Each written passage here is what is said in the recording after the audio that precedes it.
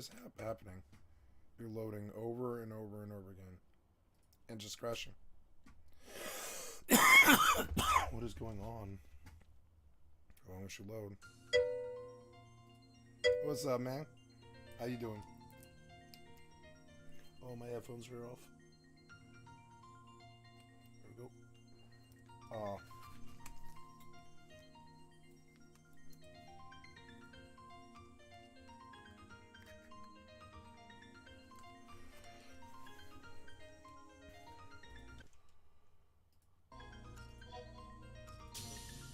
Oops. Good to see ya. Oh, my throat's all fucked up already.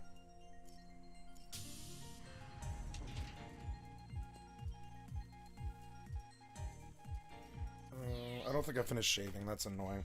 I'll be right back. Let me in, stupid game. Okay, BRB.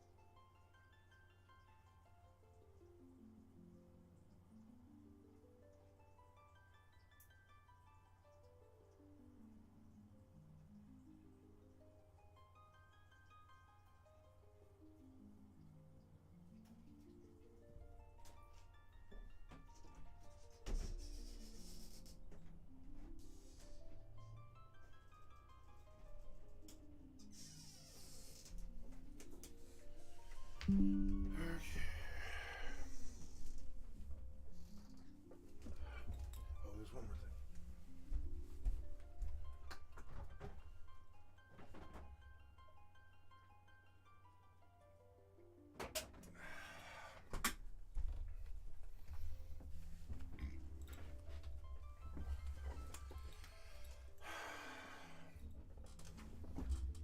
Okay, sorry about that. Just had a few more things I had to do.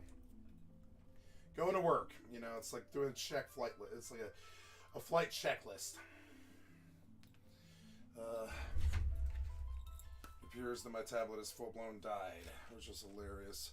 I mean, it hasn't full blown died, but it's pretty unusable.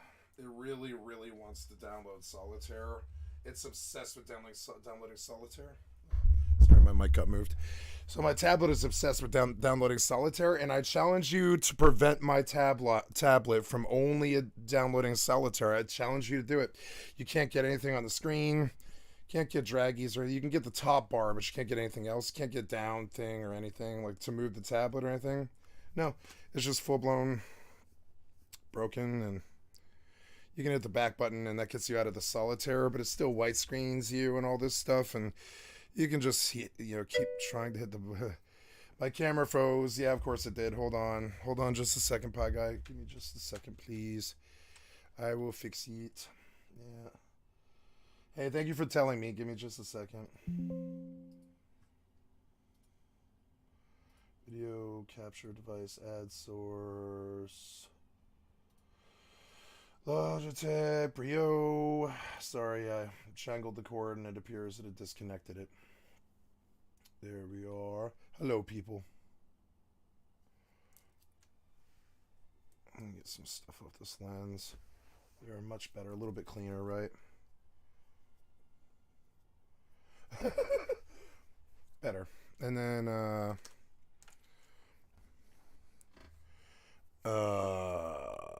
yes, I'm opening my Twitch. I got my tablet to work, which is pretty uncommon. Then get this cord out of the way. Gonna be playing some Dungeons and Dragons 3 tonight. Sorry, Baldur's Gate 3 tonight, and that should be sometime soon, but I don't know when, and that's okay. So we're gonna play some Final Fantasy 11. Now you are immediately stop that. Okay, Config. Gonna turn the sound up so I can hear. Gonna turn the music up so I can hear. Down like halfway, right? Okay, so we're gonna do some traveling today. Oops, wait. This was not good enough. Check sound levels and stuff. Yep, I'm just gonna verify on Twitch.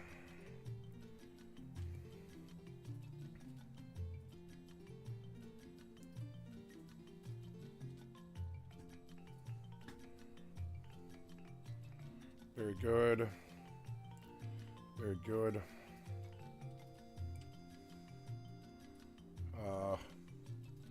Stupid ass fucking kick, fucking fail ass platform.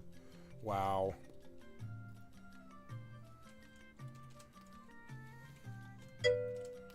Long stream? No, I just started 6 minutes ago and I'm on for 15 hours.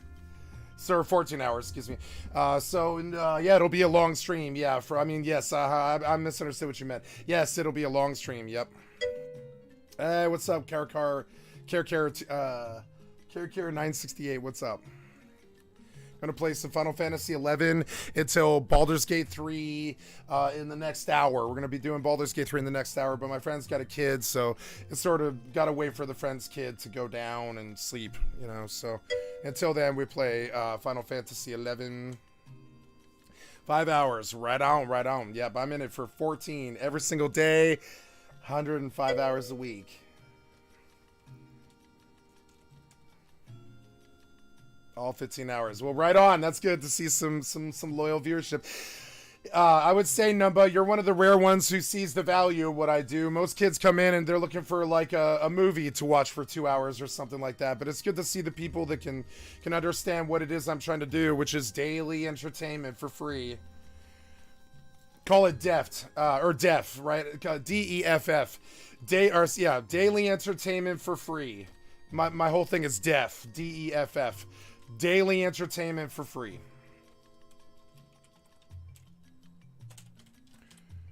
You can donate if you want. That's the whole point. I want people to donate if they want, not because I'm begging them or asking them or any of that other stuff. So it's good to see somebody who can see it for what it is. You know what I'm saying? Right on. Thank you. You can donate if you want. That's crazy. What it is crazy.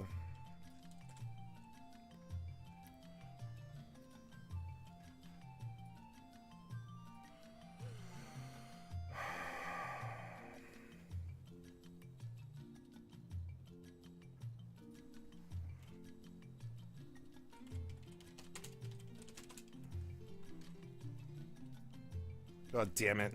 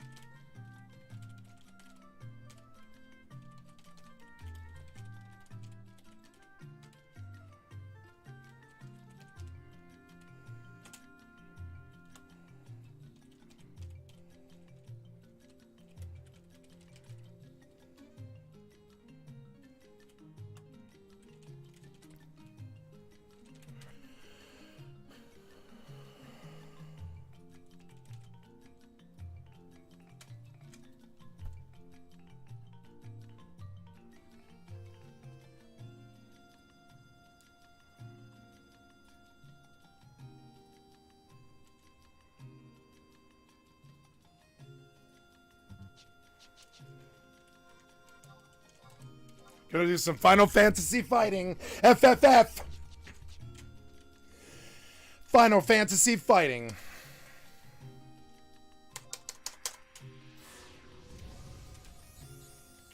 Cheateruma.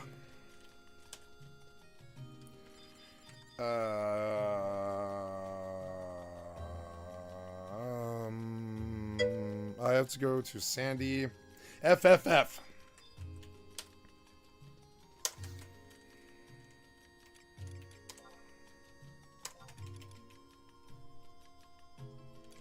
Let me make sure I have a scroll. Good, good. And then... Take me to Bastock.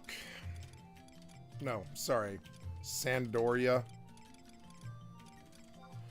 To Southern Sandoria. To the Chocobo Staples. Yes, please.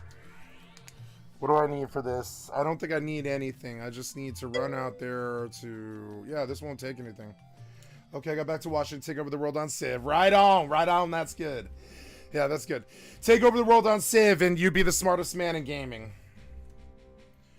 Or, well, that would be EVE Online. But right underneath it is Civ. If you can dominate Civ, you can dominate any game. I wholeheartedly believe this. Well, it might be kind of hard to, like, win Street Fighter 6. But, I mean, you know, everything in between that is easy enough.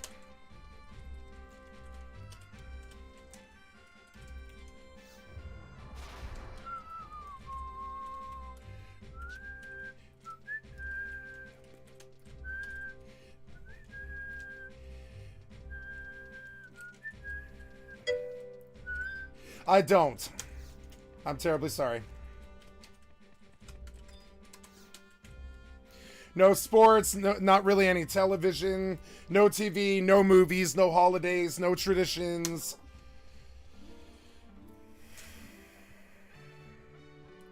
I'm about as far from normal as they get, and I'm not trying to be.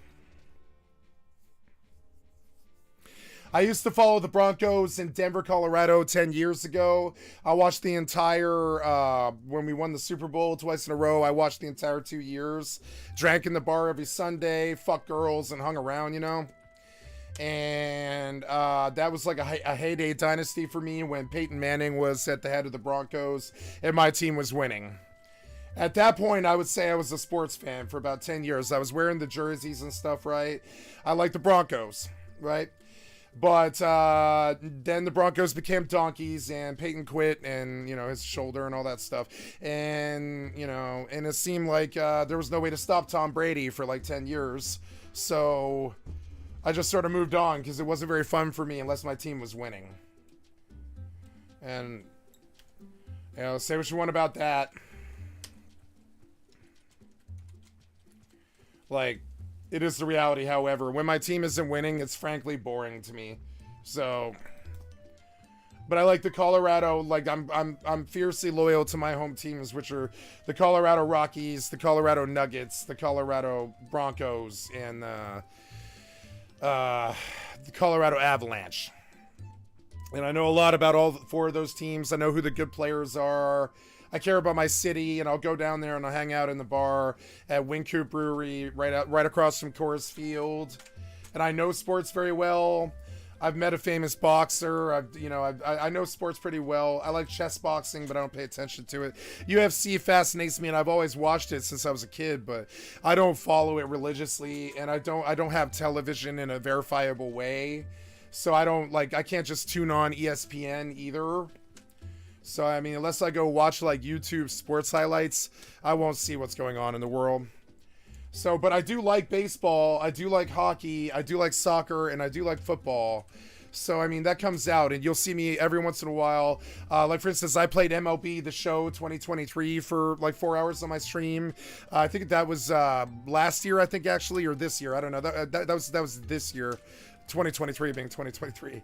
I played MLB The Show 2023 this year, as well as Madden 2022. And I did this on stream, but to me, that's like the last remnants of sports in my life. Usually the men who hang around it are kind of the people who I don't want to be.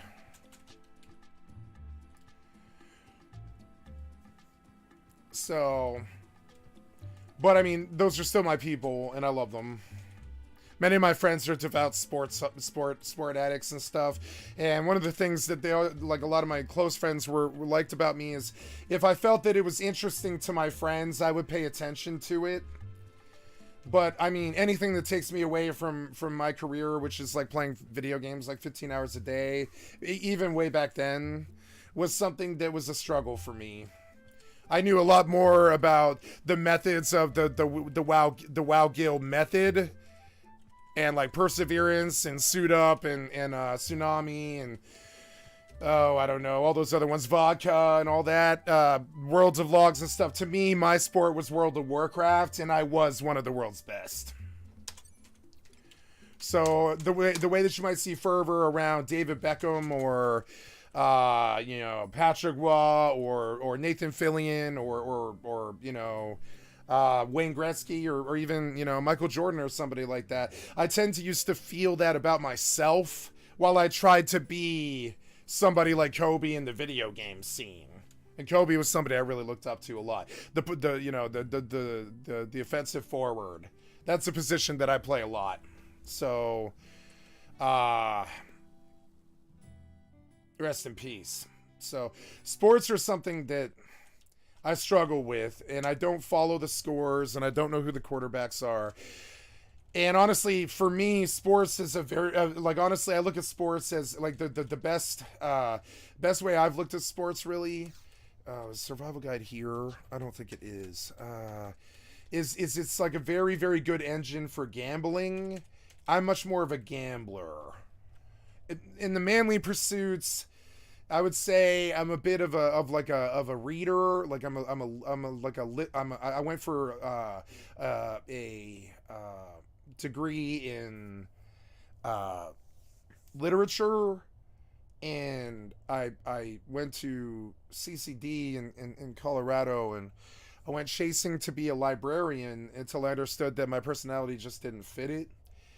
So along with that came the death of a lot of my identity when I began to understand that I was so different from so many different people, and not due to some sexual orientation thing. I just didn't think the same. I didn't dress the same. I didn't watch their sports. I didn't go to their holidays. I didn't subscribe to their political parties. I didn't believe in the way they spent their money. I didn't like the way they lived their lives sometimes. Like, I'm not being judgmental. I'm just saying, like, and I'm not talking about, like, I care what other people do. I'm talking about when it comes to my own personal standards. I was such a different person growing up that, like, being there sitting at the bar cheering for sports was something that would have been such a crazy rebellion for me, from the normal, I would say, stuck up hipster punker ideal, that, like, the only time you ever would have seen me around anything involving a sport would have been if it started a riot. And if it started a riot, I really liked the sport. Other than that, for a long time I didn't care, because I just didn't really relate to a lot of the people that hang out in those scenes. They tend to value traditions and holidays a lot. I don't. They value the 9-to-5 schedule a lot. I don't. They value the traditional family structure a lot. I don't. They drink too much. I don't. There's a lot of problems like in that scene. So, but I've always been strong enough as a person to roll in, like, the sports scene, the hip hop scene. I was a taxi driver. I could talk about the scores with the businessmen and shit like that. It's never been a problem for me to pursue being what I would consider to be your stereotypical American male, but I don't have the tendencies. I've never voluntarily turned on a sports program. I've never voluntarily got in a fight. I've never voluntarily gone to church. I've never voluntarily gone to, like, a town meeting, or I've voluntarily gone to a political rally when I thought we had hope that there might be some kind of presidential candidate that might have represented me finally. But the minute that ended, when the primary parties just squashed the Green Party, I just quit politics forever, because that was like I began to not be represented when I was like 22. By the time I was 22, I wasn't represented. I didn't have a Congress that cared about me, or whether or not I went to jail. I didn't have a president who cared about me. I didn't care about their sports. I don't care about their money or their Wall Street or all the things you might hear on a news program. I don't like the judgment. I don't like the tribalism. I'm so fucking far from your average American male that I don't know. I've lived off the grid and off their auspices and off their fucking realities and like not been there for so long now, like 20 years or something like that. That most normal people, they're like, oh my God, you're awesome. I really want to be your friend. Let's go to church or hang out and get a beer at the bar or go watch sports or whatever. And I'm like, oh, no, no. That's so far from who I actually am. That sure, you like me and I've got a good personality and all this stuff. But sports, no. No, no, no, no. Hollywood, no. Marvel, no. Politics, yes, but not the American government, no. Not the right wing or the left wing party, no. Not most of the powers overseas, no. Not the sports or the Spice Girls or the Billie Eilishes of the world or the Kim Kardashians, the entertainment I don't give two shits about. I've lived such a separate fucking life on such a separate fucking reality for so separate fucking long that those things are like some distant memory to me that doesn't even like really compute for me. The last time I sat down in front of a football game was like the Super Bowl in 2019 when I was trapped in the madhouse. I sat down with my friends to watch the Super Bowl, you know, and that was cool. I don't even remember who played. And you're going to get an idea of like how those kind of like those questions can be uncomfortable for me because the last time I cared about that was like 17 years ago. And so a lot of people feel they can relate to me or that we share a lot in common, you know, that kind of thing. But in my experience, it's been a long, I've met like one person in the last 15 years that I actually related to at all. And that's a very, very, very weird thing. It's not some Luddite, like raised in a barn or, you know, like, you know, Quaker Shaker thing or something. It's just a full-blown deviation from most things that is the American identity. Uh-oh. Uh-oh. Uh-oh.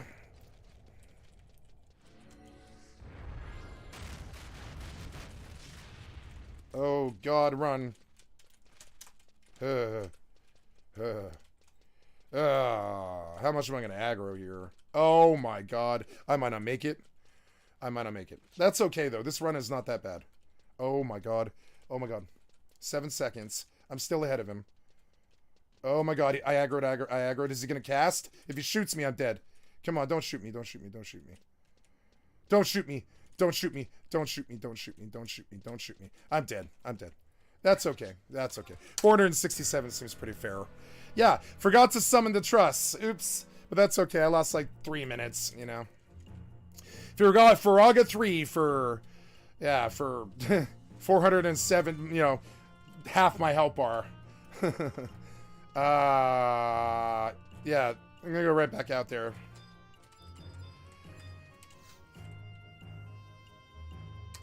I've been...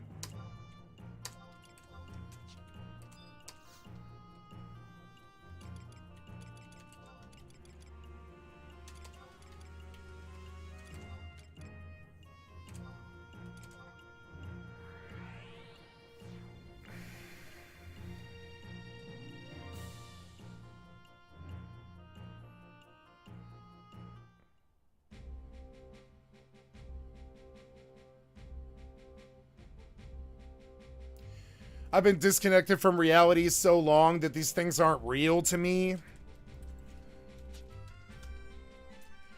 I mean, I'm a very reality person. I believe in causality and stuff.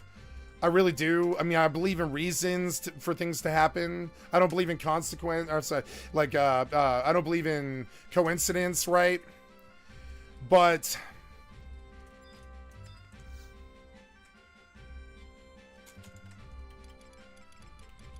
please don't do that. Please stop.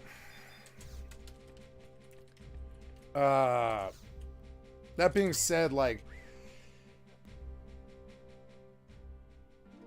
I guess a cold hard look at it would be, I have lived with my head in the sand for 10 years. I've been on a press blackout. I don't give a shit about the American government. I don't give a shit about wars overseas. I don't give a shit about my own people anymore. I don't give a shit about sports or the insurrection. I don't care about Trump or the presidency. I'm not represented. I have no identity here. I have no money. I have no stake in it. I don't really have a family beyond one surviving family member. It's like I don't exist. And it's not some, it's not some, I mean, it is some imposter syndrome, because I know I exist and I'm here and I'm real, and I breathe the fat air, and I breathe the fat water, and I breathe the fat food, and etc. And I'm fat, etc. I'm here, and there's cost for me to be here and all this stuff. But I don't feel like I don't feel that I have any sway upon the real world whatsoever beyond this camera and this microphone. I don't believe anybody cares if I exist except my mother. I don't believe anybody cares about my vote. I don't believe anybody cares if I ever make $1 or not, or whether I starve or not. I don't think my friends care if I'm alive, And these are cold hard realities. So like when somebody asks, like, do you like or watch sports? I say no.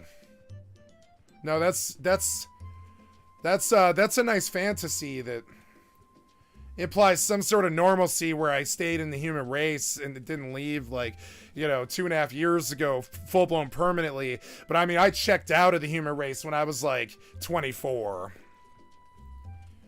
And so I would love to care about how the Denver Broncos are doing, or how the American government is doing, or how this planet is doing. I'm so full-blown disconnected from that I get my news from like video game nerds who care to share it with me. And that's a world that I don't visit a lot. The real world. Right now, reality and I fuck with each other a lot. Like I said, I don't have a lot of aspirations or a lot of goals. I don't have like a lot of realities that haven't been squashed by the fascists. I don't dare to dream or anything. I just, I know that, like, in the end, these things that the other humans care about were never intrinsically part of my personality in the first place. And if I ever cared, it was to humor them. Think like, what's his name? The scientist from Cat's Cradle.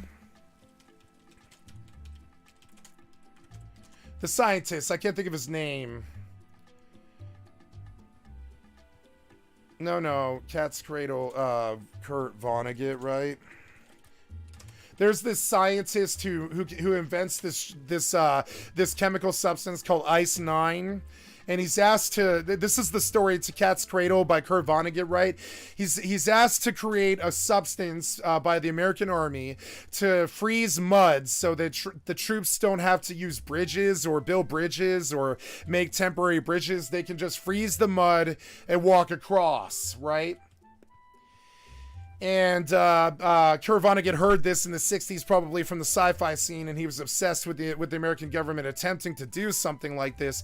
So he wrote a book about it. And so what eventually happens, of course, is the American government uses the Ice-9 against the original scientist's wishes, and like the nuclear bomb, and they freeze. And of course, every bit of water on the entire planet is molecularly connected. So when one stream froze, all of the ground froze. When all of the ground froze, all of the rest of the water froze, all of the ocean, all of the water, everything in the world froze when the molecules were urged to like freeze by this chemical that the scientist creates that is like fictional. It doesn't exist really. The reason I bring this up is the scientist, right? There's a movie that the Batman movies guy just did. Christopher Nolan just did a movie about this guy was it Heisenberg? I forget. The nuclear new Nolan movie. I forget the name because I'm trying to go across so many different Oppenheimer, right? Oppenheimer, and that's an interesting story. And like when the Ice-9 gets used, it kills the entire world in Cat's Cradle. And that's kind of what I felt like when I lost my identity. It was like I had lost my entire world. I didn't care about my government anymore. I didn't care about sports. I didn't care about music. I didn't care my friends. I just straight up didn't care. I was like, yeah, I don't care about holidays or traditions. I don't care about money. I don't like, I value sex and love and like, happiness and thriving and doing well and having a job that you love. I mean, I've got good values. I value family and all this stuff, right? But I don't value the way that the humans built the world and all the stupid ass traditions and problems that led us to cyclical box like thinking that like kind of doomed the world to this like I don't know, plague of taboo and judgments and jail for drugs and stuff like that.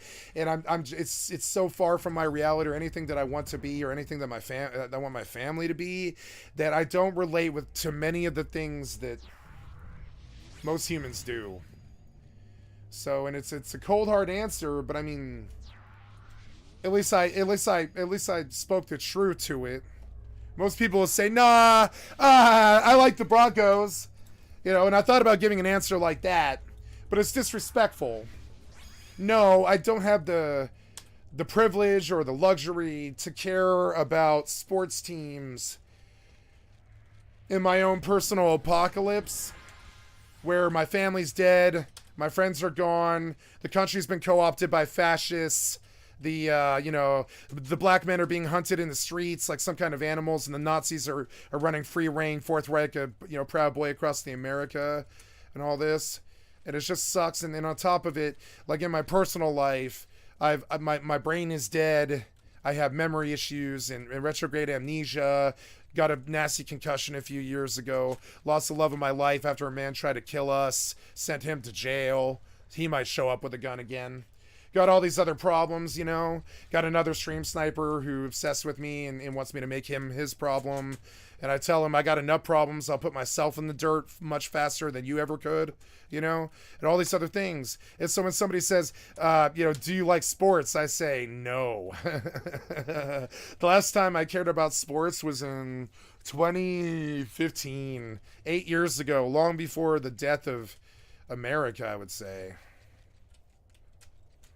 And I look at it like that's the last bastion of, oh God, what's the word? Decadence, right? Football players make more money than scientists, which is one of the reasons why we haven't gone to space, And so I look like, it sucks to try not to look at those negative sides of sports and just say, yeah, I do like sports. And yes, I did, lift a glass to the Broncos for 10 years and the Avalanche I went to all the football games. I went to a Broncos game. I went to a Avalanche game. I went to a Nuggets game and all that.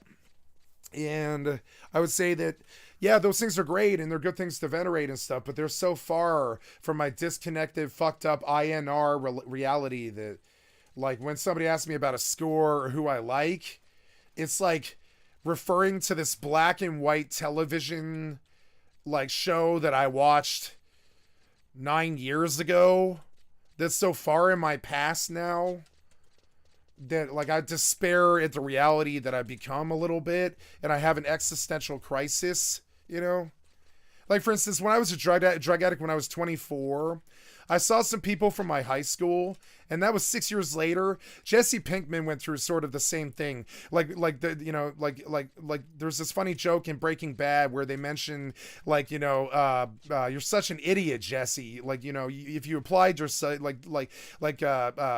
Walter goes, you're such an idiot, Jesse. If you applied yourself, you would be better at this than me. And he's like, nah, man, nah. And he's like, yes, you would. I saw the work you handed in 2 years ago when I was your high school teacher. And what I'm saying is true. And Jesse says, nah, man, that was like a millennia ago. And Walter looks at him and he's like, that was 2 years ago, Jesse. And that's how I feel now. Like 9 years have passed since the death of America. And like, and the death of World of Warcraft and the death of our decency and our morals and now, like, drive-by is the rule. Uvalde, Texas is the rule. The bad people have won and the fascists have stepped on our necks. And I'm, we can all sleep soundly. Everything's like, all the pigs are all I know. I give you all that I want. Take the skin and peel it back, but doesn't it make you feel better? and all the pigs have won. We can all sleep soundly and all this stuff. And I look back at things like sports and like love and like having more than $1,000 and like a brighter time full of better people when like I had still experienced love and a family and destruction. But I would say right around by the end of 2017, my life was like the pianist.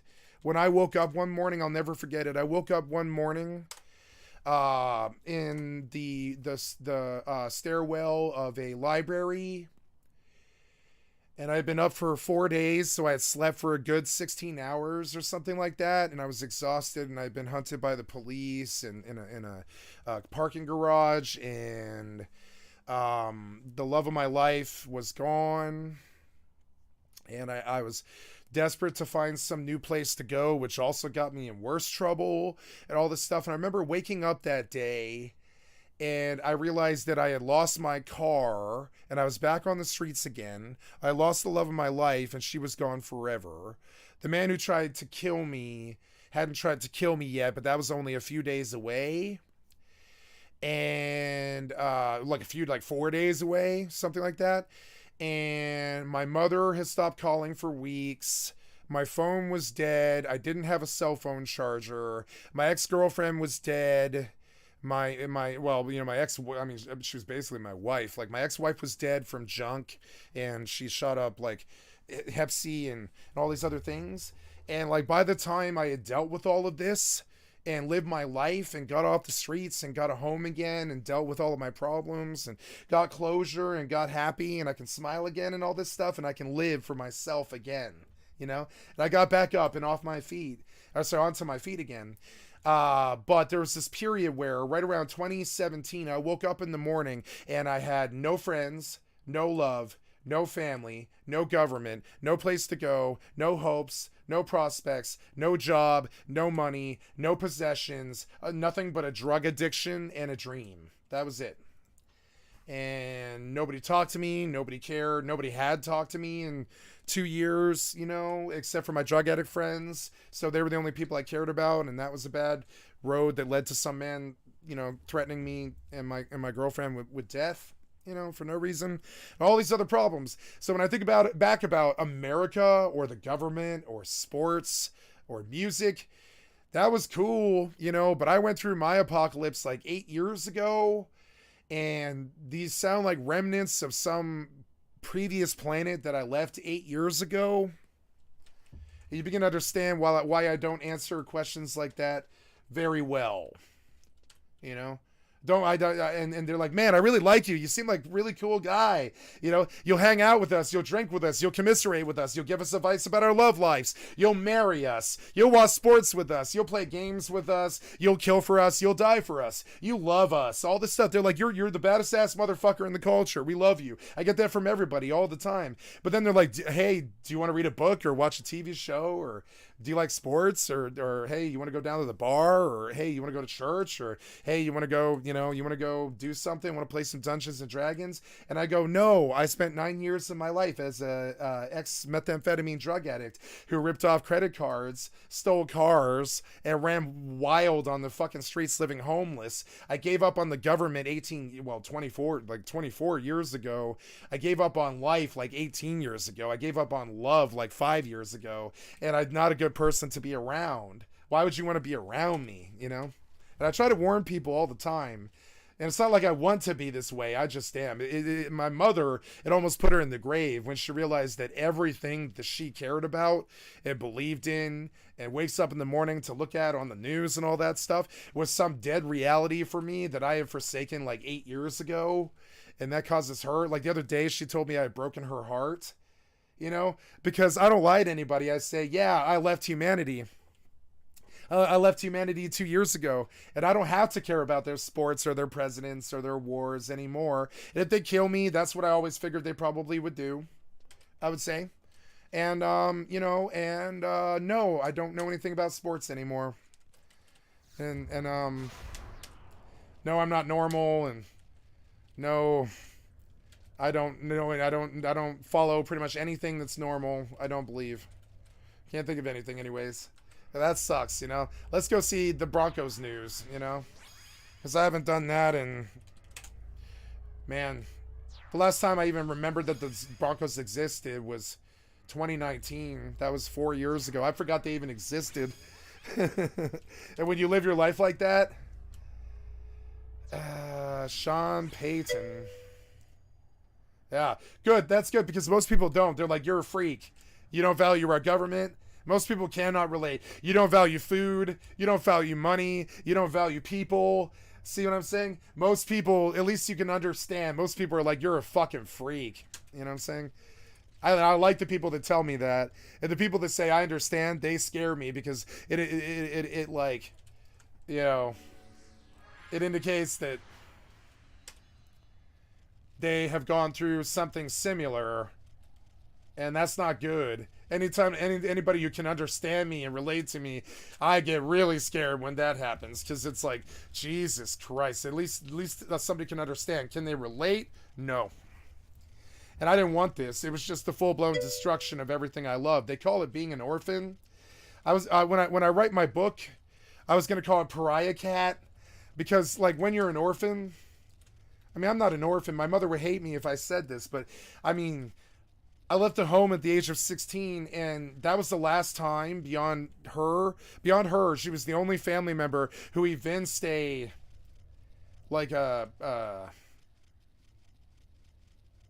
proclivity for caring if I'm alive. Now it's my mother, my stepfather, my aunt, and my 3 best friends, right? They care if I'm alive, but not one of them would take a bullet for me. Not one of them ever cares, you know? And I have shown them the same. I would say, except for my mother. She cares and she needs me. But like the rest of them, from my aunt on down to all of my best friends, they've got all of their lives. They don't need me. They want me, but they don't need me.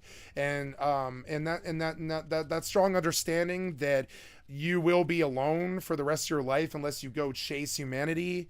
And I mean, I'm sorry, but I've got a Hitler hatred of humanity. I would absolutely press the button. Right now. No hesitation. Dance and joy while I watch the explosion go off. No hesitation. Things I've seen. Yep. No hesitation. So I don't like these things in me. I don't want to be Hitler. I don't want to press the button. I like humanity. I don't want them to die. I don't want anything to die. I've never harmed a living thing. All these other strong things, right? But the one place where I do draw the fucking line in the sand is when they stop caring about me, I stop caring about them. And I'm not going back, and I don't expect them to go back either. So, and, you know, reality and me do fuck with each other. We do. But, I don't say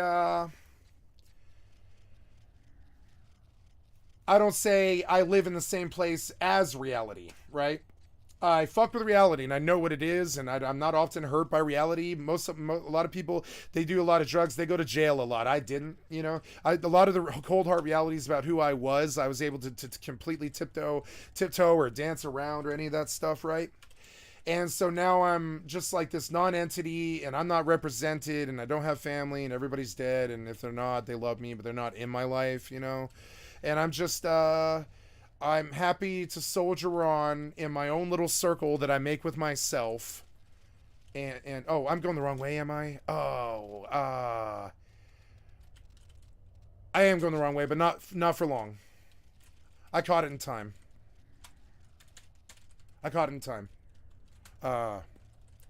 40 seconds on Flea. So, yeah, so, and I don't know why, it wasn't the video games that made me this way. It was many deaths in my family or my close friends circles. It was the destruction of my government and the co-opting and the corruption of it.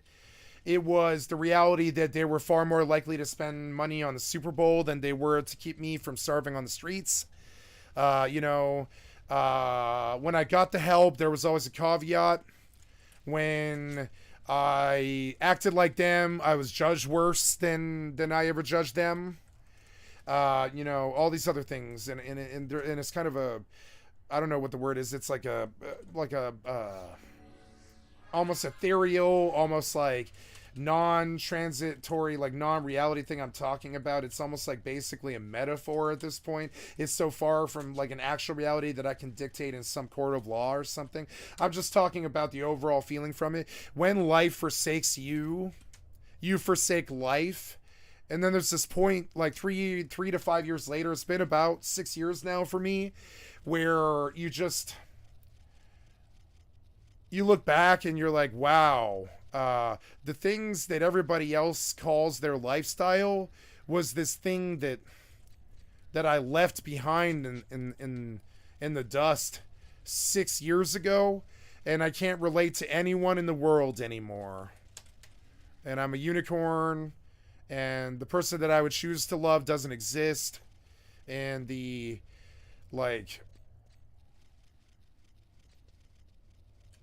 money is like their god now, and it's not my god.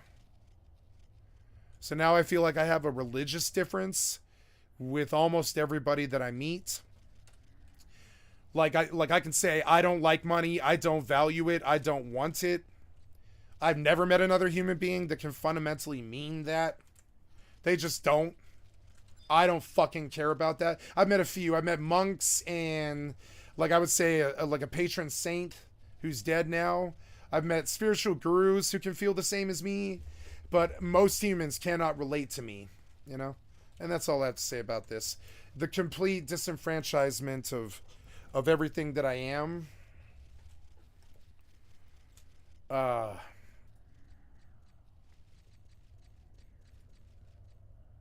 Kind enough to zoom into this program live here on the Rich Eisen Show to kick off the final hour of this show, heading into Labor Day weekend for a big NFL season to kick off next week from the worldwide leader in sports. Many different shows and podcasts, Minicoms right here. How you doing, Thank Mina? you. The Rich Eisen Show, for the excellent content from my stream. I'd like to sub to your channel. I'm doing great. Also, I have another problem with this stuff. All over the dinosaurs, all over sports and all over politics and all over the tribalism and all over the fucking people in the city halls and the cops and all that, you're going to see really angry bald boomers like this. And they don't want to act angry. Some of them are really happy and stuff. But I'm sorry, I see somebody who frankly looks angry to me. I was actually at the... I think I see a lot of anger here. Do you see how smiles aren't very normal to him? I think they are for her, but I think the world is run by 50 to 60-year-old bald boomers like this, and by boomer I'm talking about baby boomer, not my generation, the young millennials, but I mean the young generation's so dumb they don't know how to Google what a generation is, you know. They're like 2/3 of them are illiterate, you know, like 70% of the new generation is illiterate because like 70% of them aren't going to school. So like, you know, so they hit me all the time with weird stuff like boomer, and I'm like, nah, man, if you were intelligent, you would just go Google the word boomer and you would see that baby boomer is somebody who's born between 47 and 47 and like, you know, like 64, I think 67, something like that. And so I don't mind the title boomer. It means an age, like whether or not it's a misusage. The dumb kids who don't read books and stuff, who are illiterate and don't go to school 70% of the time, seem to think I'm a boomer. But I mean, if they were to pick up a book or a Google or a cell phone, they would know what a boomer is. It's somebody who was born between 46 and 64. The world is run by boomers, actual boomers. But the problem is the idiot kids keep blaming me for what the boomers are doing. Because the idiot kids can't read, they don't know what a boomer is. And this is and I'm sorry, but this is actually statistically true. Like 70% of teenagers year, you know. Yeah, see what I'm saying? So my reality is I go to politics, I see angry bald boomers yelling at me. I go to sports, I see angry, unsmiling, rich boomers yelling at me. I go to church, I see angry, unsmiling, rich boomers yelling at me. You know what I'm saying? I mean boomers as in baby boomers. They have 5 cars, 2 houses, maybe a trailer or summer home. They've got, they got money and all this stuff. I'm sure I will too when the money passes on, just like their money passed on. But I mean, overall, like, I'm sick of that reality. I want her generation to take over sports. I want her generation to take over music. I want and it didn't happen. The 57-year-old angry balding boomers are still selling more music, more movies, more television, and more media, more YouTube and all that, and television stars and all this than the other generations combined. Now, this is because they're king. They've been around the longest, But it's also because they didn't relinquish. The actual baby boomers did not relinquish their entitled lives, their money, or their jobs. And so now we're far more inclined to care about what Metallica thinks still than, Billie Eilish. But see, the problem is Metallica hasn't been pertinent since 2001, something like that. So, and sure, they released albums and boomers still listen to them, but they're not on the radio, mind you. I mean, they are, but they're not releasing new music on the radio. And this killed radio. Angry bald boomers killed radio. Angry bald boomers killed YouTube. They didn't relinquish the money or the power and the clout to the new generation. And I'm watching them kill politics. I'm watching people my age. People 10 years older, something like that, right? Maybe 15 years older, like people not my age, but the previous generations, baby boomers and Gen X. I would say he's Gen X, right? I'm watching them angrily, baldly, like kind of storm their way into a toxic masculinity future, and I see them choking the careers of people like Billie Eilish and stuff, and people like this girl and they embrace these people, but they don't pass the crown on, and I don't know why some kid who's watching who's at the Madden shooting, right? Those kids who shot each other at the Madden shooting, I really don't believe, like you can see right here on the videos and stuff, right? These kids at the Madden shooting, right?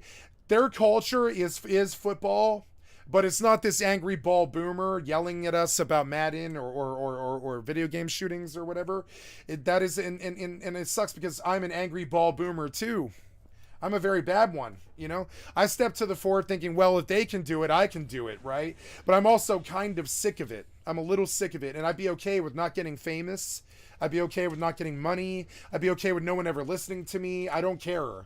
I'm mainly just like, I'm kind of sick of this whole reality, and ESPN is chock full of fucking dinosaurs. The only other place that I can think of that isn't more chock full of dinosaurs would be either the bubble, which is the elderly village in Florida, or politics, right? The only place you'll see this much angry, conservative, balding boomers is in the church, the South, politics, or and I'm sorry, but that's just so far from who I am. Braves game last night. What a game! What a ticket! What a moment between. She's nervous about him. He's nervous about her, and I don't know why this is happening. I think her generation should be running ESPN. I think Billie Eilish should be running MTV2 or MTV3 or whatever the fuck, MTV10 or MTVX or something.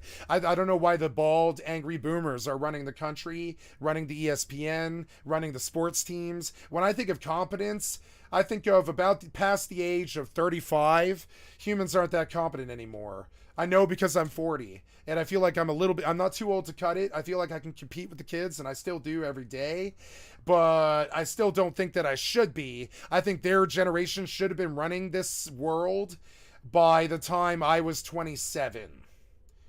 By the time I was 27, by the time I reached 40, I wanted 27-year-olds like her, running the world. So when I think sports, I think of this.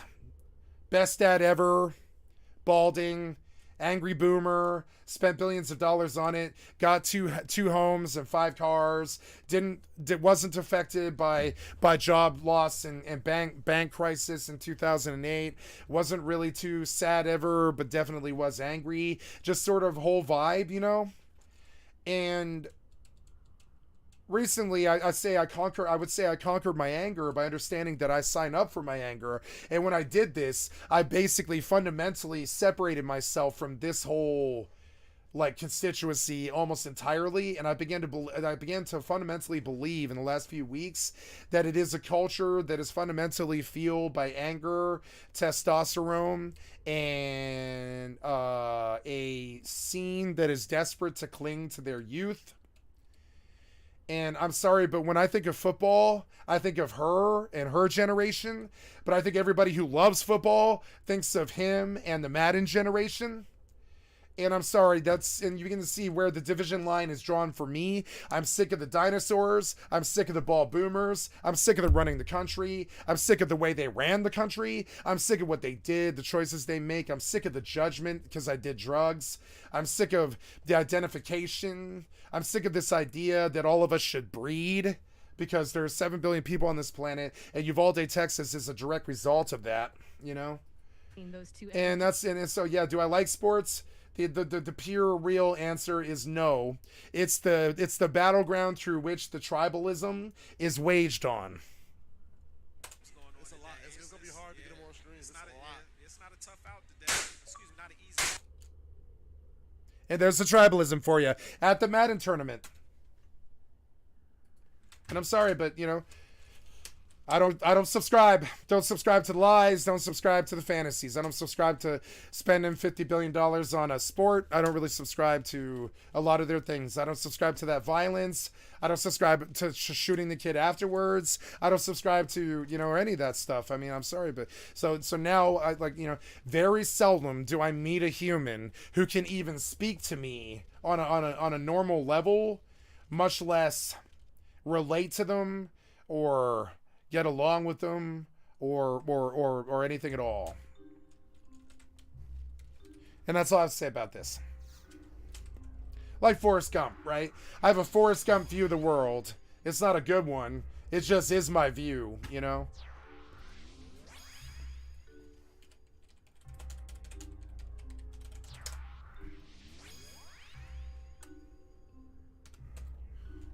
I don't relate to my own generation. I didn't follow this. I didn't listen to the same music. I didn't watch the same comedians.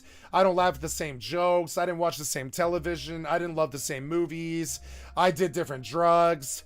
I did different, like, it's not like I wanted to be this way. I just inherently wasn't like these people. I wasn't like him, you know?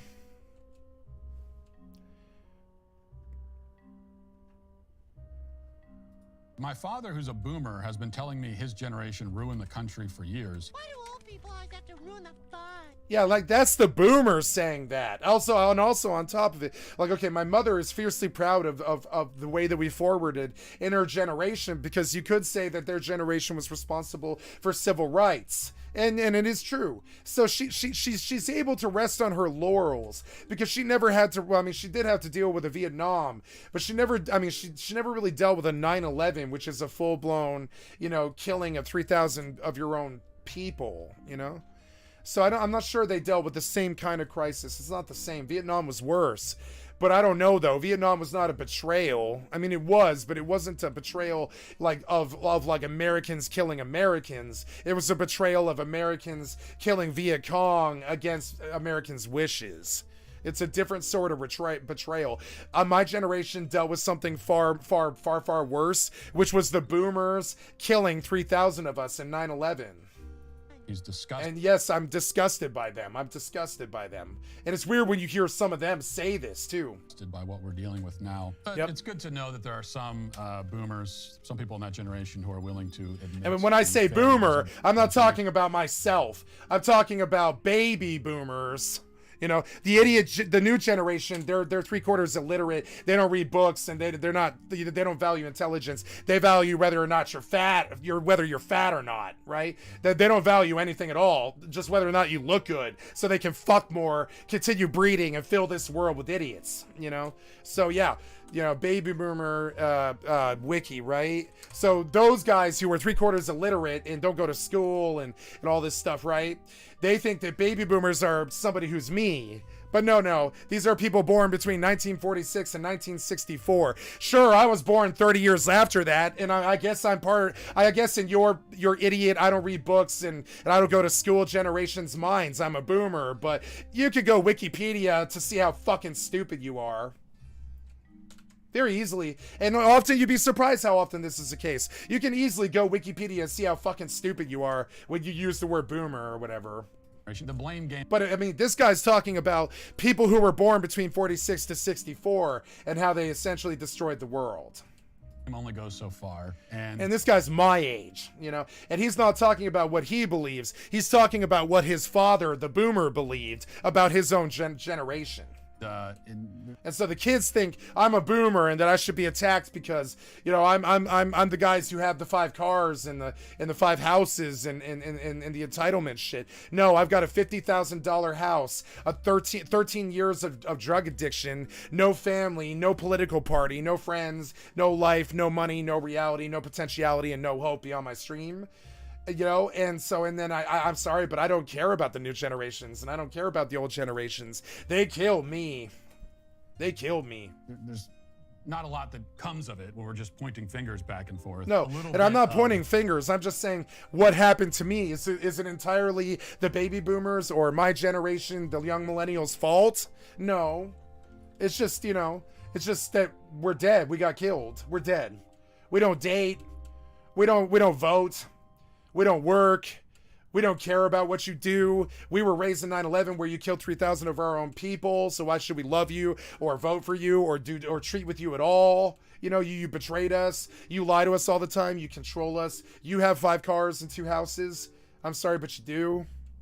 Introspection would be nice. And the thing that... Introspection would be good. And so I think about how that affected me. You know, I don't lay that blame at the baby boomers' fucking feet.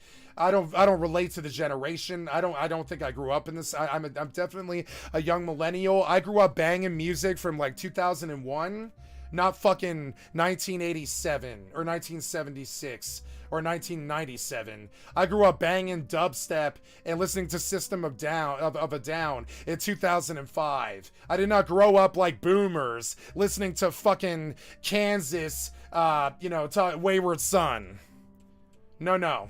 And it's good that your dad... I did not grow up on Wayward Son, and I hate Wayward Son. I hate Bob Dylan. I hate Elvis. And I love the Beatles because I feel like they had a message, but those other people kind of didn't engage in that. What makes it so frustrating? I'm sorry. Bob did have a message, and he is somebody to venerate, but I can't stand his singing. You know. Frustrating is that very often people in the boomer generation will quite enjoy pointing fingers at the younger. Yeah, and also all my life they called me a shiftless, homeless, hobo drug addict, even though I was working more than them. You know, I was having more sex than them. I was happier than them. I was beating more games than them. I was getting more done than them. And they would sit around at their 9-to-5 fucking jobs, and they would tell me how much of a piece of shit I was my entire life just for not pretty much being like them. And so now I don't care what they think. I don't give a flying... my name's Blurryface, and I don't give a flying fuck what you think. And the day that I died, I changed my name on my Facebook. I kicked 700 friends. Well, it was like 4,000 at first. Then it was 700, and then I kicked all 700 of my friends off my Facebook. I changed my name. I put a Blurryface right up, and this was right about the time when 21 Pilots was famous for Stressed Out, you know. And I kept thinking about my name's Blurryface, and I care what you think. And I was like, no, my name's Blurryface, and I don't care what you think. Generations and blaming them and talking about how terrible they are, and yet they're and so nobody knows who I am. If they did, I wouldn't care because I can walk out. You know, it's just very weird to have zero identity, zero hope, zero. I don't relate to the human race, and I don't expect to ever see them again. Doesn't seem to be any moment of pausing. And I'm not sad about this. It's actually the happiest I've ever been. When I think about how I don't ever have to deal with another human being again unless I have to when I move or something like that, I think, oh my God, I can finally smile without trying to hide it. All my life, I've tried to hide smiling like this. I'm smiling a lot right now, but you can't see it. A, it's the dopamine from all the drugs I did. B, it's the problems in my head. It's C, it's the spaghetti head. D, it's, you know, it's all the stuff. But in reality, I smile all the time. but I'm so scared of the boomers seeing me smile after they got done with my political life, after they got done with my love life, after they got done with my drug life, after they got done with my legal life and my system life and my freedom life and my sanity and my girlfriends, had all been raped and everything by their generation and all this. I was like, well, you raped my women, you took my jobs, you kicked me out on the streets, you condemned me for being a drug addict, feckless, homeless hobo, and all this crap, right? And it's like, cool. It seems like you and I really can't relate, and I'm not going to live in your world anymore, and I don't care what you think, and I'm not going to vote for your politicians. I'm not going to work your jobs. I don't care. You guys broke the covenant. You kicked me out. You treated me like a pariah for what? Doing drugs? Fuck you guys. Where they go? Wait a second. Fuck the drug war. Fuck anybody who rolls with them. Fuck the DEA. Fuck anybody who rolls with them. Fuck the American government. Fuck anybody who rolls with them. Fuck the boomers. Fuck anybody who rolls with them. Fuck the fucking entitlement. Fuck anybody who rolls with them. Fuck anybody who has 2 to 5 houses and 2 to 5 cars. And fuck anybody who rolls with them. Fuck them for not cutting the purse strings loose. Fuck anybody who charges $100,000 for a bachelor's degree. Fuck anybody who does any of this shit. And I'm sorry, but I basically am not a member of that human race anymore. Those are godless, shitty devil people in my experience. And I don't roll with them. I don't truck with them. I don't watch their sports. I don't listen to their music. I don't fucking care what they do. I don't care about their politicians. To me, they are alien. They are aliens. Yeah, aliens exist. And it's called the human fucking race. They're so far from their own, like beloved morals and stuff, that, and they're so judgmental. Where did that... They're so ready to judge you when they know it's God's job, that, like, I look at like a feckless, lost human race that's in a worse situation than me. I at least know who I am now. I don't think most of the human race does. I have my identity now, and it's I'm not you. INR. I am Y. I'm not you. INR is my political party. IMY is my identity. I'm not you. I'll never be you. I don't watch the same sports, the same music. I'm sorry, I'm not you. Oh, those are our kids. Looking for something that we relate, the ways that we can relate. Kids that are acting that way. What we discover is that we are a fallen race of beings, and the generation before the boomers, they created a world with greater opportunity. Yeah, the generation before the boomers. Notice how he says it. It's actually the boomers. Well, it's Gen X. He can't remember who it is.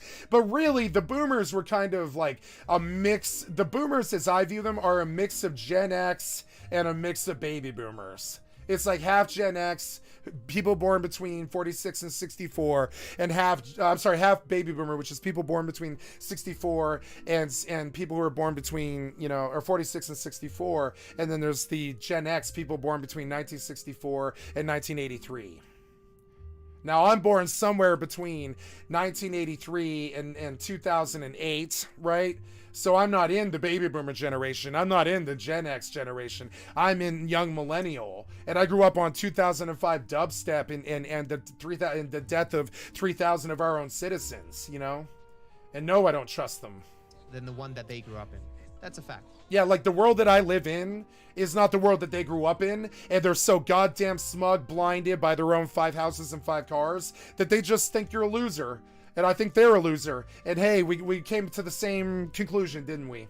The boomers haven't done that for their kids. The world is today worse in terms of opportunity for the young than it was when the boomers were growing up.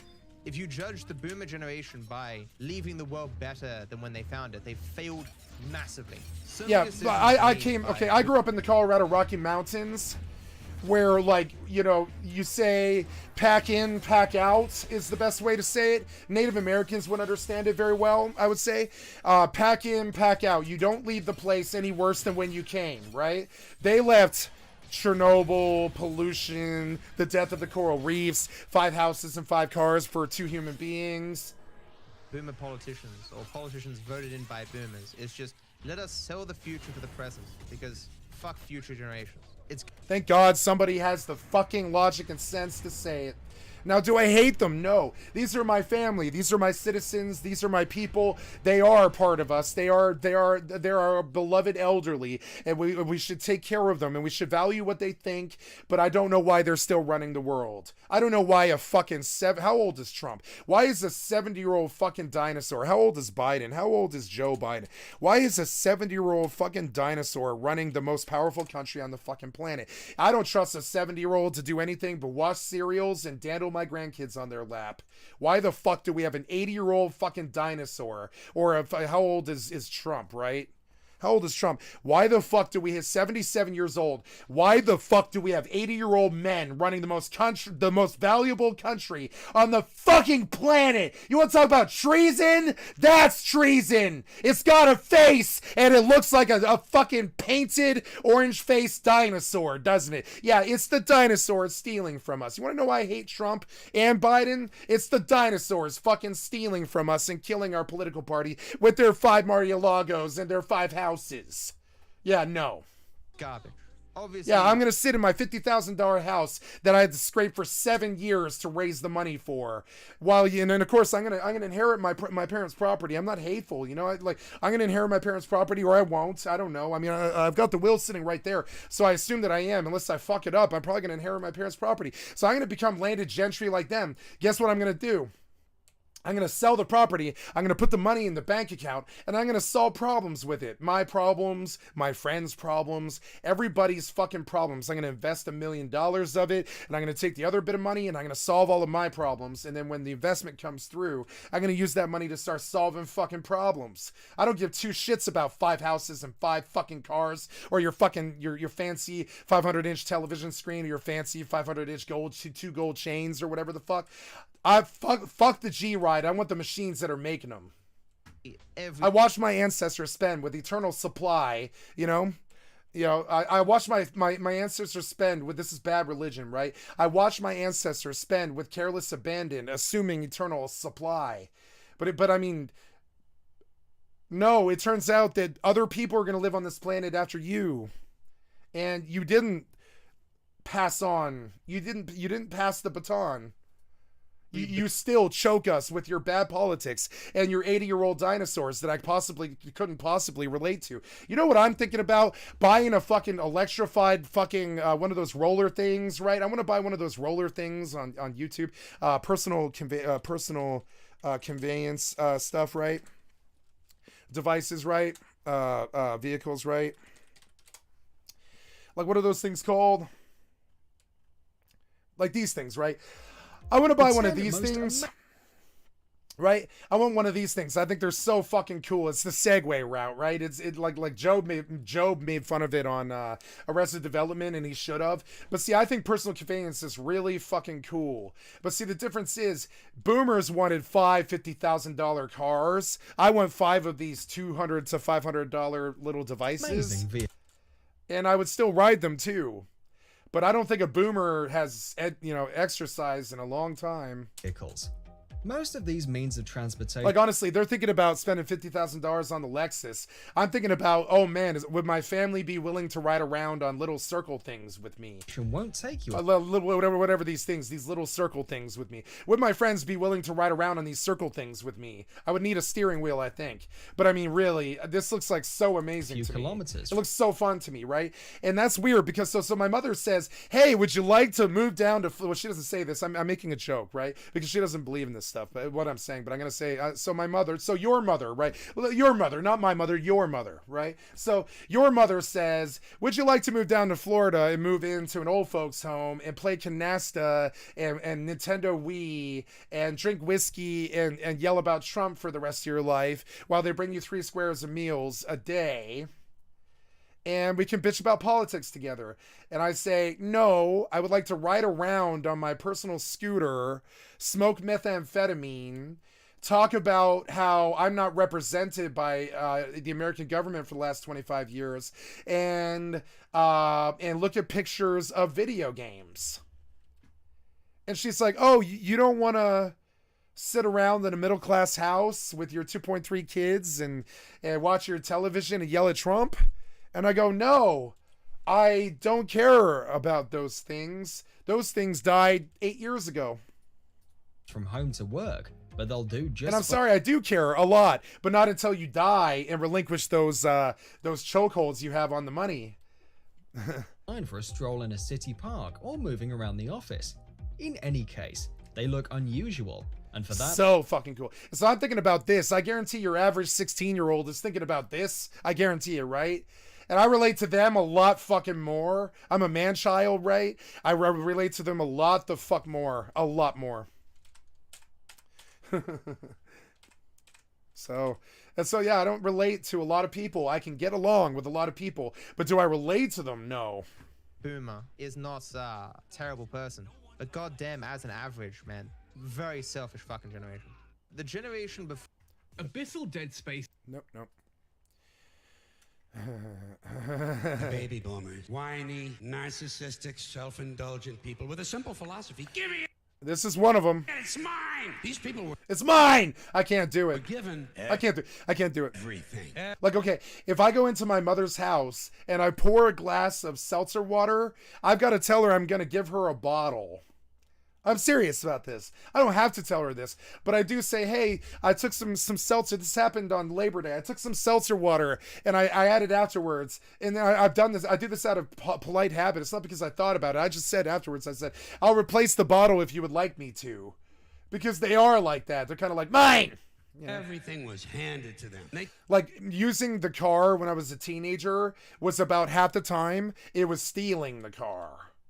Half the time when I used my car as a teenager, I was stealing my car. Because they were like about this. They were like, mine, you know, and to be fair, they worked very hard for it. They took it all. Sex, drugs, and rock and roll. Yeah, like honestly. And they stayed loaded for 20 years and had a free ride. But now they're staring down. Yeah, like they had a free ride. Like they didn't get high on heroin and cocaine in the 60s and the 70s and shit. Nah. On the barrel of middle-aged burnout, and they don't like it, so they've turned self-righteous, and they want to. And they don't like it, and they turn self-righteous. Make things hard on younger people. Yeah, they want to make things hard, and I'm sorry, I feel exactly like him. I can't handle it. I won't do it. It's a vibe that I just cannot relate to. Can't do it. Sorry. Ooh, Dark Elementals. Yeah, can I live through this? I think I can live through this. I've got to get to the book. No book? Crystal.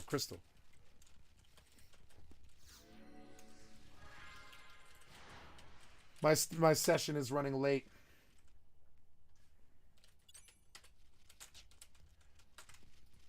They tell them abstain from sex, say no to drugs. Yeah, These people what? went from do your own thing to just say no. They went from love is all you need to whoever winds up with the most toys wins. And they went from cocaine to Rogaine. F these boomers. They're baby boomers. Whiny, narcissistic, Yeah, cocaine to Rogaine. I'm sorry, but yep.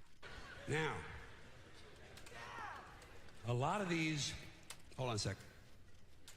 A lot of these cultural crimes I've been complaining about can be blamed on the baby boomers. Something else I'm a little tired of hearing about. The baby boomers. Whiny, narcissistic, self-indulgent people with a simple philosophy. Give me it, it's mine! Give me that, it's mine! These people were given everything. Everything. But can you blame them? They came up out of the ravages of World War II. They saw the skeleton of a world afterwards, devoid of any money, devoid of any hope, devoid of any love, completely like fascist and Cold War afterwards, right? And all this other stuff. And can you blame them? Their response to it is exactly what my response to would have been, which is, give it to me, it's mine. You know, give it to me, it's mine. Yeah. And honestly, I would say the same. I would say the same. Like, honestly, their attitude is not improper. A lot of these, hold on a sec. A lot of these cultural crimes. It's improper, but it's not undue. Blamed on the baby boomers. Something else I'm a little tired of hearing about.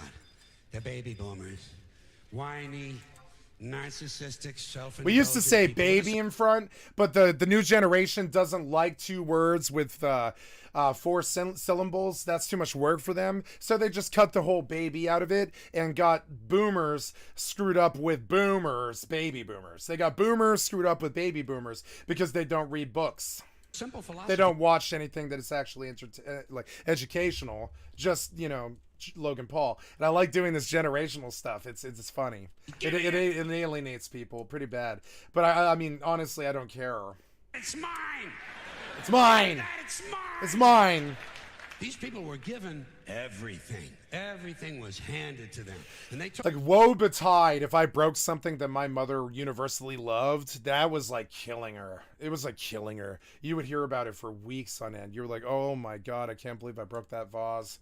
I mean, I'm a boy. I'm going to break a vase, you know? Took it all. Took it all. Sex, drugs, and rock and roll. And they stayed loaded for 20 years and had a free ride. But now they're staring down the barrel of middle-age burnout. So am I. So am I. I don't mind it. I don't care about I don't like it. I'm saying I don't like that I'm still not represented 27 years later after I left the political party system and I left America, essentially. I'm still not represented 27 years later. So yeah, I'm whiny and I'm angry, but I don't care. There's a difference. I gave up like 8 years ago. I don't care anymore, and I'm not inclined to yell about it that much. They don't like it, so they've turned self-righteous, and they want to make things hard on younger people. They tell them abstain from sex, say no to drugs. As for the rock and roll, they sold that for television commercials a long time ago, so they could buy pasta machines and Stairmasters and soybean futures. Soybean futures. You know something? They're cold, bloodless people. It's in their slogans. It's in their rhetoric. No pain, no gain. Just do it. Nothing to lose. Just do it. Yeah, YOLO, YOLO, YOLO. Yeah, shit happens, yeah. Get a life. These people went from do your own thing to just say no. They went from love is all you need to whoever winds up with the most toys wins. And they went from cocaine to Rogaine. From cocaine to Rogaine. And you know something? They're still counting grams, only now it's fat grams. And the worst of it is the rest of us have to watch these commercials on TV for Levi's loose-fitting jeans and fat-ass Docker pants. Because these degenerate yuppie boomer cocksuckers couldn't keep their hands off the croissants and the Haagen-Dazs. And their big fat asses have spread all over and they have to wear fat-ass Docker pants. Fuck these boomers, fuck these yuppies, and fuck everybody now that I think of it.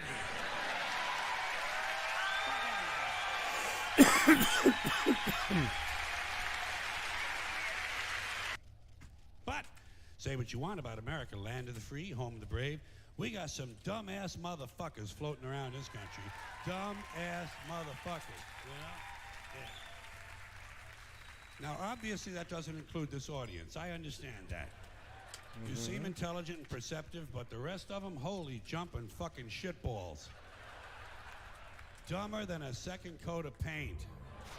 And this ain't just ranting and raving. This ain't just blowing off steam. I got evidence to support my claim. It just seems to me, that only a really low IQ population could have taken this beautiful continent, this magnificent American landscape that we inherited. Well, actually, we stole it from the Mexicans and the Indians, but hey, it was nice when we stole it. It looked pretty good. It was pristine. Paradise. Have you seen it lately? Have you taken a good look? It's fucking embarrassing. Only a nation of unenlightened half-wits could have taken this beautiful place and turned it into what it is today, a shopping mall. A big fucking shopping mall. You know that? That's all you got. That's all you've got here, folks. Mile after mile of mall after mall. Many, many malls. Major malls and mini malls. They put the mini malls in between the major malls. And in between the mini malls, they put the mini marts. And in between the mini marts, you got the car lots, gas stations, muffler shops, laundromats, cheap hotels, fast food joints, strip clubs, and dirty bookstores.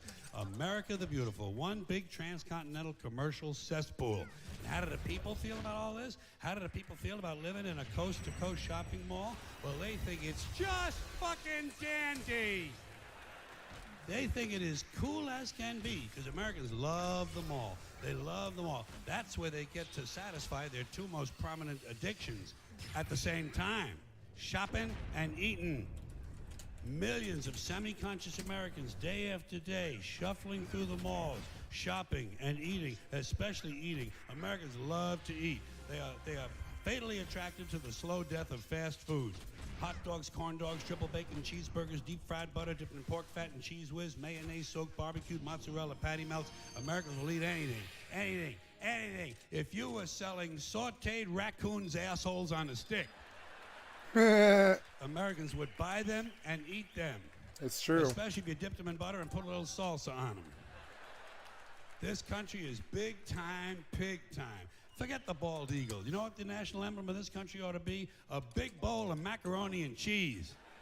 A big bowl, because everything in this country is king size. King size, extra large, and super jumbo. Especially the fucking people. Have you seen some of the people in this country? Have you taken that, motherfuckers? Oh my God. Huge piles of redundant protoplasm lumbering through the malls like a fleet of interstate buses. The people in this country are immense, massive bellies, monstrous thighs, and big fat fucking asses. And if you stand there for a minute and you look at one of them, you begin to wonder, how does this woman take a shit? How does she shit? And even more frightening, how does she wipe her ass? Can she even locate her asshole? She must require assistance. Are paramedics trained in this field?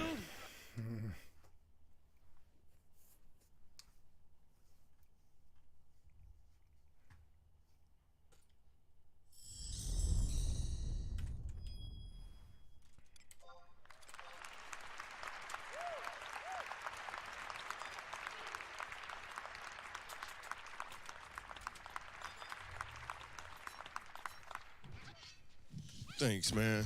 I'm excited about being here. We're gonna have some fun. My name is Michael Jr. I'm gonna do some jokes. Yet, at the same time, I'd like to explain to you how how comedy works. So, let's jump right in. I actually like the city of Reno a lot. I was here once. I was keynote speaking for a corporation, and something really kind of strange happened when I was here. So normally, I'm the type of person, I like to be on the stage alone. I don't need any help, anybody. So this CEO of this large company introduces me, and he has the microphone. And normally, we have two different mics, and he leaves, and then I'm there. That's the plan. Dude stays there. I'm standing right next to him with no mic. And then he looks at the audience, and I'm standing there, and he says, first, let me explain this. I'm the type of comedian, like I'm observational. Like I pay attention to things like college students. Take somebody who goes to a nice school, like the University of Southern California. Ask them what school they go to, you get a nice, quick answer. What school you go to? USC? New York University, you get a nice, quick answer. What school you go to? NYU? Ask somebody to go to community college. You get a much longer response, don't you? What school you go to? Well, see, right now, what I'm doing, I'm gonna get a couple credits, right? Then my financial aid's supposed to come through.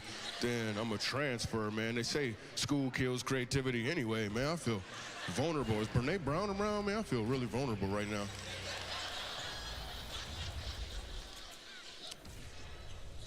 And let me tell you a little more about me. I love being a dad, and I have 5 kids. Yeah, and I travel a lot, you know, so I can see them all.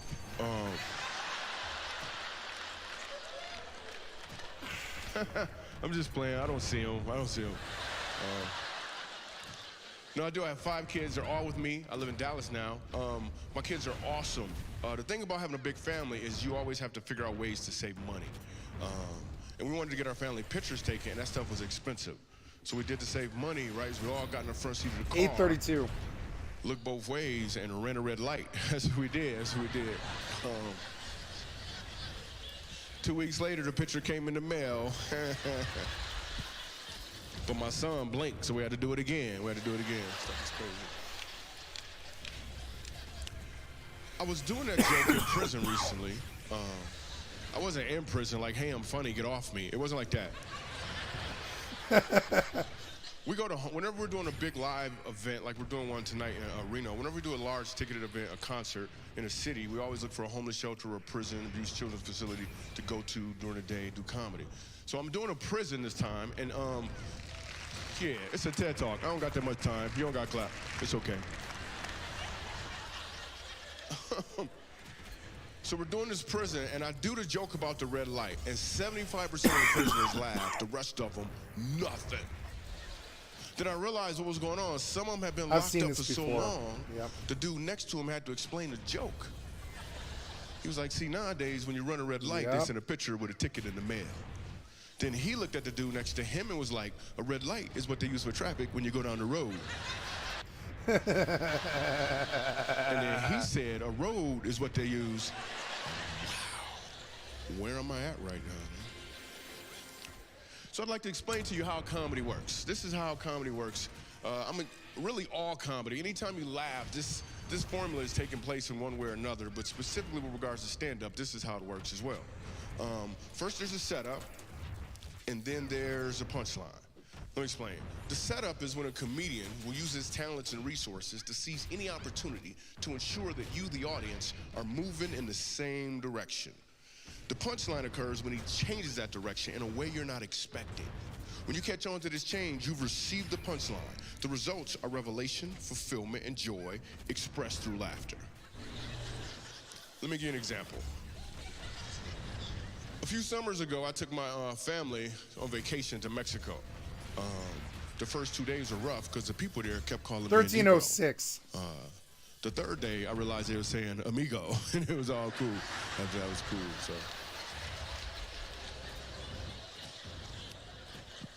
Did you see what just happened right there?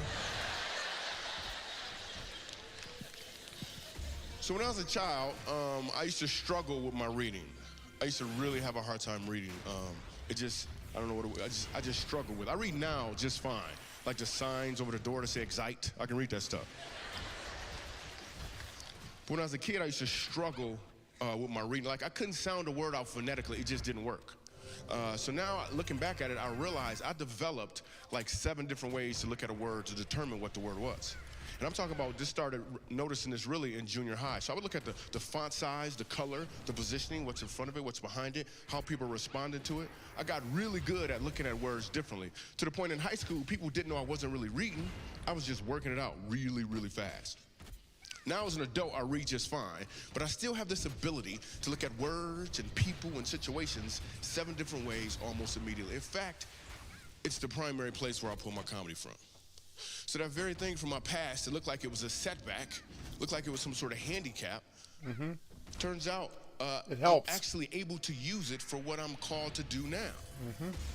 So just like you've probably had some sort of setbacks, but if you would, in a way, embrace it, you'll probably find there's more opportunities out there. Now I find comedy all over the place. At the airport today, a little white kid walked up to me, asked for an autograph. I was like, hey, buddy, what's your name? He said, I'm Tanner. I looked at him, I said, no, you're not.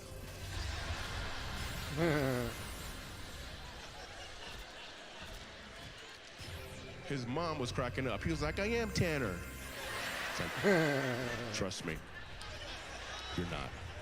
Trust me, you're not. Or I'll notice stuff, like I saw this dude with a muscle shirt on. You ever see a dude with like a muscle shirt, like a white tank, but he ain't got no muscles? I'm like, what is that, a wife threatener? Depending on where you're from in the country, you understand that joke better. And his friend had on a shirt that said, if you don't speak English, leave the country. But it was written in English, so.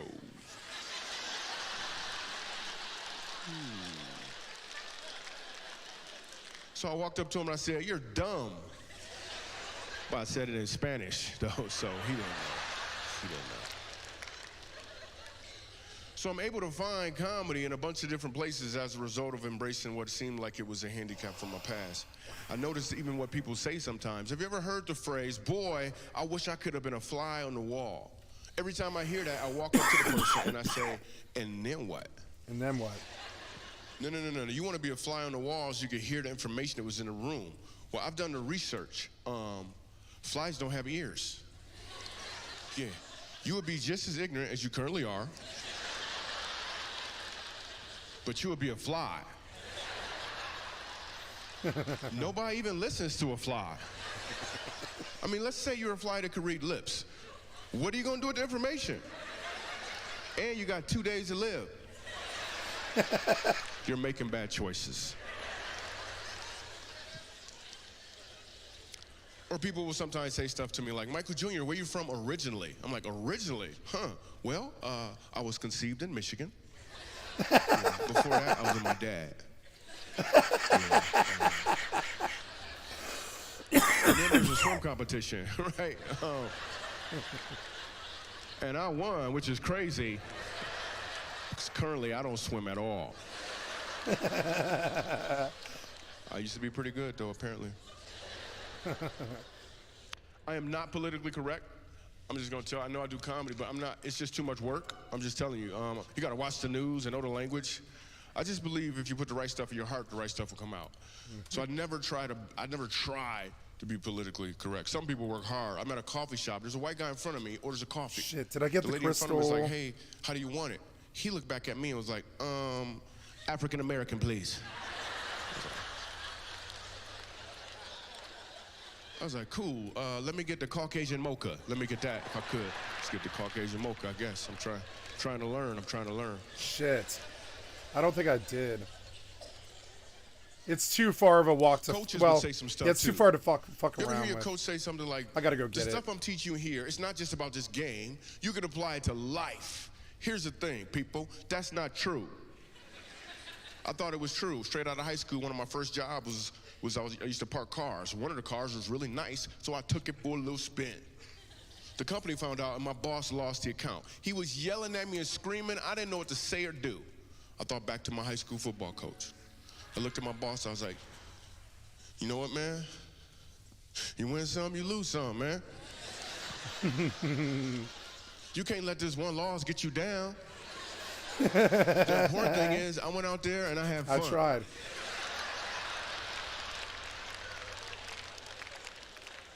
Then I got fired, man. I got fired right now. I actually I do play some basketball. I didn't want to perpetuate stereotypes, but it's true.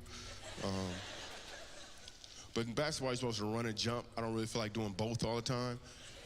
So some friends recently took me ball hunting. Some people call it golf or whatever.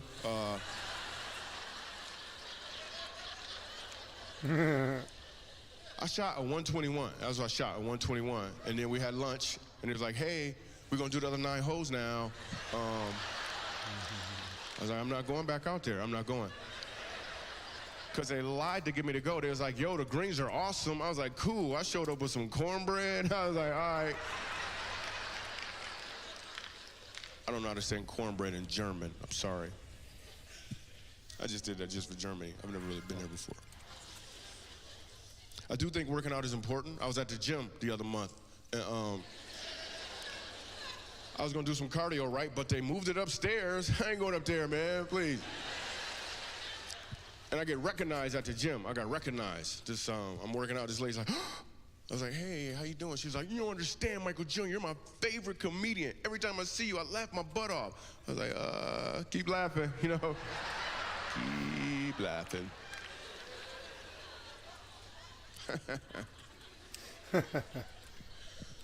So there's a club in Los Angeles. When I moved to Los Angeles and I was brand new in comedy, there's a club there that it's like Stone the got best club in the too. country. It's called the Comedy and Magic Club. It's Don't actually Stone in got Huntington to Beach. me. This club is extremely hard for a comedian to get into. The way I got into this club is a guy named George Wallace saw me when I lived in New York. He knew I was funny and clean. So when I moved to Los Angeles, he took me to the Comedy and Magic Club. Now, he couldn't get me on stage because it's way too prestigious of a club. They have to know who you are. So he got me into the green room. What's up, Bagon? I'm in the green room, and suddenly, brand new in town, and I find myself in the green room with some soldiers. You ready and to comedy. D&D? There's George Wallace. Stopping off Starfield here. All right. I got to get off FFXI.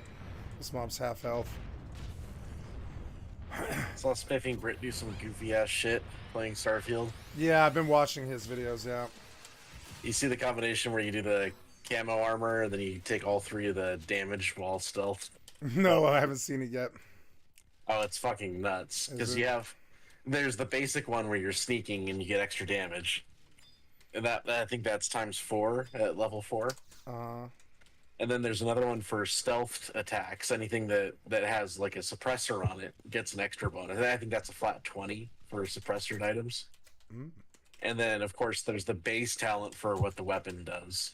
Like increased pistol damage, increased shotgun damage, that stuff. So they all... Wait, you broke out. Hello? If you get all three of those talents together, it makes your damage insane if you equip camo armor and then just crouch with the camo armor on, because the camo armor gives you like I don't know if it's always guaranteed sneak attacks, but it makes most of your attacks sneak attacks even if they're in combat with you. I got the camo armor. I love it.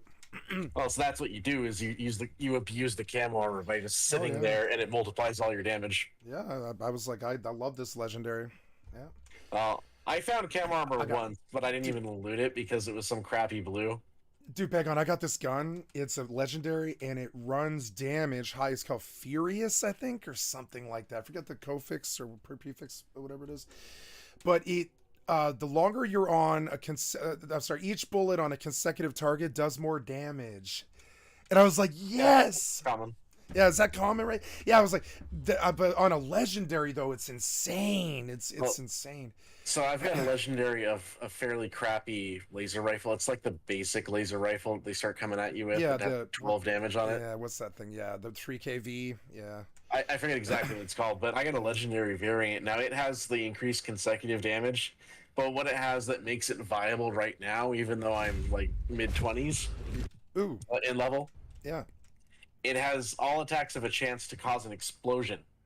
Oh, really? I love that. Fallout 76 has that too. I love that. I think the explosion scales in your character level. It does. It does. When the explosion goes off, it does like 10 rounds worth of damage. So I spam click my semi-auto rifle and proc explosions. Even though I don't have good weapons, I can murder stuff. So Bagon in 76. Okay, I spent 5 years leveling, or not 5 years, but I spent like 5 years learning the game while I leveled my main, which is a strength main. It's a melee main, right? And she's got this nasty claw that'll swing every 0.25 seconds. So you could just set your mouse on an MMO. You can set your mouse to essentially fire in a melee weapon, like a fucking machine gun. It goes what. It's like that fast, right? And each time it hits, it's like 500 damage because it has 210 damage on it, I think, something like that. And it bleeds. And when you level up all the way through to the legendary perks in that game, you get explode, 50% chance to explode on melee hit for a radius of like 10 meters. So if you have 10 or 12 mobs on you, you explode every 3 or 4 hits, right? So my character, and I can show you this if you want to see it in actual execution. My character is this murder machine that explodes almost every time she hits you. And it kills everything around me. And that's why I love 76. Everybody says 76 was bad. But no. And Starfield's no different. Starfield's just like that. I can't wait. I stay away from that dung heap for another bunch of reasons, like no NPCs. Oh yeah, this is Starfield. They're Starfield's also better. Banning players for PvPing, which is really dumb. But it's still a good game. It's got a lot of content. It's about the same amount of content I would say Starfield does in a different way. It probably has 3,000 dungeons or something. I would say Starfield probably does too.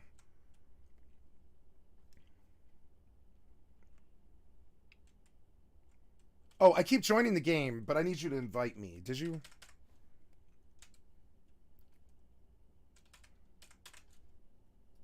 Yeah, I did. Oh, you did. Okay, sorry. I see it. I'm sorry. I didn't see the tab hidden there. Okay. Coming in and changing title.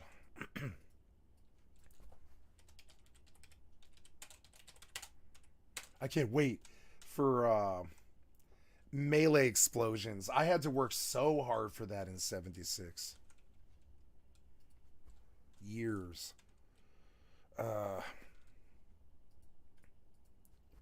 Bosgate 3. tactician duo and the MMO lifestyle.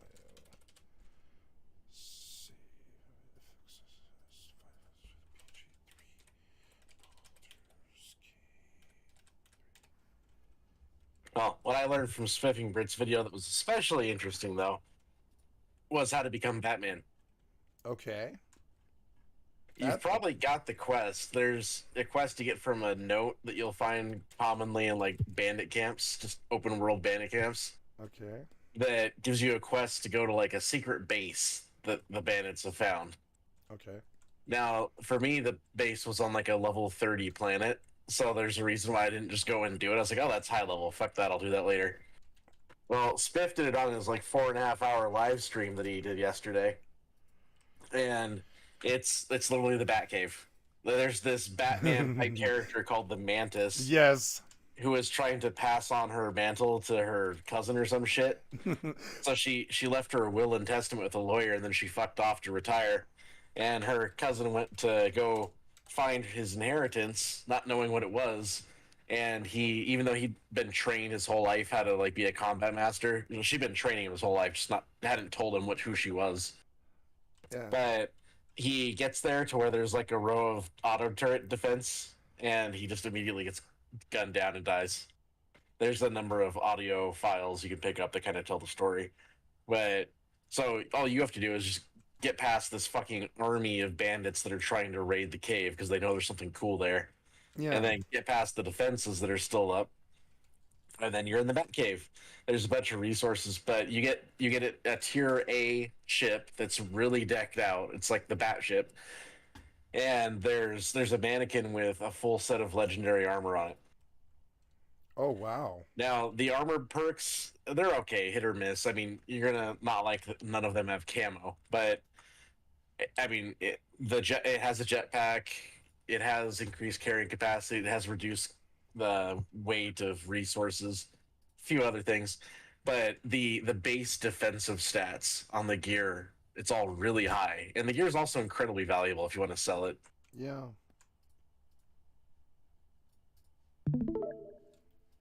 Thank you. Sorry, my client crashed. I was going to ask you, but I figured you'd probably... But anyway, so I went through and I did the Bat quest when I saw that he had done it because I realized how easy it was to get to. I've been having trouble with combat because I'm not finding good weapons, and I don't know. I haven't been investing perks into combat either. See, I'm not having trouble with combat. I'm having trouble having the discipline to stay to the 100 systems that are in the campaign. And that's a real problem. Oh, I haven't been doing any of the campaign stuff. I've been going and doing the exploration quests from like Constellation. Yeah, that's what I mean. That is the campaign. That's the campaign. No. Are you sure? It's not. Yes, it is. No, it's not. Okay. They're random quests. All right. I thought that was the campaign, the artifact and all that. No. Oh, okay. I'm going to their fucking mission board and clicking accept mission. Okay. Except no, not the mission board. That's what I said I'm doing. Yeah. Oh yeah. Well, I mean, I did that too, but oh, we're going to the House of Hope. Okay. So I'm just going around exploring planets that Constellation sends me to because you get lots of credits, tons of experience too. Oh, okay. So it's just exploration. I thought it was the campaign because I thought the artifact was the story. Okay. No, they offer like 10,000 credits for fully exploring planets. Oh, cool. Yeah, that's good. Yeah. So I'm just going around picking up all the credits and exploring planets while I'm at it. Yeah, that's where I was when my save corrupted. That's right where I was. You get ass tons of experience from just going around doing that stuff all day. Yeah, I had to start over. I'm still only level 6. I was level 12, but now I'm level 6 again. Oh, so I'm way the fuck out of you then. Yeah, but I'm on very hard. I'm on very hard. Are you? Very good. That's good. That's good. What I did though is I unlocked B tier ships. Yeah. We should do this chat first. What I want to do is drop the very hard for the ship combat because the ship combat is really hard.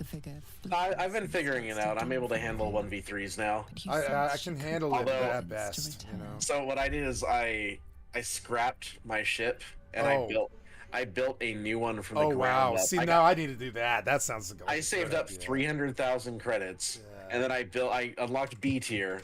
And then I went and made my ship from the ground up. It's this big fucking slow ass piece of shit turd with like 4,000 carrying capacity. It's got two advanced lasers, 2 advanced ballistic cannons, and 2 advanced rocket launchers. But it is a slow as fuck tub. So if I get into combat and can't just blow shit out of the sky, I haven't fought with it yet. So I think it's a sitting duck in 1v3s, but it can carry everything. So the problem I was running into is I'm like, I want to establish outposts on nice planets that have all the cool resources on them, but I couldn't because I can't keep enough inventory of my ship to keep all like the basics I need to put down an outpost. So I made this huge fucking tanker, and it can hold whatever I want. In fact, I could make a bigger tanker if I was willing to like drop my weapons and shit. Because you can typically hyperspace away from all combat, is what I've seen. Like, I don't think you actually can be forced into a combat situation. I'm sorry to hold you up. My YouTube is not taking my changes, and it's there's a reason. I'm not fucking around. I'm literally, it will not accept my changes. So I'm trying to. Want me to hold off on dialogue till you finish it? Yeah. Or I don't care. You can roll dialogue forward always. I don't care. Okay, well, I like the story, but I don't. We're talking to this apparition here that's going to tell us her name is Hope. Why won't you update, you piece of shit? God damn it. Update, motherfucker. Save. Okay, then prove it. Prove it, motherfucker. I don't believe you. See? Yeah, YouTube is, like, fucked up right now.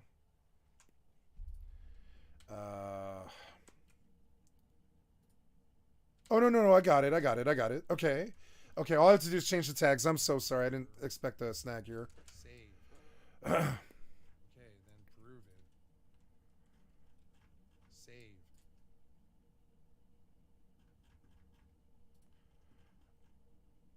Oh, no, we're good. I'm ready. Okay, I'm with you. Go ahead. But I could use a friend myself. Do you want a friend? Wow, she's really red. Why is she so red? Jailer, it hears me. It'll call Raphael, make every question count. Make some of them count twice. Wow, your helmet is awesome. Discovered an ancient Gith prince in need of a savior. The Orphic hammer is the perfect tool for breaking all infernal chains. Help can help. The hammer is here in this house. It's... You hear a sound like the rattle of a chain, and an agonizing scream in your head as hope flickers from view momentarily. Shh.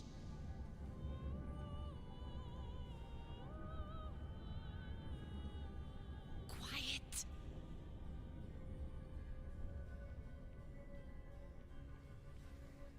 There it goes. Everyone here is mad. Even you, especially me. And that makes them dangerous, but it also makes them stupid. I'll make you seem as ruined as the rest of the people here. A simple glamour to make you a terrible wretch. Oh no, what happened? Whisper your Oh, the questions, camera, little wretch. But really quiet and very clever. Concentrate.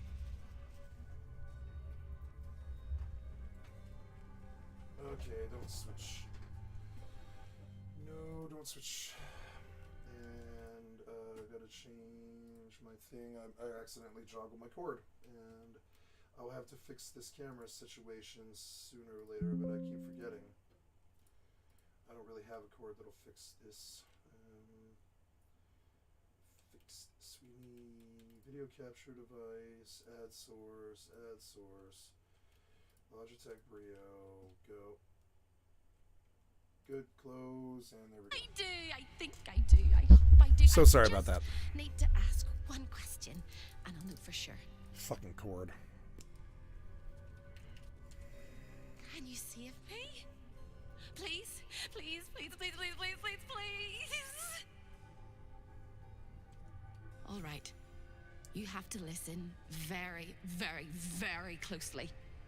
I will say this only once. Gotta verify that my sound on my Oops, I gotta trigger finger. Yeah, I do that too sometimes. It's okay. She said find the key and use the key to free her. Yeah. Please, please. I like her. She's cool. I don't want to burn. Not. As in, like, her skin. Her skin is cool. I don't know what her personality is. And without a scream or a sigh, hope disappears. I don't like desperation.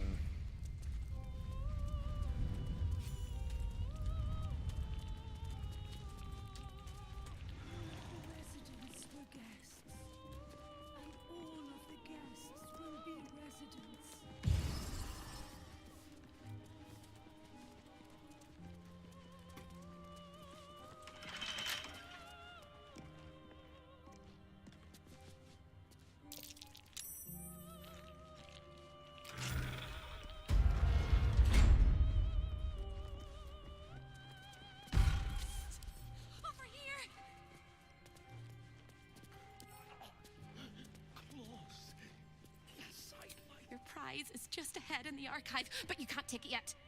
Trigger the alarm, and Raphael will come swooping home on wings of malice to rip out your soul. And his house thieves are melted like butter and spread onto toast. Shh. I'm doing it again. I'm doing it again. I can. I shall. I can. I shall. The Archivist is the key, but he's as stubborn as a king and as serious as a heart attack. Exploit his fiddling weakness and make him grovel! Oh no. They hear me. Speak quickly, speak softly. You know how this goes.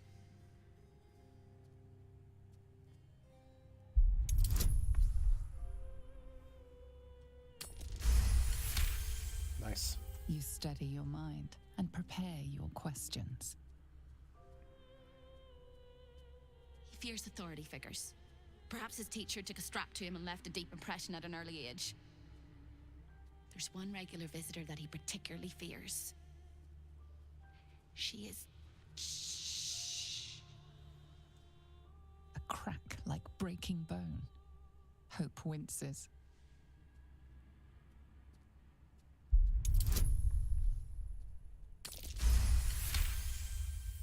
Scarier things than you, little mouse. Verilius Receptor. A High Inquisitor of Zariel. Officially entitled to audit Raphael's collection. Ooh. Her true form is Audit. so gargantuan and mind-scarring to behold that she takes on many guises when she visits.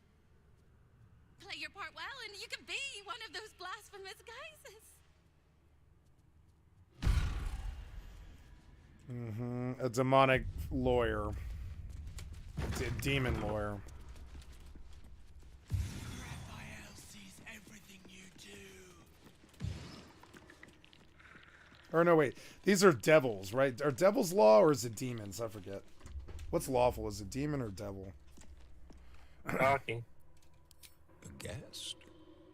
Are you a client of the Master or a visitor from elsewhere in the Hells?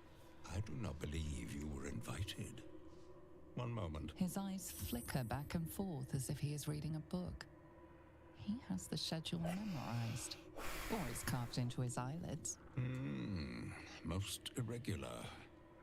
The schedule is all but clear, and yet you are here.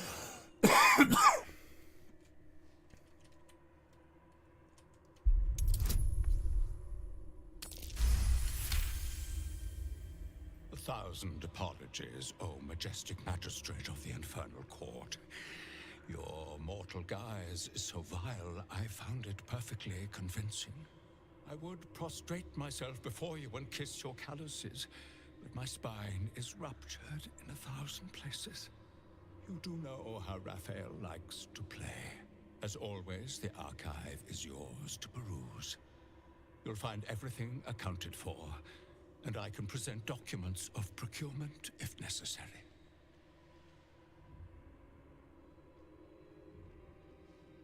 An exquisite and most unique artifact, crafted with materials hewn from the depths of the Hells by Raphael's Merrigan labor force. As it was created by Raphael himself, We have no documents of procurement, nor do we require any. But if you wish to examine the artifact itself, you are more than welcome. As part of the special collection, that item is guarded by a master word that even I do not know. I suggest you wait until Raphael returns, and you can discuss the matter with him. You are welcome to relax in the boudoir until then. It is where Raphael conducts his most private matters of business and pleasure. You will need this to gain access. The resident of the boudoir will wish to explore every inch of your new form, and I'm sure you will be happy to share. Okay, so now let's get those 2 super stat items. Super stat items? Oh, I see. Gauntlets of Hill Giant Strength. That sounds pretty good. Are we gonna have to cheese it? Yes, we are.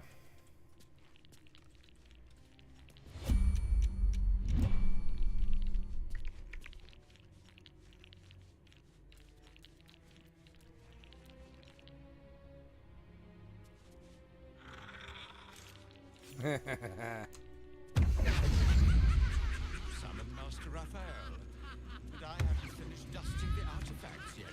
He will be most annoyed.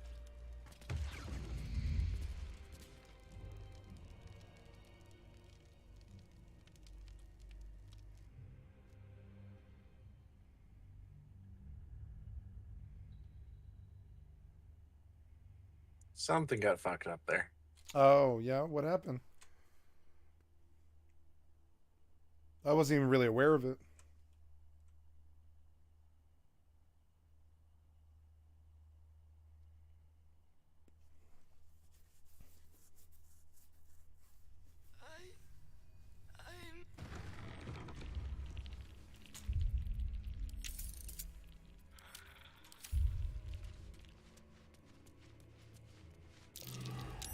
Something over there.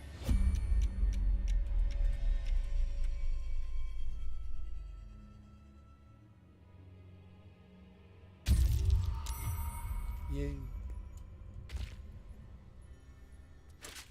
Yikes. I know what the problem was. Come to me. Alright.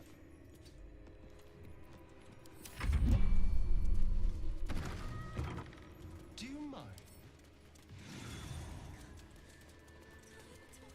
Cool. Wow. The hell? Eternal Debtor. Light fingers have attracted attention. It seems an explanation may be in order. Okay, reload.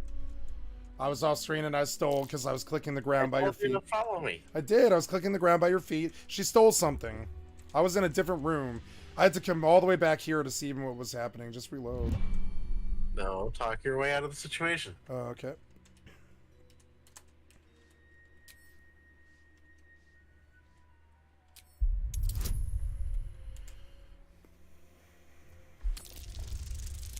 Why are you not adding bonuses?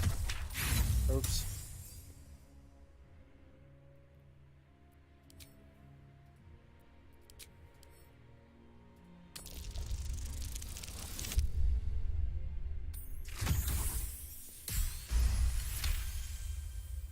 You'll walk free for now, but your stories won't land so well if you're caught again. Come. All right.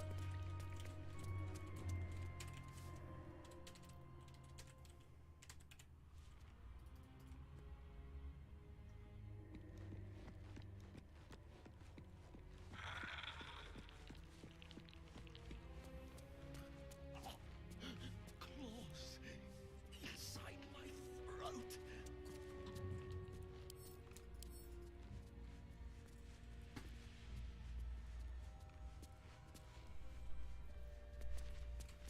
Check your inventory. Okay. Oh, thank you.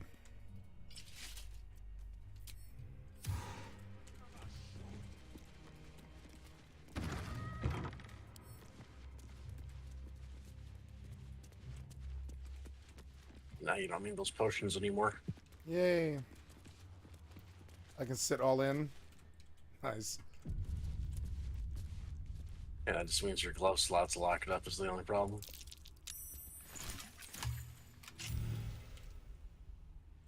That's awesome. Thank you.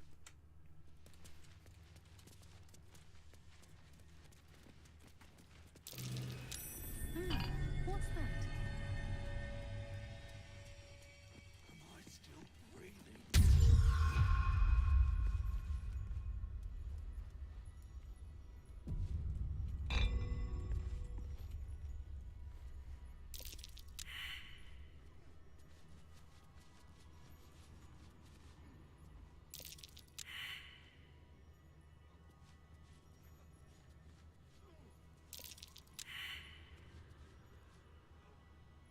I'm seeing bad rolls.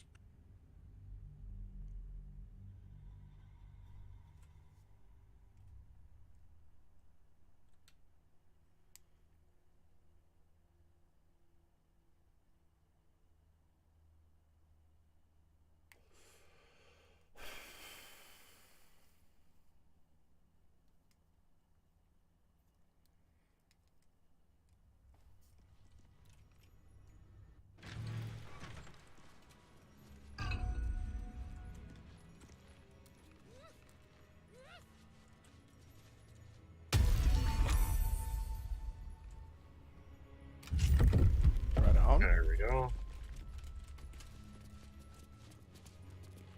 Yeah, so here's the Helldusk helmet, but it's only good if you like to stand in darkness.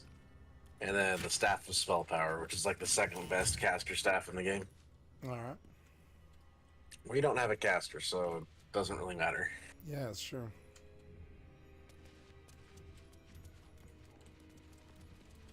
Oh, and here's the boudoir. Show your invitation. Alright, you go in. You look positively wretched. Perfect. You go all the way to the far end of the chamber. I thought you'd got lost and died. Beautiful. Far end of the chamber. I know, I'm just trying not to steal or do something fucked up. Hold on. Camera's so horrible that... Something over there. A lost little mouse.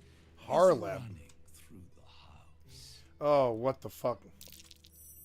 A You thief go read the dialogue, don't just skip it. greedy. I didn't skip and it. Here to take. I didn't touch the Why keyboard. you here, little thief?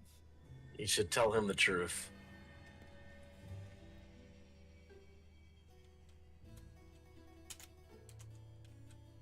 Raphael? Ha! No. You will have a far crueler master than Raphael soon. But what inspired you to pay him a visit?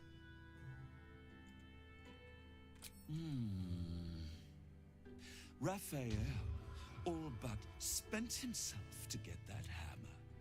And you want to take it off him? This is very naughty. Whatever are we to do? Why don't we play a game? You win, I give you everything you desire. But you'll enjoy yourself more if you lose.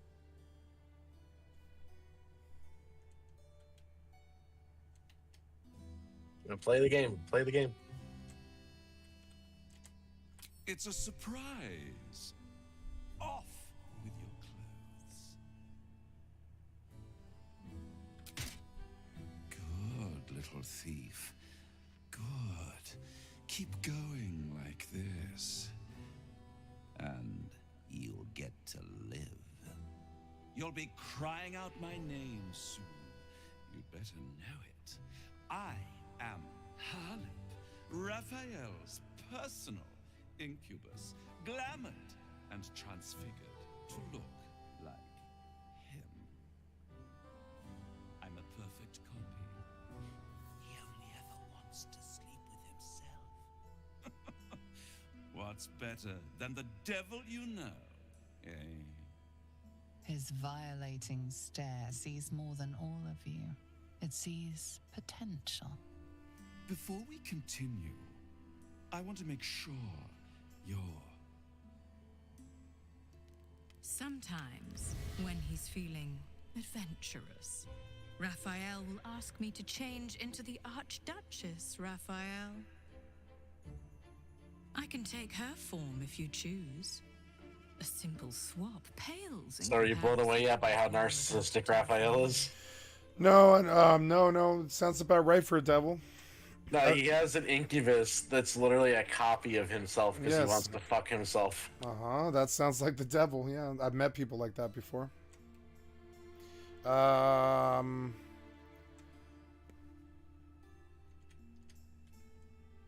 mean, either 1 or 3.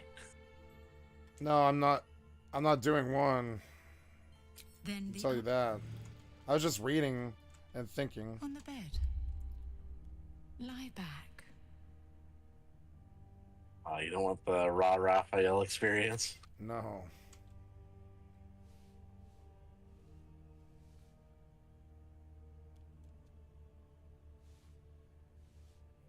This interaction is going to turn out in a very strange way, by the way. Oh, yeah. Well, I'm sorry. I'm not watching, like, some dude. No, it doesn't matter if it's male or female. It's going to turn out very weird. Yeah, good. He will obey. It does matter. Might not matter to you. It matters to me. Any thought of resistance or control is fading. You always let Harleap do as he wants. Okay, that's fine. Yeah. Oh wait, you want to give him your body, but not your soul. That's what it is. Last goodbye.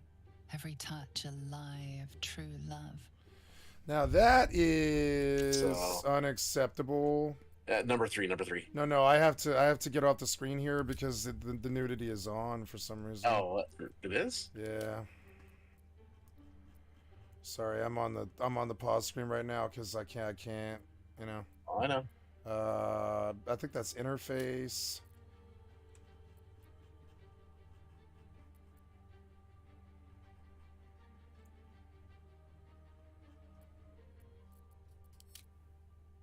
Yeah, the nudity got turned on. That's great. Way to do that. That's cute. So at least oh no, it was turned off. Excuse me. It was turned off, but she's will you do me a favor and reload, please, Big On? Where is the save at? Check the saves right now. Are you in the cutscene too? I did one save. Okay, there's 2 saves. Okay, I was gonna say, yeah, do me a favor, reload, and I won't watch this one because, yeah, man, I've been banned on Twitch for it sounds funny, but it's not. I've been banned on Twitch like 7 times. I'm not trying to catch it again. Well, I'll summarize what happens as I quickly spacebar through it. You can just kill this character if you want. I don't think it's a hard combat. Okay. But if you go through it, basically he does sexual things to you. Yeah. And then demands the access to use your glamour when he's having sex in the future. So basically, he gets access to fuck people as you whenever he wants. And then the catch is whenever he fucks someone as you, you'll know it. So later, as you're walking through Baldur's Gate, there'll even be a cutscene where you stop and shiver and you get like a sensation of the feelings that he's having as he's fucking someone in your form. Okay. So basically it's to dress up as you and fuck people and you're gonna know about it. Yeah, I really like the content. I just can't do it. It sucks. You know, the old me would have been really angry about what just happened, but honestly, I don't believe what just happened is intentional. And with no intention comes no anger. It's weird they missed this cutscene. Yeah, I think they probably missed the cutscene. I normally, I'm so lazy, or I would go tell them. But honestly, it was like 2 seconds, and you can tell when the Twitch, if somebody were to go report me, that the Twitch mod comes and sees that I paused it after 2 seconds, they're not gonna ban me.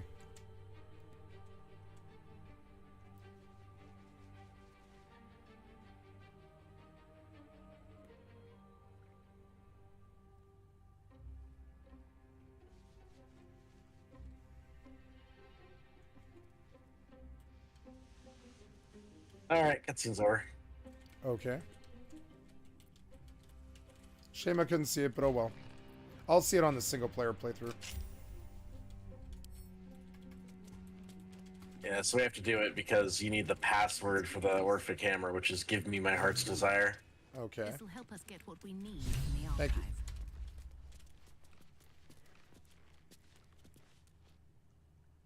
Just passed out naked on the bed. Why? Oh yeah, she's tired. When you remove your clothes, it literally unequips all of your gear. Wow. So now I have to go through and manually re-equip everything.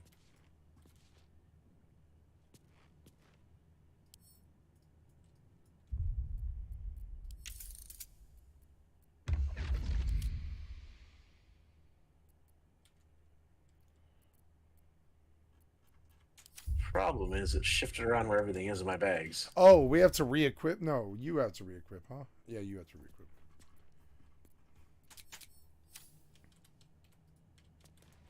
Huh, I'm having trouble finding my necklace. This painting is really good. The texture looks like it's a painting.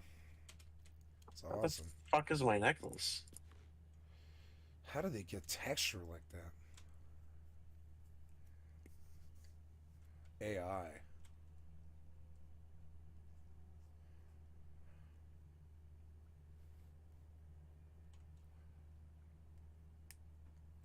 Yo, my gear's missing. Your gear's missing? That's not good. Maybe I have it? No. Oh, wait, no, I found it. You found it. Okay. Yeah, I couldn't find my necklace, but it was in a slot that I didn't think it was in. Alright. We're good.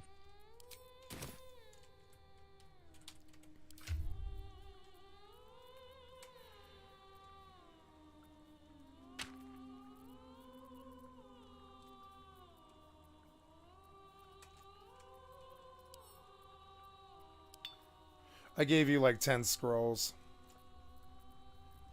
One of them's a Circle of Death. Alright, so I think we're ready to go back to it. Let's... Better to put the debtor's attire back on. The locals quiet.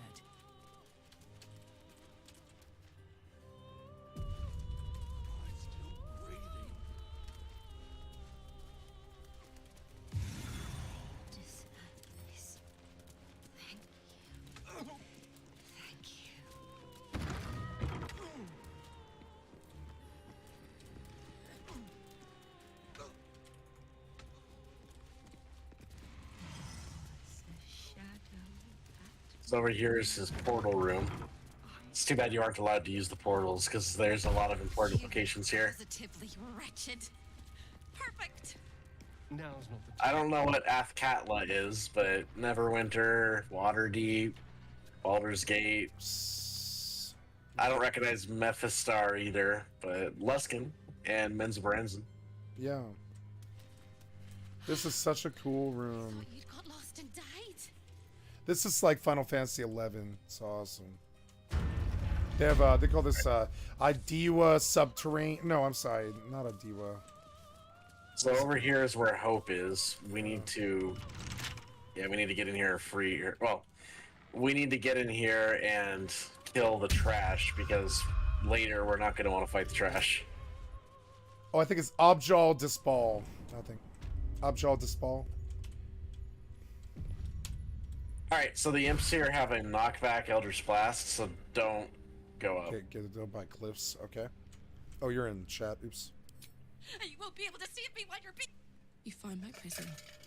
My body is held in chains just beyond. Presumably, you intend to chew through the chains, cracking your teeth like eggshells. Ugh. It will work! The hammer is the only thing capable of shattering the chains.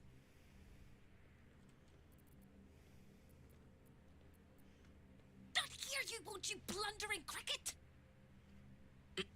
When you remove it, Raphael will fly home, furious, ready for Raphael's homecoming. Like I have a choice. Yeah, she's trying to tell you that not this way, but fuck you, there's a bunch of trash here I want to kill first. Mm-hmm. At least they gave us warning, you know?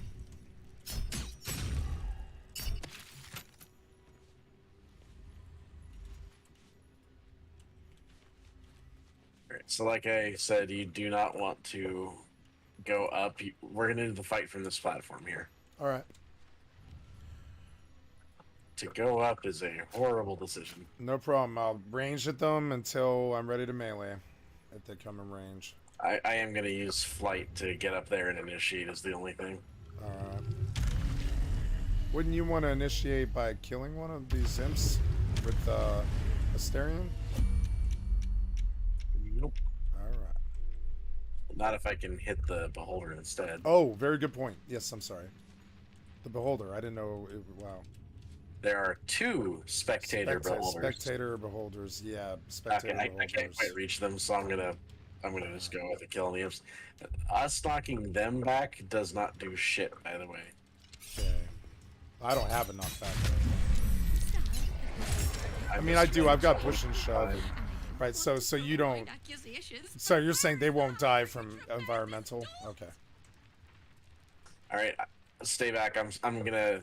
Yeah, I'm gonna get a Starian in there too. Yeah, I'm not leaving the platform, man. Because I can get some nice early attacks in with the Starian. Mm-hmm.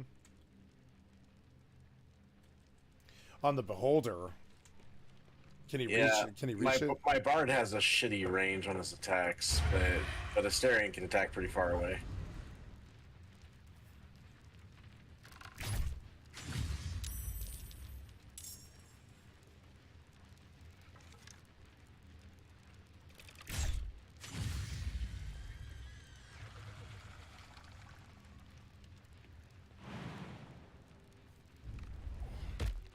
Oh, there we go. I got 2 imps dead without even starting the fight yet.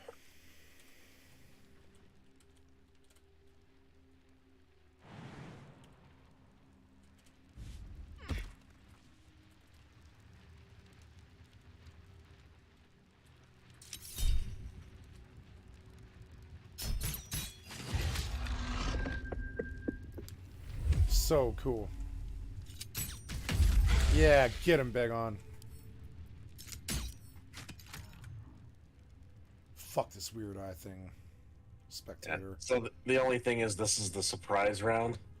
So we can get away with attacking, and then as long as you're not low on the turn order, you can get back in place before the actual fight starts. And that's what I'm trying to do.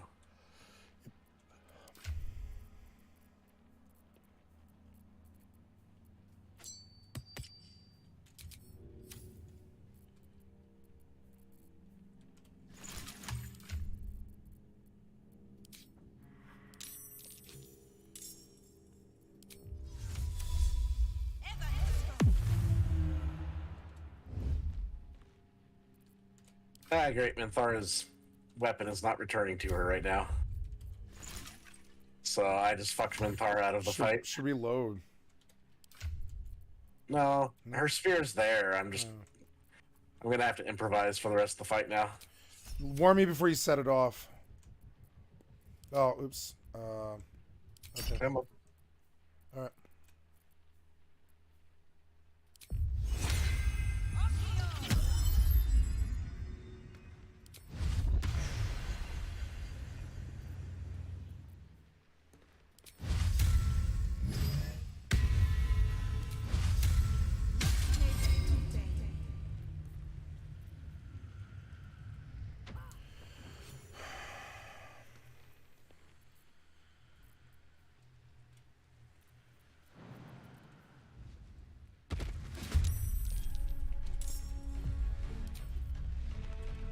There we go. I got most of the imps dead, so that's good job, Begon.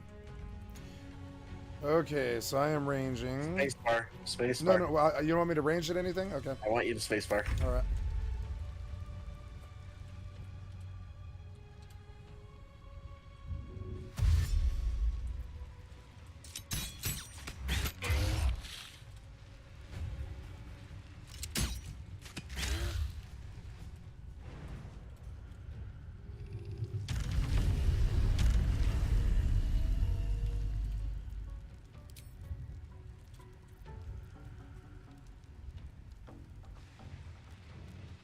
So cool. I like this fight.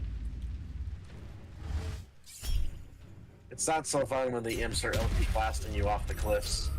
Yeah. I mean, we could pull back into this room fairly safely, couldn't we? Like, I guess we're fairly safe. Oh, God. Ouch. Paralyzing ray. Saving throw, bitch.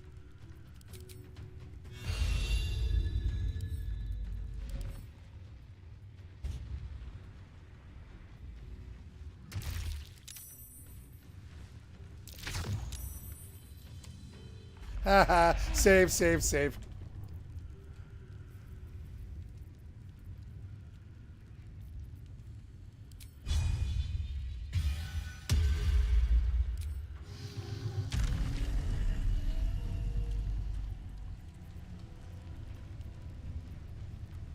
I mean, you can go in. The imp's the only thing that knocks back still, and I can kill the imp as soon as my turn comes around.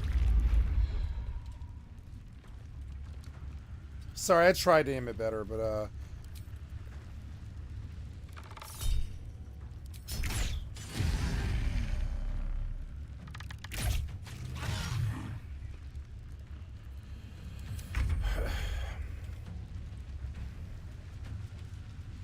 I thought I killed him. I'm sorry, or I would have shot him again.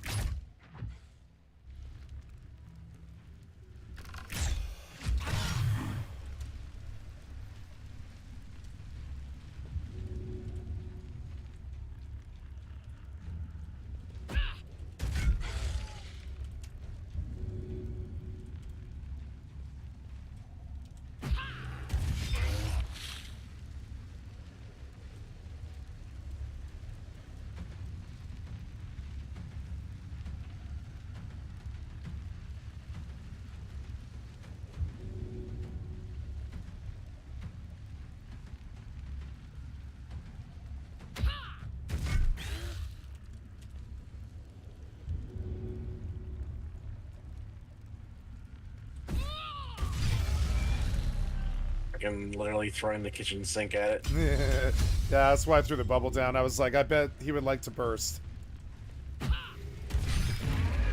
Very good. Safe to approach? Yep, I gotta pick up all my weapons again.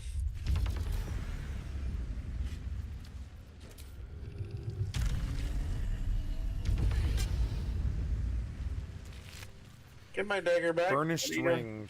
What did I do? You took my dagger. I took your beggar? My dagger. Oh, dagger. I didn't took take my weapon. I did? How did I take you took my weapon off the ground? I did? How did I do that? I don't have it on my inventory. I didn't Knife of the Undermountain King. It's not there anymore. It's not in my inventory. I didn't steal your dagger. I didn't loot anything. I promise. Oh, it was there, now it's not. That's not good. I didn't do anything with it, man. I didn't loot it. I haven't looted anything yet. I just arrived on the platform.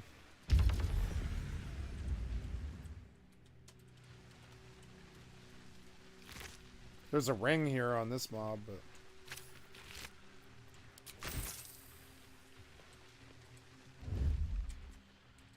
we should reload if you lost your dagger.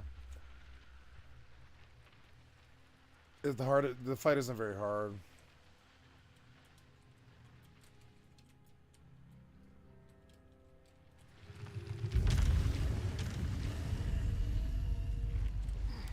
Oh fuck! There was some kind of display, or it's under the body, but it disappeared.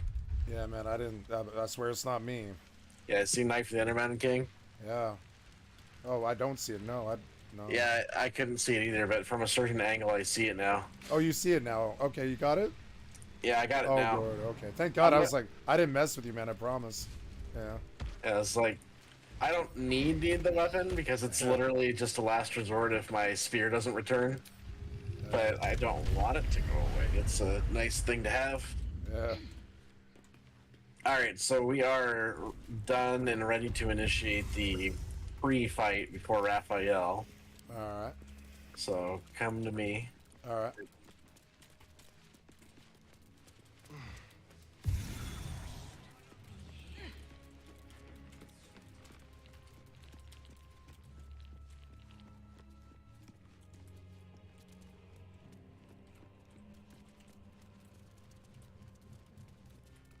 Do you mind? Raphael is everything you say. Raphael is everything you say. Ooh, impervious sphere, orphic hammer. Has caught your eye. It really is a magnificent exhibit. It would be mine. Wholly unique. A guest? Are you a client of the master? Or a visitor from elsewhere in the hells? I do not believe you were invited. One moment. I shall consult the visitor's schedule.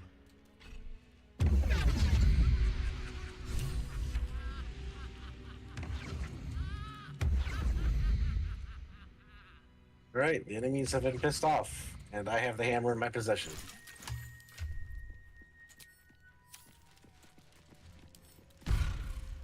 Very good. I've got good news. And bad news. And worst news. Good news. You got what you came for. Successful visit. Great success. Fantastic work. Bad news. So many things will be on fire when you step outside of this room. You included. That's okay, no, right? It's hell. You expected it to be hot. Mm-hmm. Oh my god, your helm is so good. That is like the best helm I've ever seen. Under control. It's really Why don't they do more light like that? eyes evaporate from the heat.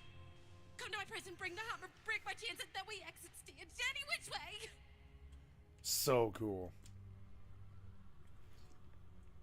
Quick as a cockroach, lickety split if you don't mind. Yeah, yeah.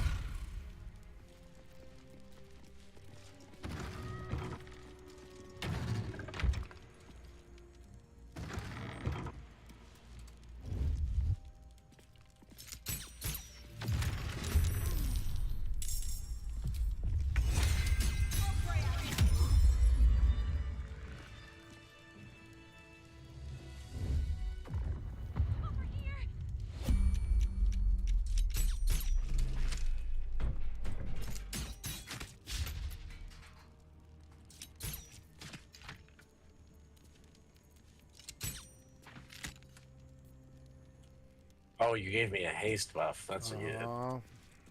Try to get it done quick, you know? Yeah, so the normal deaders, when we kill them, they will turn into a demon of some shape. Alright. And blow up. And then we have to kill them a second time to make them dead. These flame balls will patrol around and attack us, and they spit out hellfire, so we cannot ignore them.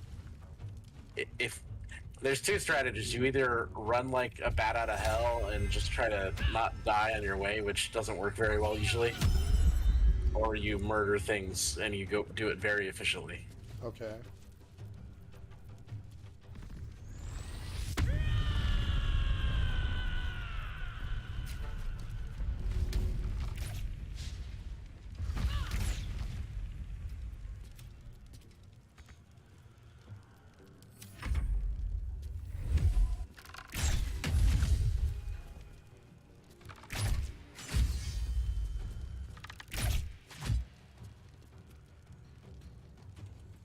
Hoping it can't move far enough to get to us in one turn. Oh, it can.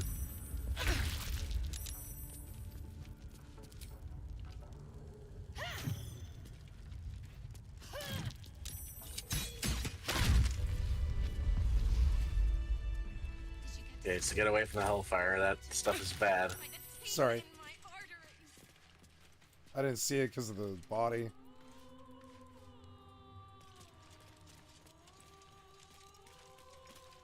Hold on. I gotta wait to Save it. Hold it. Save it. No. No.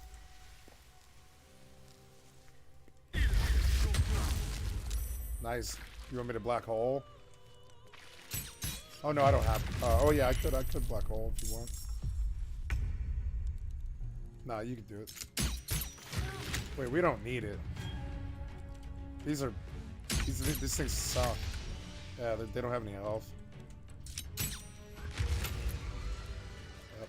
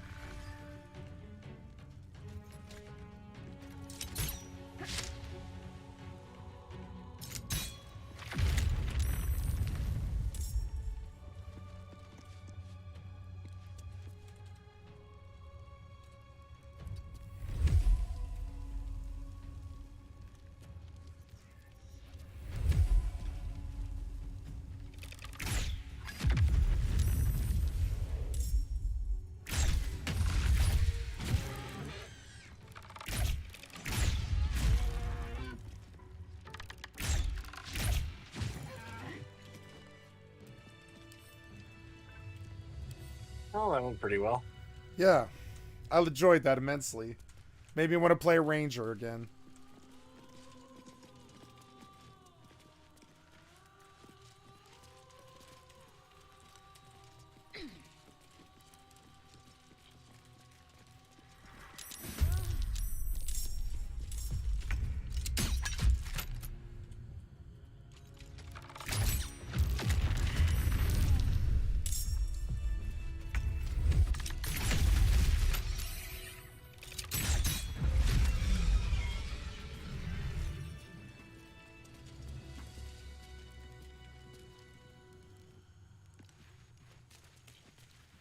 Okay, there's gonna be a flaming orb over here too, but it's patrolling from the other side. There.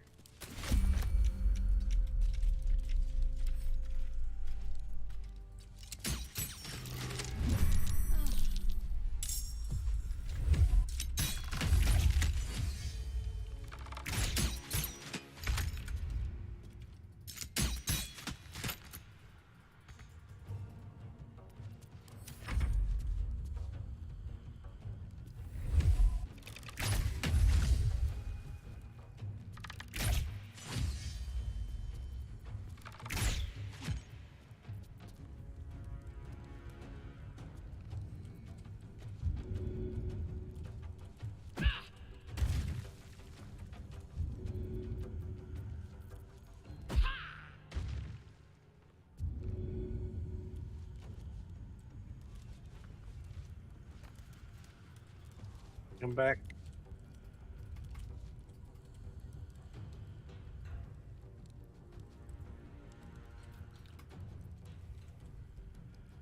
Come back. Oh, I can't do anything. Yeah, you can. No, I can't. I can't pass through. Oh. Yeah, you can. Oh, I can. I'm sorry. I mean, no, it won't let me do anything at all. Yeah, well. What should I do? Spacebar. Okay. Why? Okay.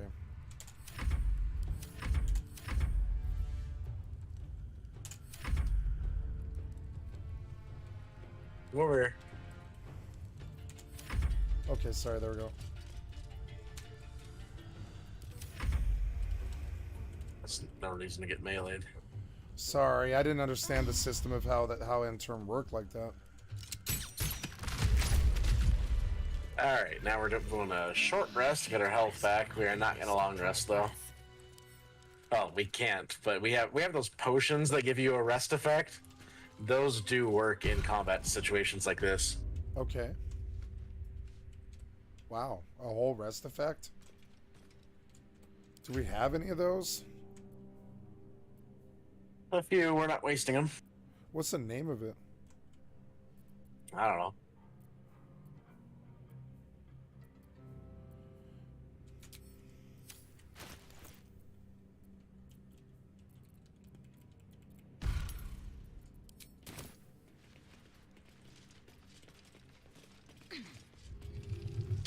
Alright, so I'm just gonna break her bonds real quick.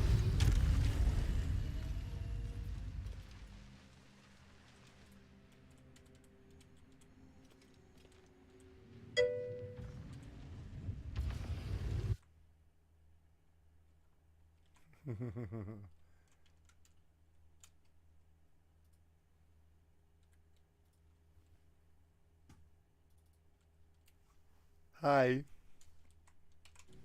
Heads will roll. But we must dress the Hollyphant in the room. I can see how you avoid looking at me.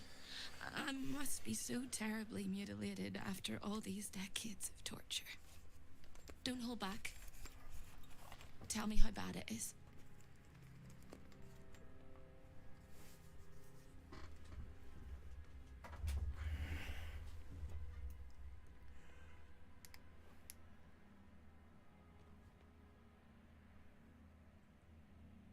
I don't know what to say. Does it matter?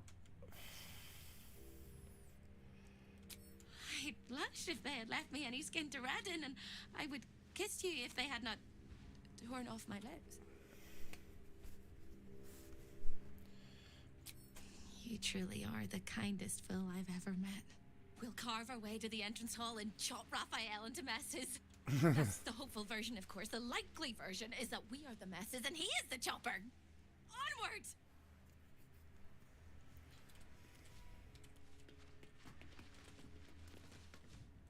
So the neat thing is she has her level 10 cleric divine plea ability.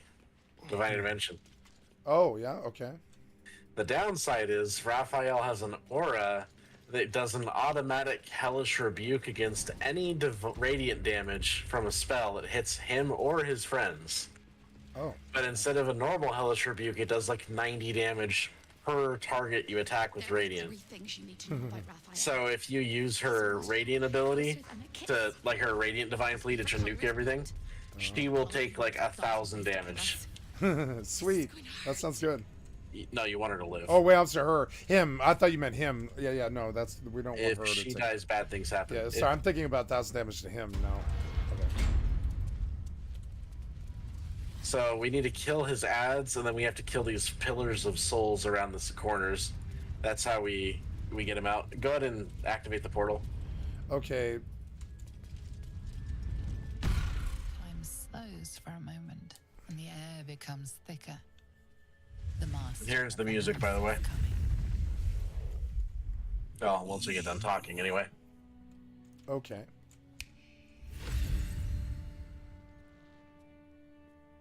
This is gonna be awesome, huh? I've been wanting this all game. Yep. Shout at the devil, bitch. There are many things in your world. Fuck your contracts, fuck your binds, fuck the prosecutors, fuck the witnesses, fuck the judge, fuck the court, and anybody who stands with them, etc., etc. Fuck your court, fuck your law. In my world, in my house, there is order, and there is decorum. You came here uninvited, and you stole from me. In doing so, you brought the chaos of your world into mine.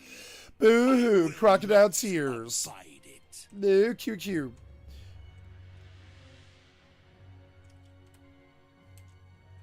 I'm not entirely sure that he won't. Oh, Hope, you are such a piteous thing.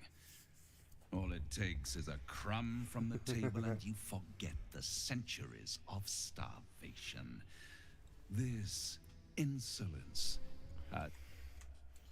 Gotta do something real quick. There we go. Corella, tell our unwelcome. Oops. There we go. Sorry. Tragic downfall. I permitted you the freedom to decide your own fate. You could have been smart, selfless, saved the world. Instead, you came here and risked everything. Fuck you, Raphael. It's the fatal flaw of mortal kind. Take away their free will and they call you a tyrant. Allow them to indulge it and they become tyrants. You would have been heroes if you'd only dealt fairly with me. Instead, you're not so different to doomed Carsus, overreaching your limits and burning your world to ash. The performance is excellent. Wrong! They will save their world and smash you to smithereens. It's this charming naivety that makes your company such a joy to me, Hope. I'll even forgive this little rebellion once you're suitably chastised. Pray I don't alter the isn't a deal rebellion. further. It's a revolt. I'm revolting. Goddamn right. The more systems you squeeze, the more slide through your fingers. Commander, you can salvage a trophy from these insects when I'm done with them. These insects struck me down beneath the Shadowlands. Struck me down. They are worthy opponents. That's right, you should help us. Their skulls will make fine trophies. His skull will make a better trophy, you idiot. Join us. Number 3. You gotta pass. Oh, okay. We're gonna have to reload because you don't have a way to do this. Okay, well then let's reload. Oh, try rolling a 20. You gotta roll literally a 20. I don't think I'm gonna roll a 20. Oh, let's do it before I reload. You're absolutely right. Oh, I did. Nope, but not 30. We can roll again. You want me to try going for 20 over and over again? Yep. Alright. Yeah, right. I'm not gonna roll a fucking 20. I mean, I can. It's a 1 in 20 chance. Let's see. With 5 rolls, that's a 25% chance. It is. It's like a better chance. Close, but no cigar. 1 away. That sucks. Close, yeah. At least I got close, you know. I'm not the guy to look for this kind of luck, though. Alright, well, reload. Okay. I'll lead. I wanted you to go first so you'd be more in the melee area, but... Yeah, that's okay. I mean, I can stand by the boss, and you can start it. It doesn't matter. I forgot about how severe that charisma check is. Yeah, I can't pass that. Yeah, DC 30 kind of... Unless if you want to just keep rerolling until you get a crit success, that really requires you to be a charisma character. No, it doesn't matter where I stand. I can fly and all that stuff. I can teleport. Let's go.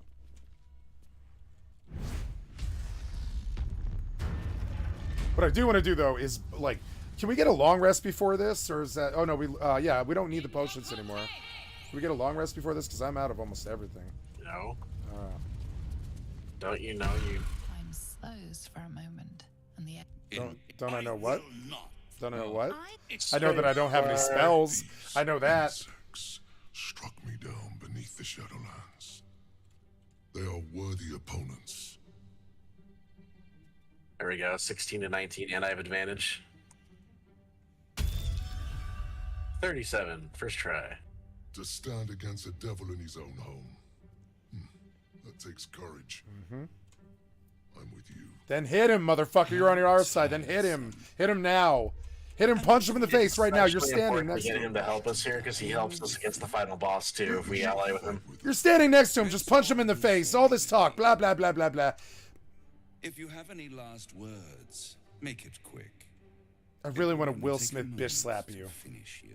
That's my last words to you. And that's what we're going to do, too.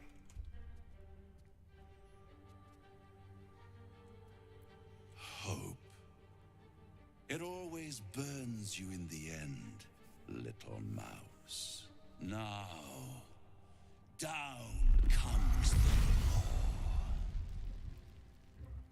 Yeah, blah, blah, blah, blah. Here's the music. Yeah, it's good. We want to kill the Cambions first. Oh, she can sing.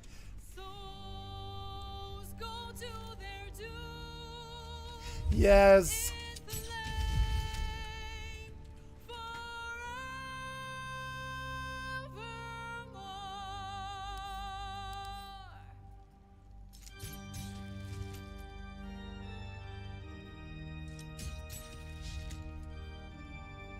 Oh God, I love a good organ.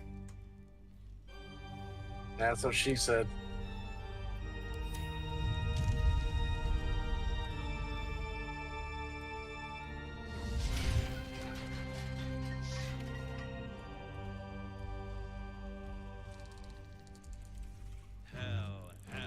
Hell has its laws. Hell.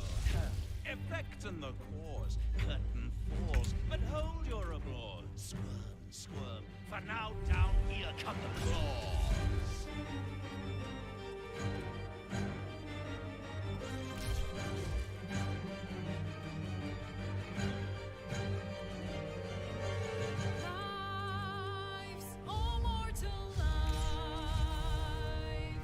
Excellent.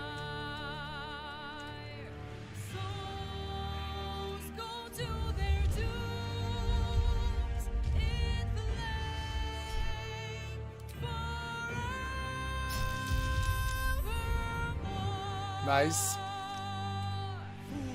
Fools, how hard you have fought.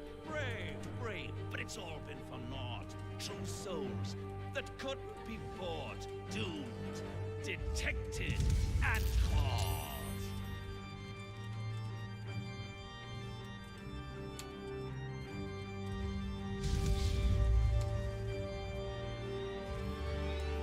No more deals, it's over. The final act, you're doomed. No more grace, it's over. This house of hope, you're doomed.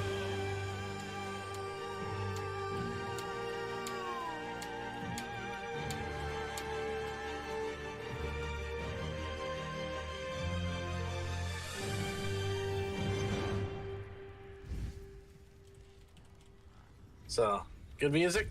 Yes. Really good.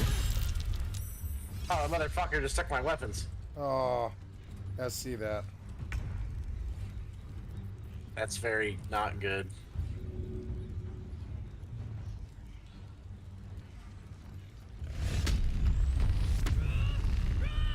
So, since this is the second hardest fight in the game, you do want to freely use health potions, don't hold back. Alright.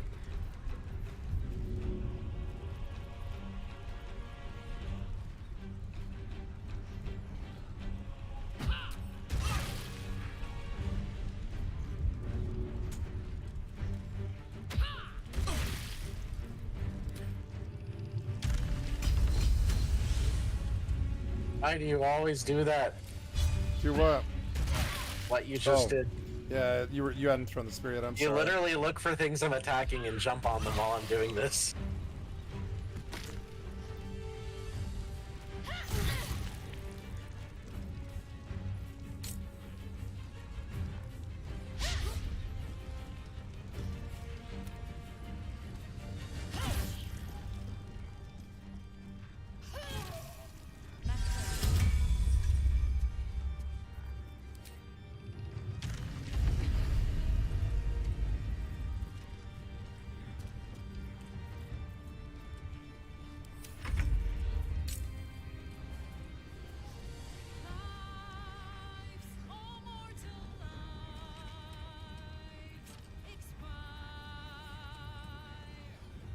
Oh, I hate that disarm ability they do.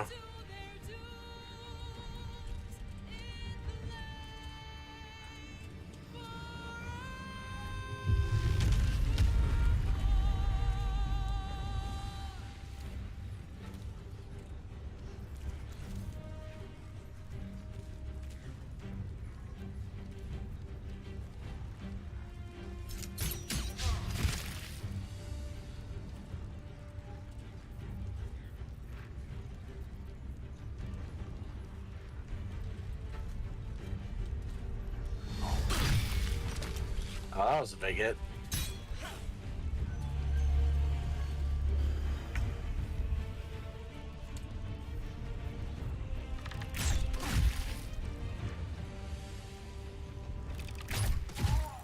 Nice. Yeah, we're doing well. We're just gonna need to pop lots of healing here. Yeah, that's what I'm doing.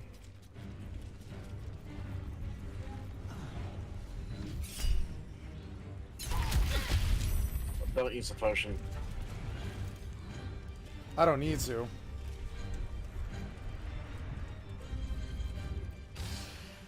Oh, that motherfucker!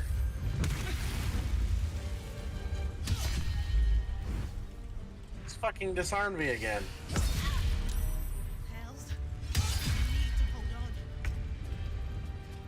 Do not heal. I'm not healing, I'm Slayer. Is that okay? Is that okay? Stop. I'm not gonna move. I have the answer. Okay, well, Slayer will save me.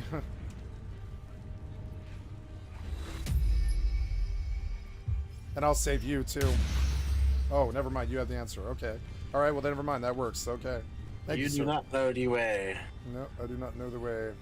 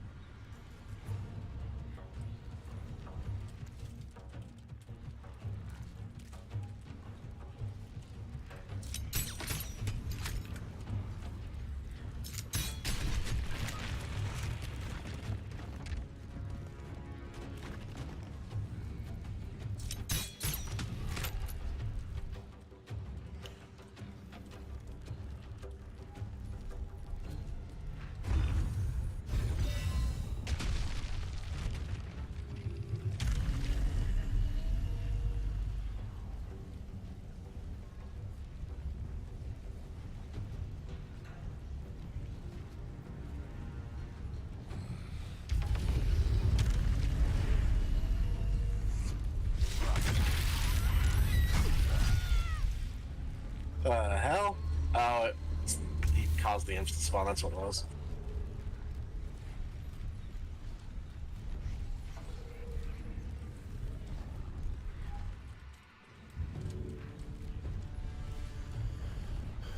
Okay, so the big rule is do not damage Raphael right now. Alright.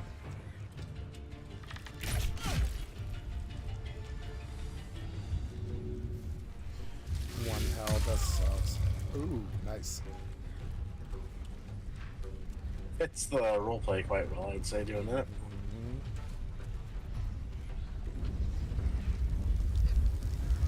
Uh-oh. I didn't think he was supposed to do that so early. Can I hurt him now? No. You are going to want to start using potions, though. Yep.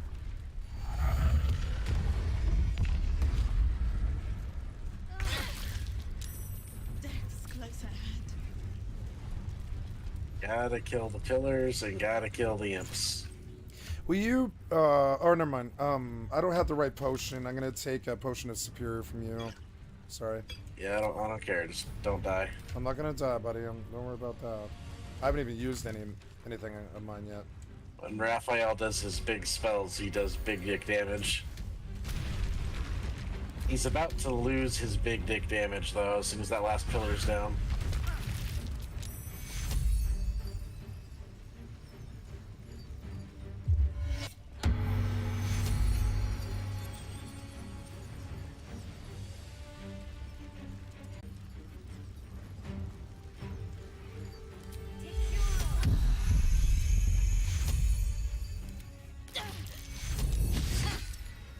Wow, told you to cast a spell, you took a step, huh? Let's try again.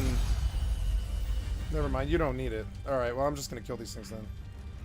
What's my chance to hit 95? Hope is fantastic at giving us hope. Mm-hmm.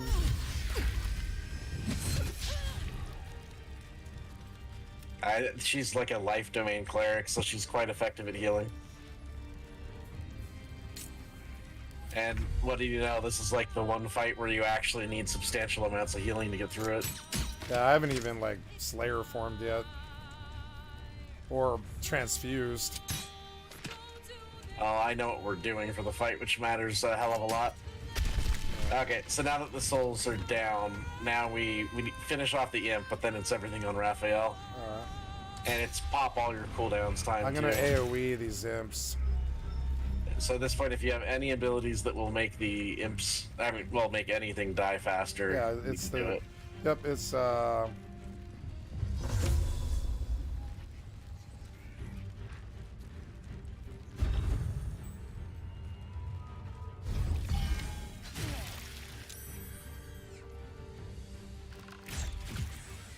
nice, that was fast. Now to get on Raphael.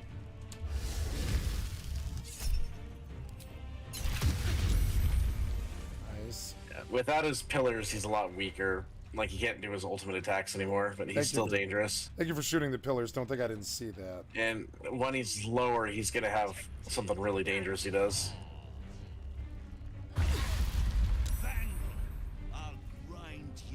Oh, you dick. No, we just made him lose his form. Oh, yeah? Okay, well. Which is important, because his form's dangerous as fuck. So, you can see his buff, though, to punish divinity. That's what will fucking murder you if you use radiant damage against him. Okay, I won't. That's why if you use the divine plea from Hope to do damage, it just one-shots her with like 1,000 damage. It's automatic guaranteed kill, cannot save.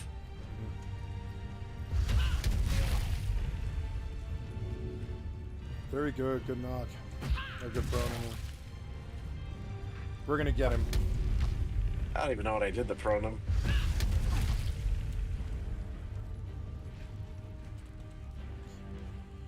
Look pretty good on the ground, bitch.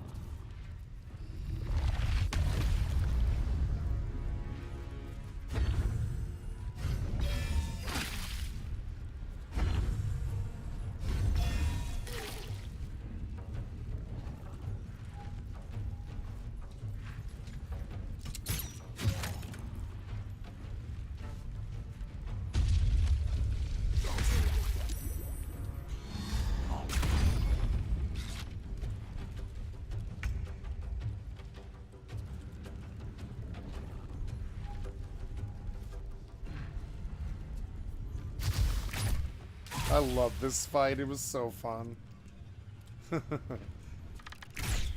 We're so strong now. Well, he's not dead yet.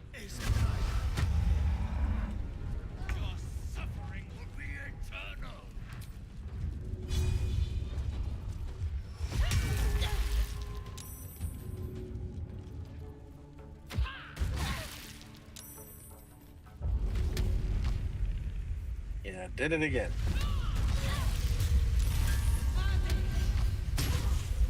Oh, there we go. Sweet. Ooh, hell dusk armor. Talking. It is absolutely preposterous that any of us are alive. Maybe we're not. Then we're not just fine, we're spectacular.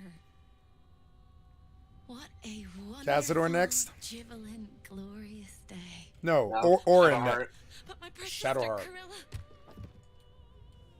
It is not right that she died. And that makes me want to weep an ocean.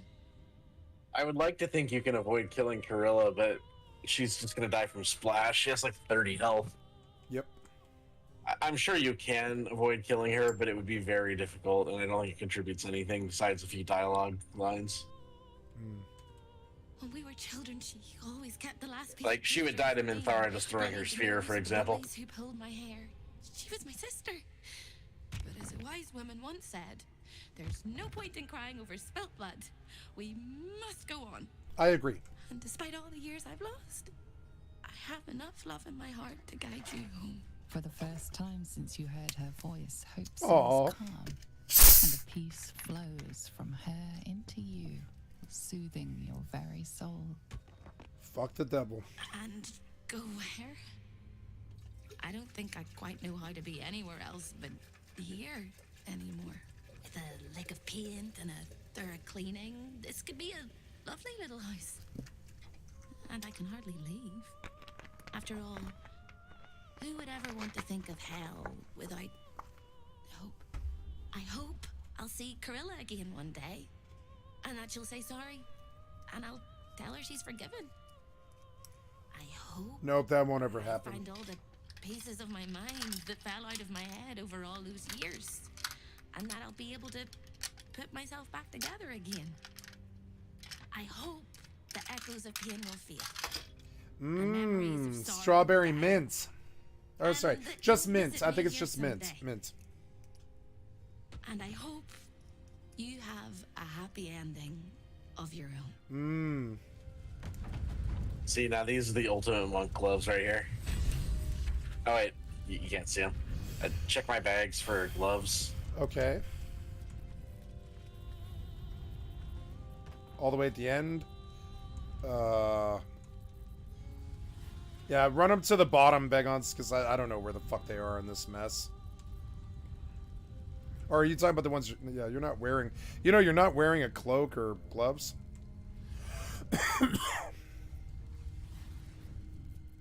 These what? The Hacknir bracers?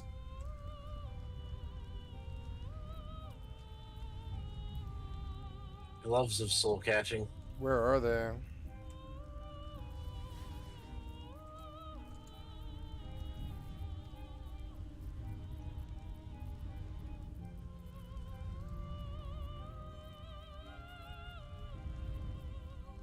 I threw them to you. Oh, okay. Oh, I thank you. Gloves of soul catching. Your unarmed attacks deal an additional 1 to 10 force damage.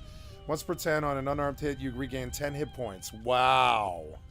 Alternatively, you may forego healing to gain an advantage on attack rolls. So this goes to me. Wouldn't this be better on Minthara? Or does it go to... I mean, who does this go to? Oh no, it's monk gloves. Yeah, you need me to tell you that? No, I missed the unarmed. I'm sorry, I missed the unarmed part. I skipped to the soul catching. They are for monks and shape-shifting druids. Never mind, we sell it. 1,000 Shape-shifting gold. druids would use them for sure. Oh, they're amazing gloves. Yeah, they're like the best gloves I've ever conceived of, I think. Not I've ever conceived of. I've ever heard of. Now I'm free. Whoever your enemies are, they have good reason, and I'll gladly lend you money. Until then, good luck to you, little. Basically says he'll help us in the final boss. Should we long rest? We can't. Okay. Fine by me. I was just curious. Now we can. Okay. Ooh, talking. All to steal the Orphic hammer. Yeah, you got the hammer. F yes. I hope your ambition. I have already told you that the Githyanki prince only wants to see you dead. But it seems you still do not trust me.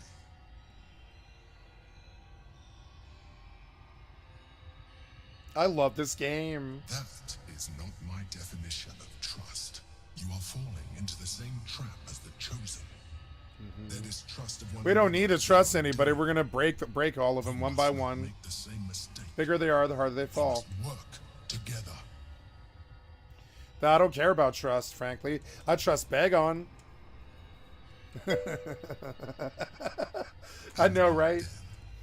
When he wakens from his incarceration, what do you think he will make of you? The one who bears the I don't care. care. I don't care. And even if you said Pierre. survived him, what of the Elder Ring? Without the protection I leverage for you, you would be enthralled. That's right, and you must continue to do so, or you'll be on the list. That list that keeps getting bigger, you know? You may think yourself ingenious for having slain a devil. Uh-huh. But you merely ironed out a wrinkle. That's right, and we'll get through all of the wrinkles. Will not be such an easy foe. It is time we resume our journey to to find it. That's right. You continue the protection, and you aren't on the list. That's the agreement. Don't get on the list, and you don't die. Don't cross-peg on, and you don't die.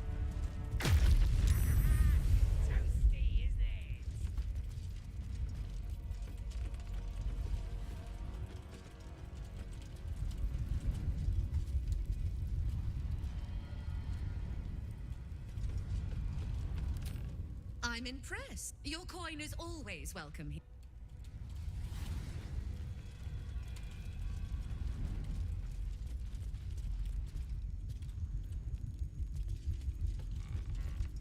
Welcome back, Devil Slayer. What can I He do? sells healing potions. That's why I came back to her. Mm-hmm. Shadowheart. Man, you look like a conquistador of souls now. Alright, did you put the armor on? No, should I have? I'm sorry, I didn't realize that the armor went to me. You're the only heavy armor user. Oh, I didn't loot the armor though. I didn't take it. Should I have? You didn't loot the armor? No, I didn't loot the armor. I thought it was going to like you. I thought you. I didn't loot the armor, no, so it's in there. I thought you hoovered up all that armor. No, I didn't loot because I just remember you told me to do something. When I was looting, you were like talk. So I just listened to the talk and then I moved on and I spaced it. I'm sorry. I don't really value the loot. If you want to, you should take it.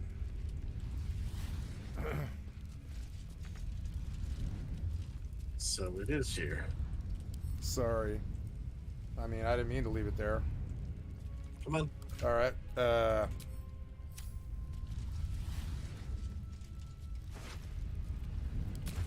Cool. Books. Thank you. What's it do? It is Helldusk Armor. Helldusk Armor. You are considered proficient with this armor while wearing an Eternal Retribution. When you succeed a saving throw, the caster receives burning for 3 turns. Prime agents of fire. You have resistance to fire damage.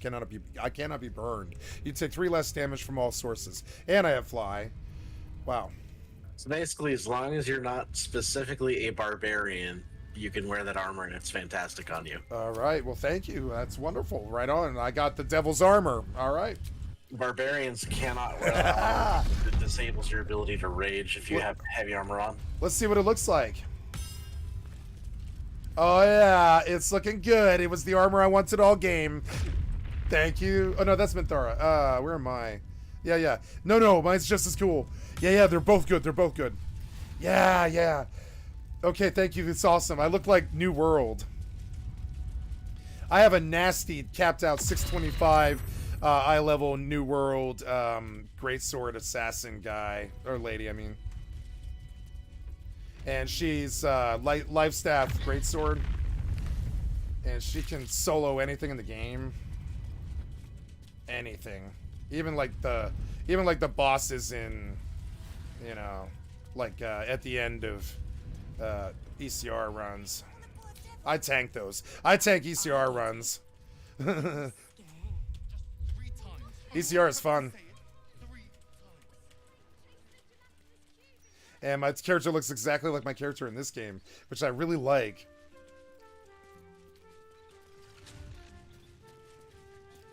Why do you walk so slow? I hate it. Okay, where to? Oh, you went to Baldur's Gate. Oops. Yeah.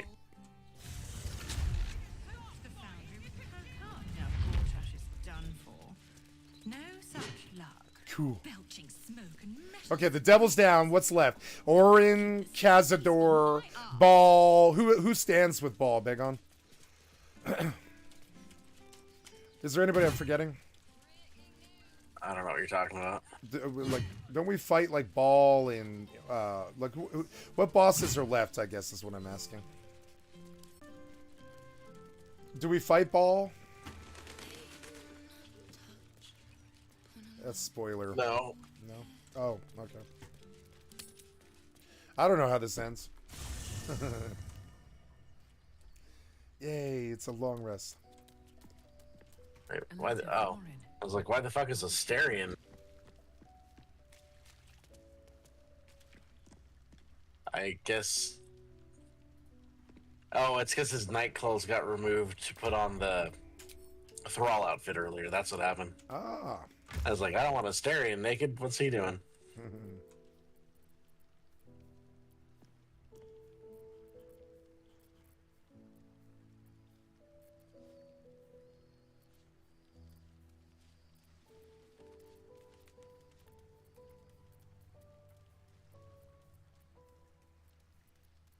Ooh, Mintharo's got dialogue for me.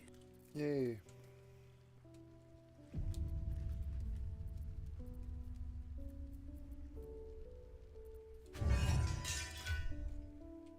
Talking.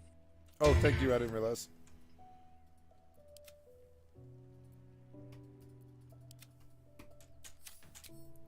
Sorry.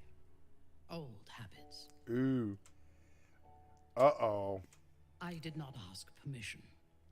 When we first met, Naughty. before Moonrise, I intruded on your thoughts without hesitation and took what I needed from your memories. Shit, we do that all the I time. would not do that again. That's what we do And I had here. reason to think you were hiding something from me. We do that all the time. What are you talking about? Who cares about that? I did not think we would ever share. I'll read your mind right now. An uneasy alliance, born of our mutual enmity for the Absolute.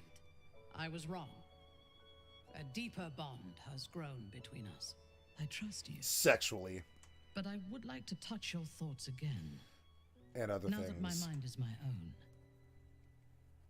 May I? Yes. It's good we got to see this content. It's really interesting.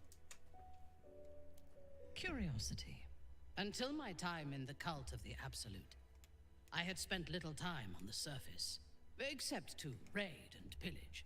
I did not expect to find any outside the Underdark who saw the world as I do, and wanted from the world what I want. I did not expect you.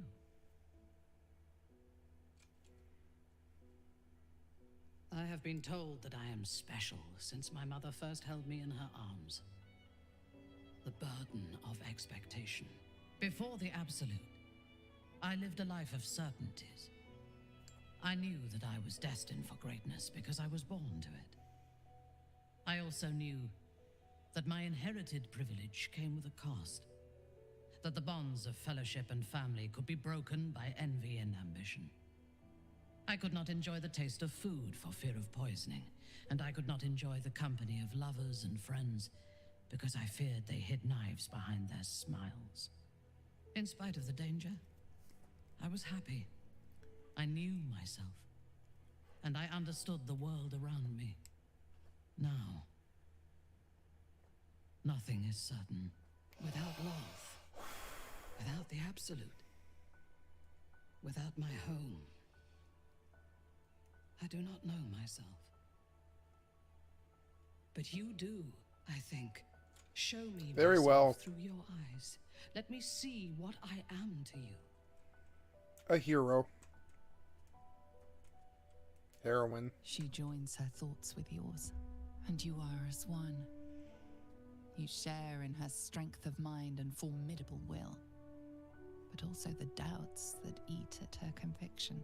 Those doubts cluster in swarms, and the thickest is around her sense of self. She pushes past, revealing the image of her you hold in your mind. What does she see? I really wish they would clean up the blood effect on characters when you're doing a long rest. Yeah, it's a bit obtrusive, huh? The cold shell of Minthara's mind melts away, and you are drawn into the heart of her. Warm, passionate, and dangerous. I have never lacked confidence, but this conflict seems so much bigger than the two of us. It frightens me. I do not know if we will survive it, but whatever life remains to us, I would gladly spend it fighting at your side. Indeed. And lying with you at night.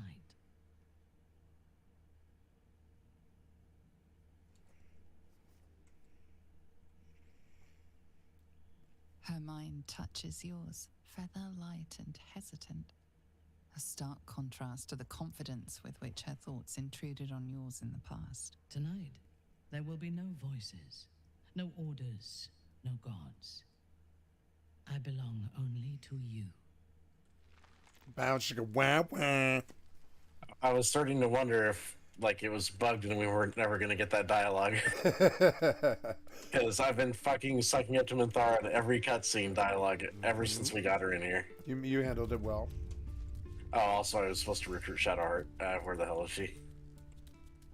Where is... I don't know if you ever dated in Grand Theft Auto San Andreas, but she had to date the girl, and you had to go on like 15 missions or something.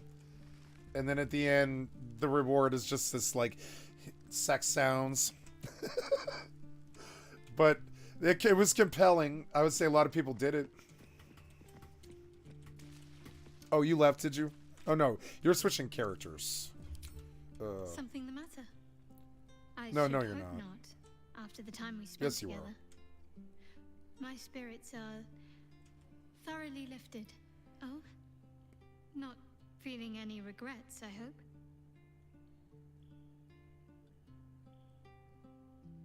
Okay, this is follow-up to her other romance scene. It's not Minthara related. Trust me, I'll be an eager pupil. If I have authority. I'm still finding sand in my hair.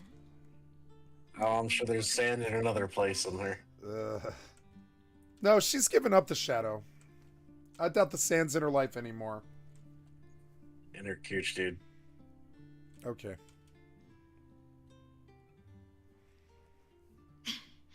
But of course they will. I hope we'll have more opportunities to slip away. And make sandcastles. All right, some company wouldn't hurt on the road. Uh-huh.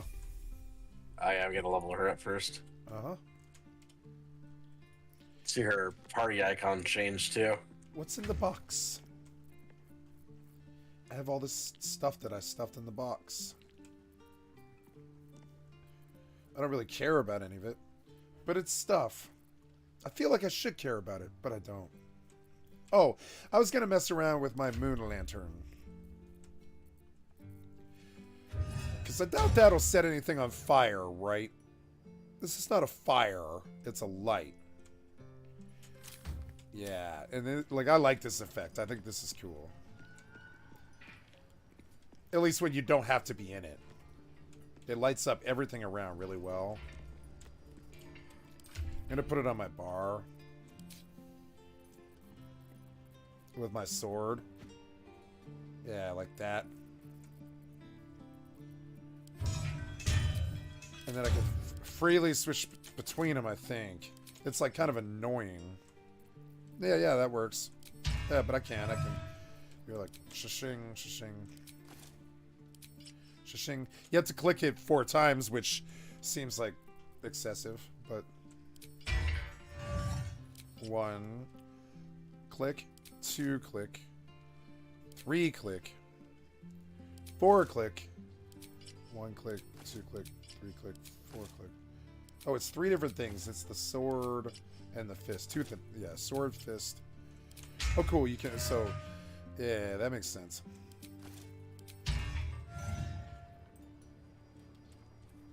Okay, I have a light now, and I like that. Usually you would carry a light in all this darkness, you know? When I was a taxi driver for 13 years, I carried a flashlight that was a taser. Great little tool. They call it like the Viper. Saw it at a gun show. Colorado gun show at the National Western Stock Show complex, and they sell them for like $60 or something like that. Great little non-lethal. It's like a mag light, and the thing that attracted us to it, my entire crew bought those, and the thing that attracted us to it was the fact that they offered a lifetime guarantee, and they were dead serious too. They were like, "This flashlight will last 100 years. Bring it back. If it doesn't, we'll just give you a new one." And they were dead serious too, and I think I believe them too. That motherfucker's sturdy. It'd be pretty hard to damage the glass. It's, you know, and it's a taser. Sturdy like an AK. Reliable. And ain't no cop in the land gonna throw you in jail for like a taser light. At least not when you're like at a job and conducting business anyways. You know.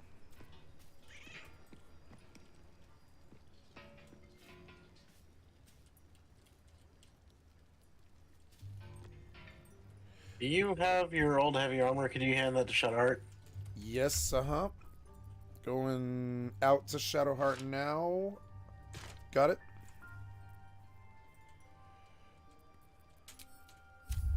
Nice. Yeah, that's a good set for her. Oh, it's medium armor was the only problem, but yeah, it's still good. Yep. Yep.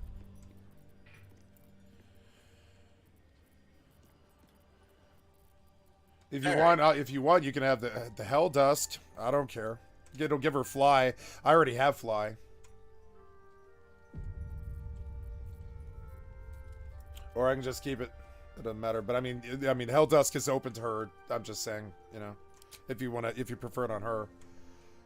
I'm just as powerful without it.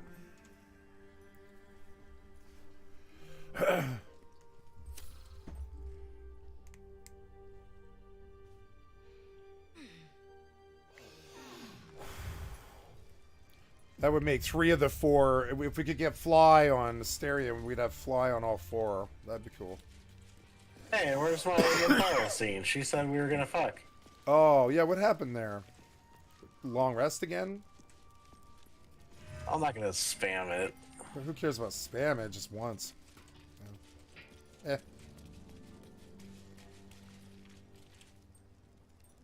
It'll probably happen the next time. Let's just get to what we're getting to.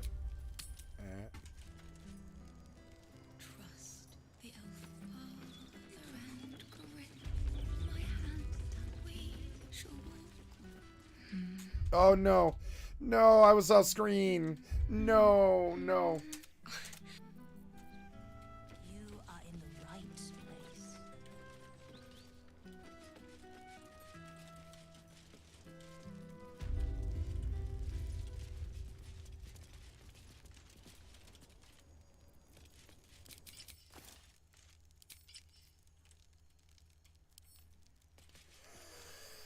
Speak to the attendant by the front.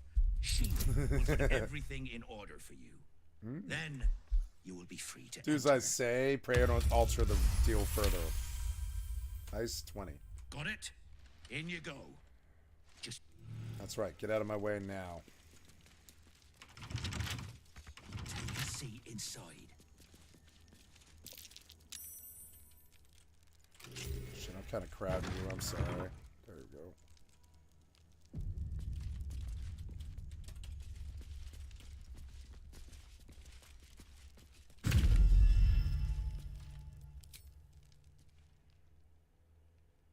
You seek to be unburdened, yes? The mapping of the heart can reveal the way. Yet, there is another here whose need is great. That voice. Allow me. I think I'm supposed to do this.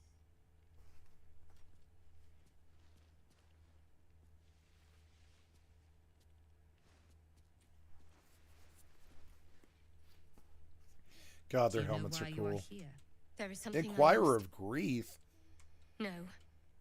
Had The taken grief, I from mean. me. My family. My life. I want it Inquirer. all back. Loss is a gift. Inquirer. girl. Do you still not understand that? Now give me the true answer. What is your purpose in being here? Looking out for number 1. The Yep. artifact. I was sent to retrieve it. At any cost. And who tasked you with God, this is mission? cool. The Mother I love Superior the close-ups. Of Shut. The use of the camera is actually genius. It doesn't seem like it, but it is. The shots are genius. I can't. My memories. My mother would say it was That Academy head of Award yours better worthy. Than you do, girl. My name.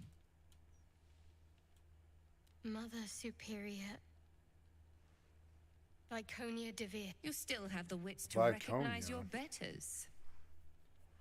No, we break you free from this now. Now descend. Nope. You have much to answer for. More like ascend. An astral projection. It is just like a Devere to avoid facing danger in the flesh.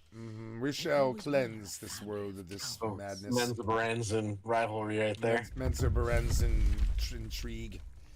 No, she's saying the Deveres are little fucking bitches, is what she's saying. I don't know.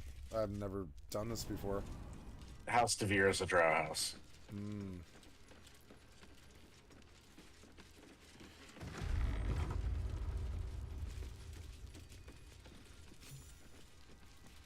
I remember this place now. A whole stolen childhood spent in these halls. The Mother Superior must be close. Soon this will all be over. I like Shadowheart. Keep going. The Mother Superior's expecting you. Oh, it's too damn ugly though. I'm taking it off. Yeah, I don't like the helmet, kind of, my helmet. I forgot you can, like, lock style, huh? How do you turn it off? Oh, yeah, here it is. Toggle armor set visibility. Oh, no, you can, but... I want to see the armor, but I don't want to see the helmet. There you go. Wait, I told you to turn off the helmet. Turn it off. Yeah, hide helmet, yes. Yes, here we are. It'll have to load, I think. Stay where you are. I'm sorry, I didn't hear you, Bagon. I didn't hear you. I'm so sorry. Coming back. Okay. Dialogue. Okay. They already heard how you disgraced yourself before. I am very glad you decided to return.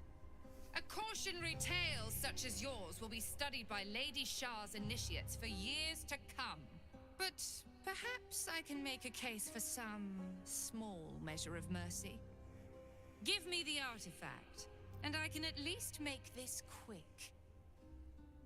I don't answer to you. Not anymore. I'm here for my family. This is your family. And now you have turned your back on it. You knew it would come to this, yet still your heart races. Viconia Devere, your mentor, one-time mother figure. And now, your foe. Lilalul! For Shah!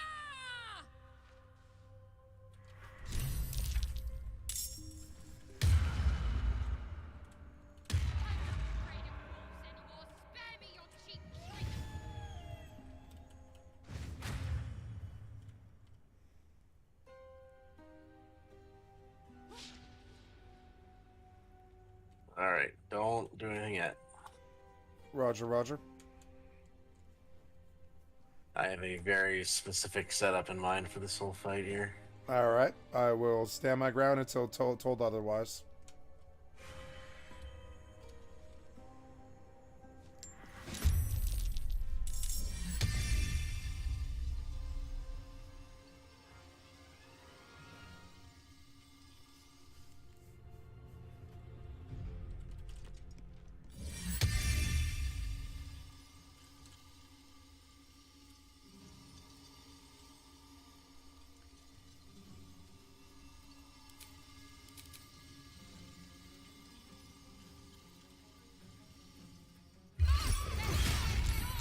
Very good.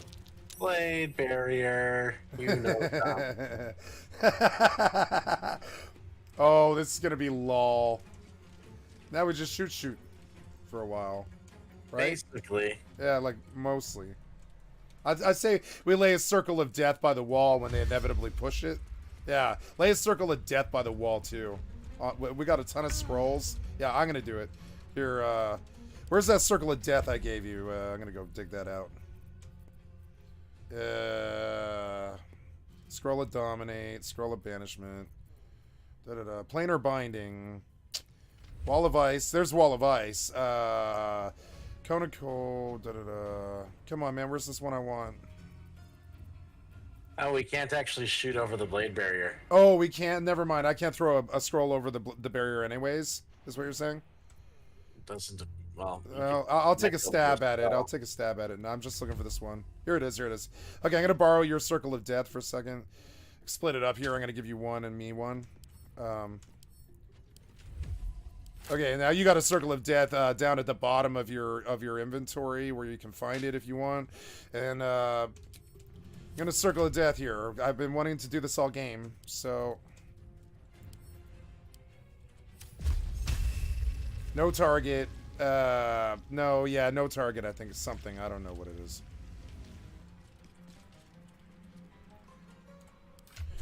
No, I think I'm doing it wrong. It's no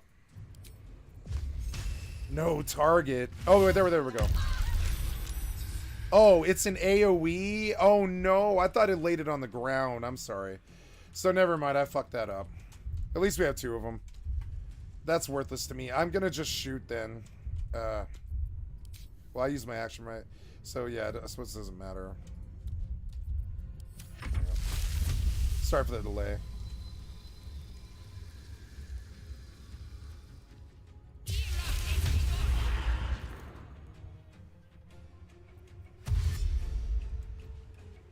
Cool. Sharon, Fidelian, Lamona. This is a difficult fight. There are several paladins that wreck your butthole open, and they all love to do darkness spells. I say we throw down walls repeatedly and not let them in here. You know? And then when they're all clumped up, AoE.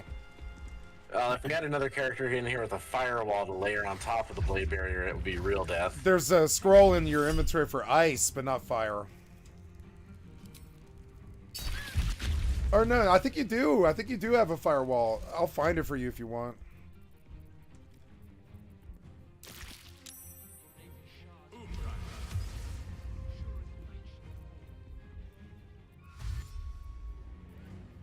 No, you don't have this, do you? You have Scroll of Stinking Cloud, which prevents them from taking actions. That's a strong one. So I pulled that aside for a second.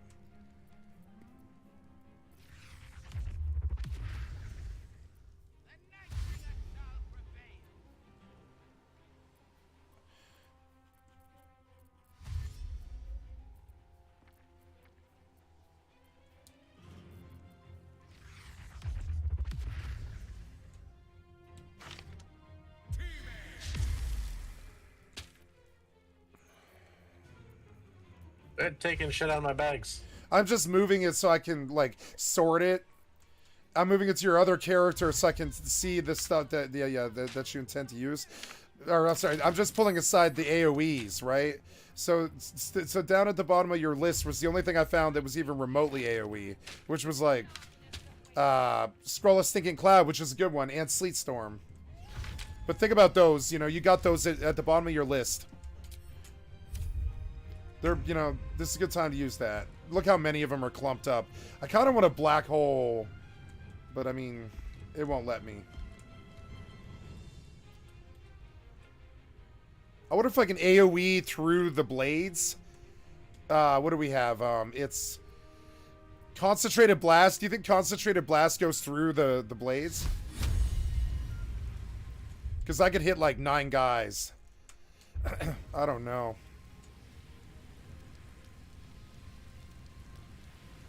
I'll try on my turn.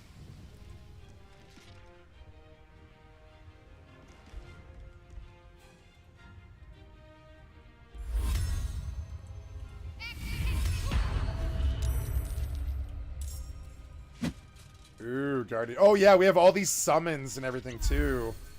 Do we have a summon method or anything?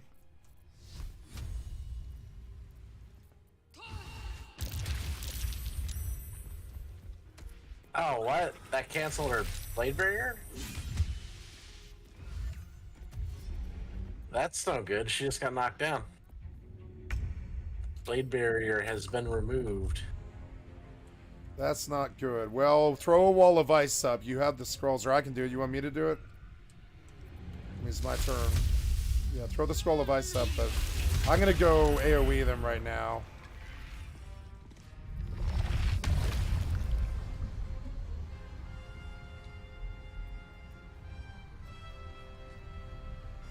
No, I think I want a black hole. No, I don't know. Maybe we better wait. I'm just going to range what I can hit. I think. So, I'm going to brace. Oh, never mind. I'll kill this guy. Screw that.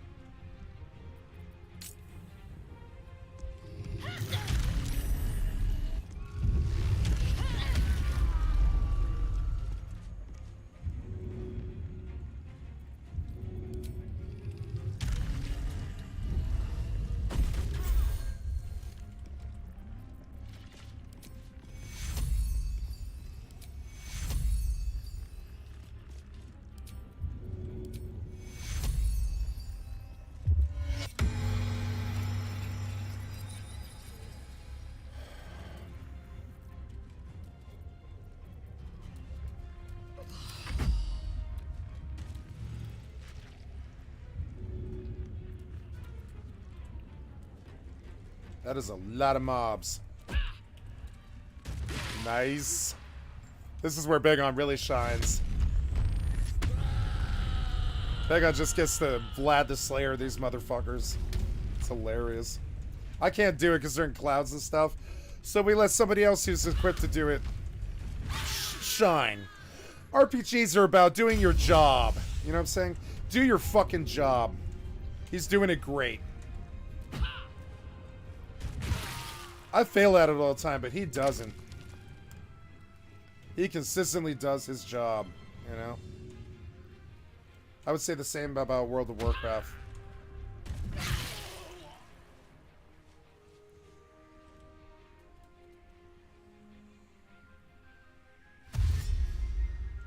They're like, wow, everybody's half dead. Yeah, there's more of us than there is you guys now, I think. Or the same, really.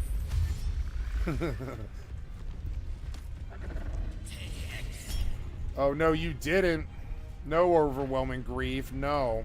No overwhelming grief. No.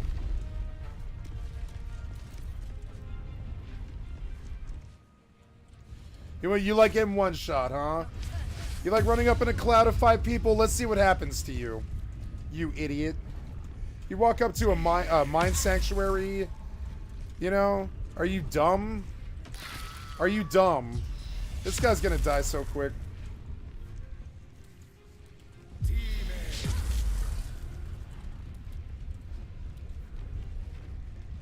Goodbye, Night Mist. Right, so we really need to cancel out those darkness spells.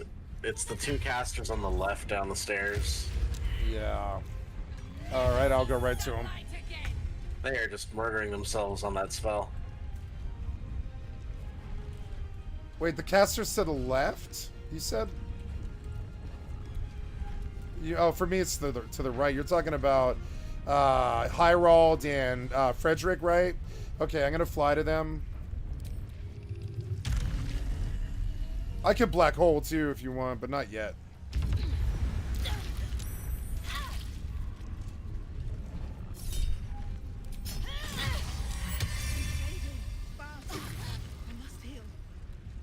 He killed me somehow? Wasn't I at almost full health? What happened here?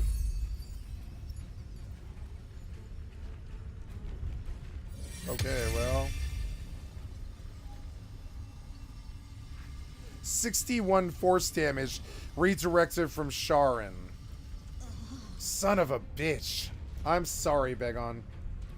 I didn't know he had reflect damage. I should have checked. I'll check next time. He has, no, yeah, the guy I killed had.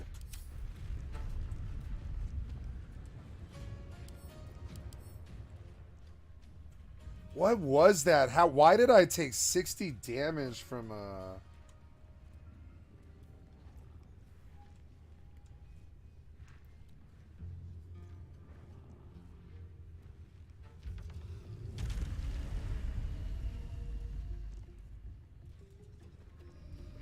I am so sorry. I don't know why he like one-shot me. Anyways. No use dwelling on it. Yeah, thank you, Begon.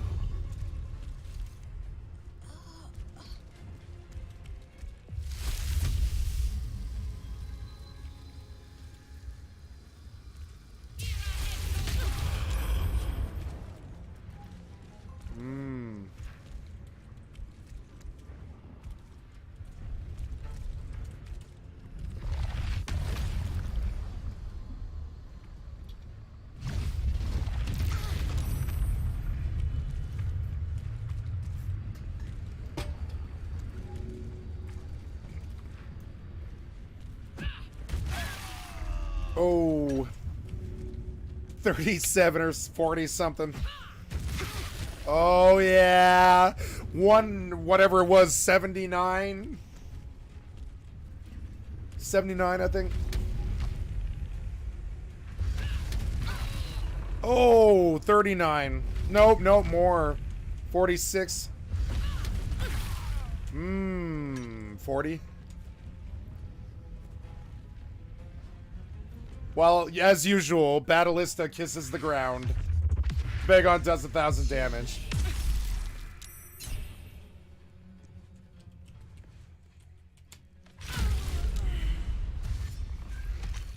Main thing was I got rid of those damn darkness clouds. The darkness clouds completely fuck our game up. Yeah, I know. That's why I charged the mages like an idiot, and they somehow reactioned me for 60 damage, whatever that was. Cheater. They don't do too well when I find them. Mm-hmm. Thank you, kindly. Oh, you made your death throws. That's good. Let's get a potion. Okay, I'm at 33, 124. I have no real healing capabilities and stuff, but I'm gonna come back with you here. Just make sure, you know, they have to come get me, kind of thing. I gotta rest.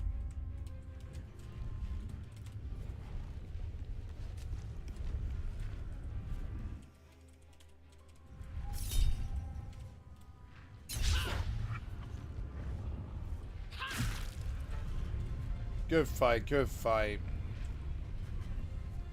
They don't have it.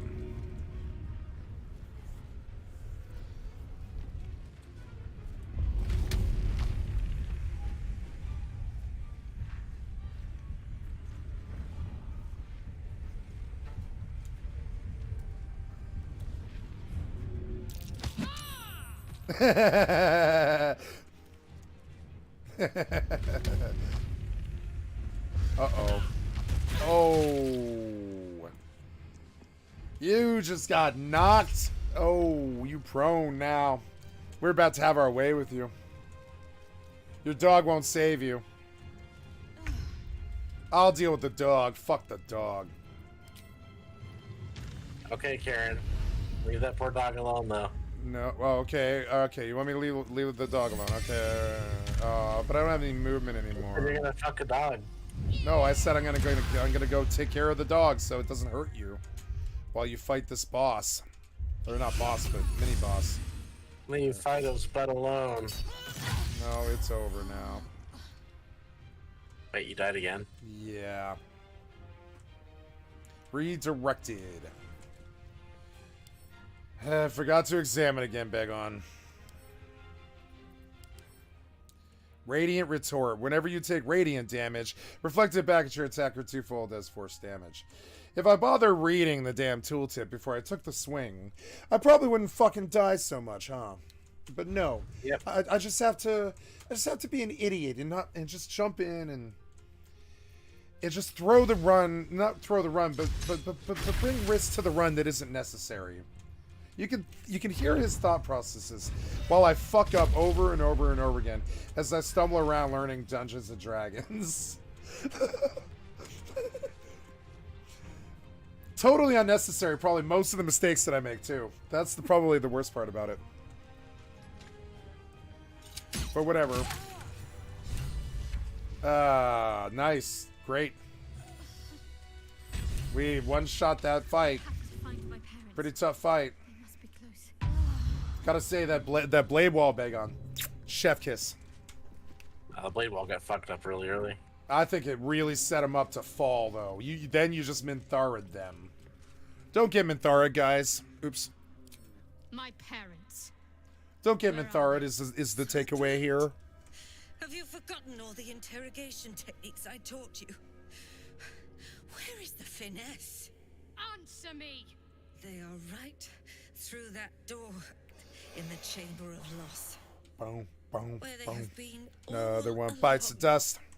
Boom, You saw them boom, many boom. times. Only we made you forget. But they didn't forget. They watched as we molded you. They watched. They wept. They bled. Often at your hand. It may not be a happy reunion, but it will be a memorable one.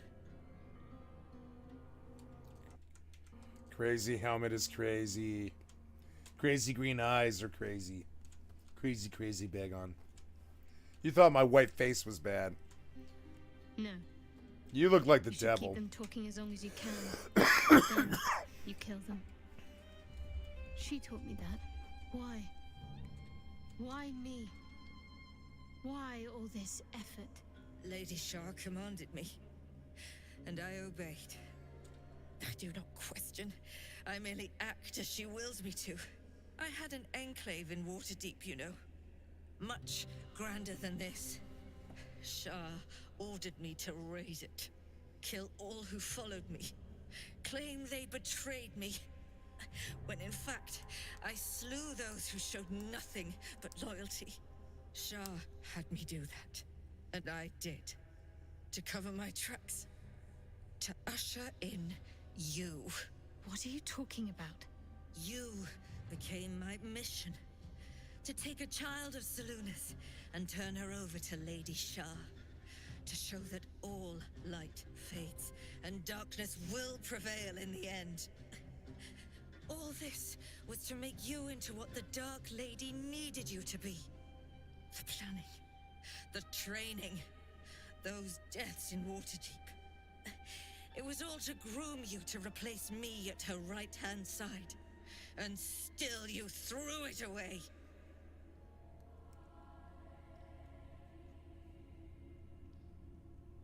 I want to see my parents. And I don't care what happens to this one.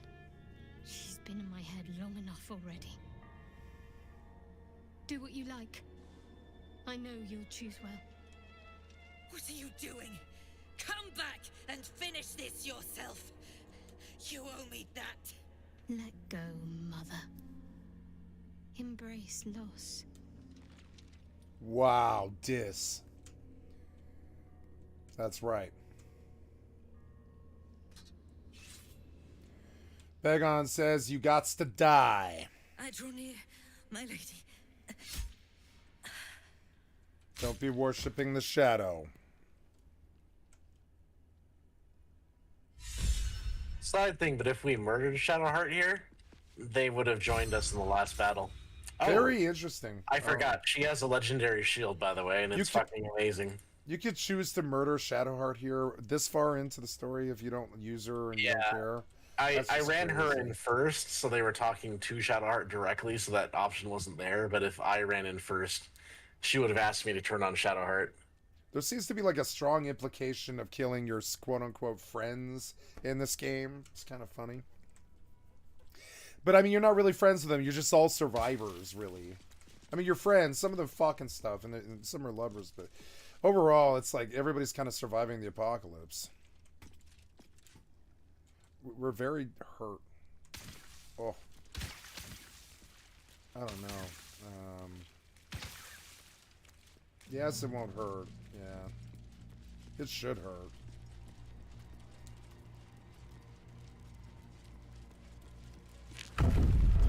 Alright, let's go free Mommy and Daddy.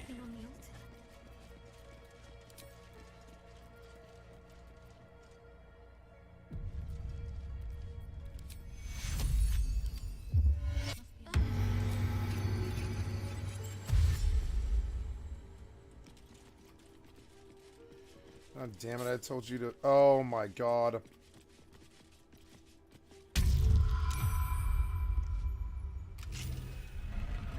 So annoying.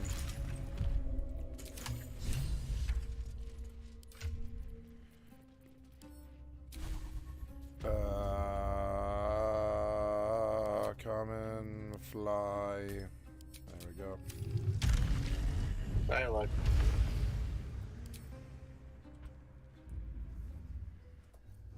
Sorry, I forgot to lock my bars, and I lost a spell. Another vile trick.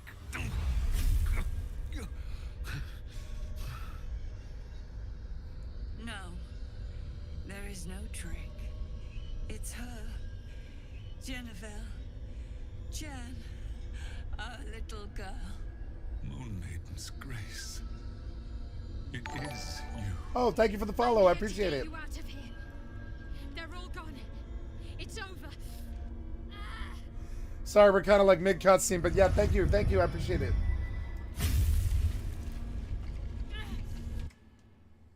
I gotta get to my stream here. There we go. Patrick Wafer, thank you so much for the follow. It is not over. So I was on the wrong screen.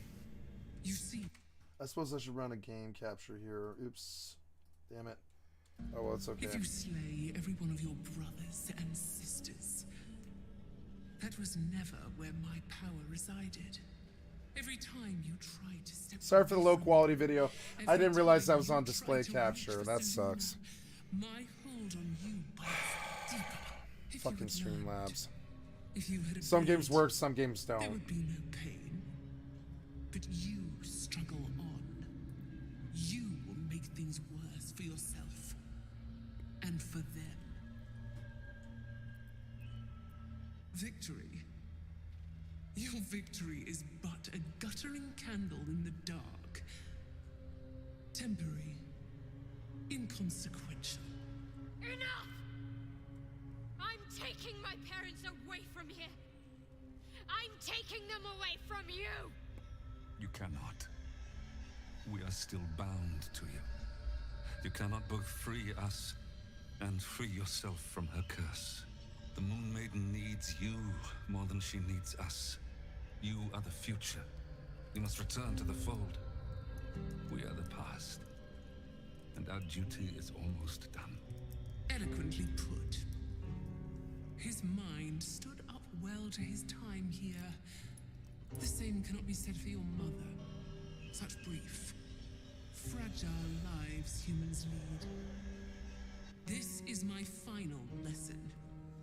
I leave you now to dwell on your mistakes and make your choice.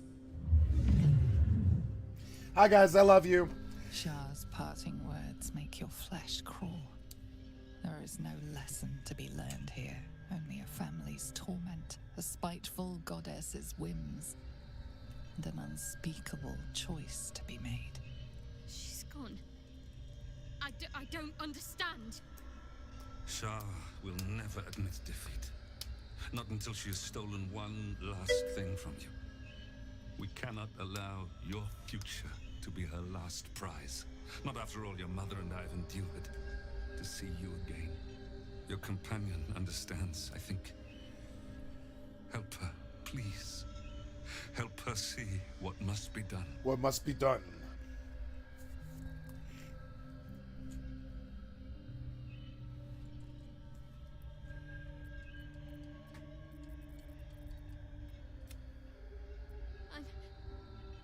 I'm sorry. I didn't know any of this was happening until it was much too late. I came to try to put things right. And you did. You found us. All these years, that dream kept us going. That you would break free. No matter what they made you do to us, we knew you were still in there. I knew the Dark Woods wouldn't frighten you. You were always such a brave girl. She was. And still is. You've saved us. Now save yourself. You'll be out of Shah's reach, and we'll be at peace. I only just found you again after all this time. I can't lose you again. We'll still be with you. By the Moon Maiden's grace, we'll never be far. Please, Jennifer.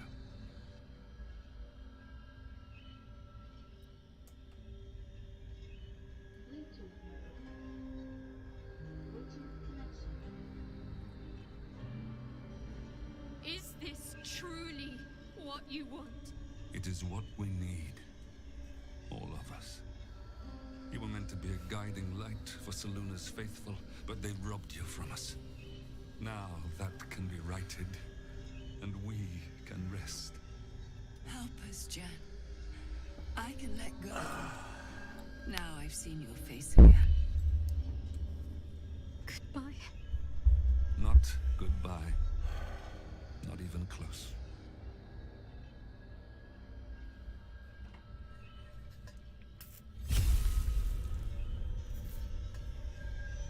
Shadow Hearts!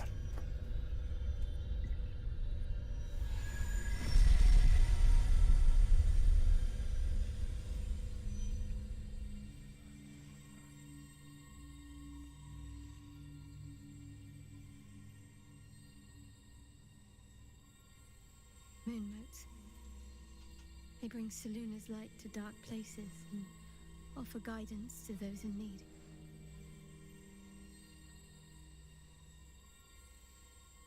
My parents are watching over me. Let's leave this place. There's nothing more for me here.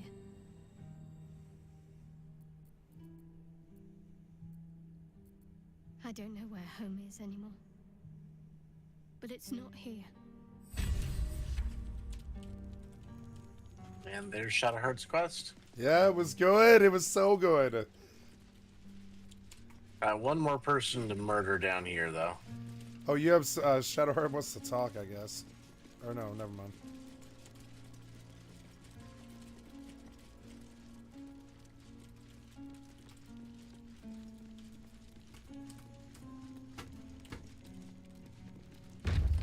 Doors are so cool. They're so big.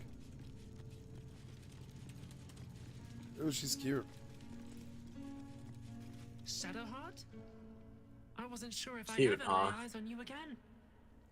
It's me, Nocturne. Remind me? We trained together. We used to be close. I'm glad to see you're all right. I don't remember you. Oh. A pity. Perhaps we can talk some more later? That is, if you're not about to turn on me. It seems you know 5-0, right on, let's go. 5-0, let's go. Shah condemned me. Yeah, some nights on Overwatch I'll go like 5, 6 in a row, and I love it. Only if you wish us to be. You may not remember, but we shared a lot together once. Good times. Hard times. I will not turn on you, even if it angers Lady Shah. That's good enough for me. I'm not sure what I expected coming back to this place. Certainly not a friend. There must be all sorts you can tell me. Things I can't even remember. There are, but with the Mother Superior gone, I don't know if I can stay here to reminisce. My God, this is good. Enclave out there for me. The intrigue is just great. Need Shah. You don't, perhaps. You don't. Not everyone is as brave. I'll leave come tomorrow. Come see me before then. I was working as quartermaster. I can sell you some things to aid you. And we can catch up.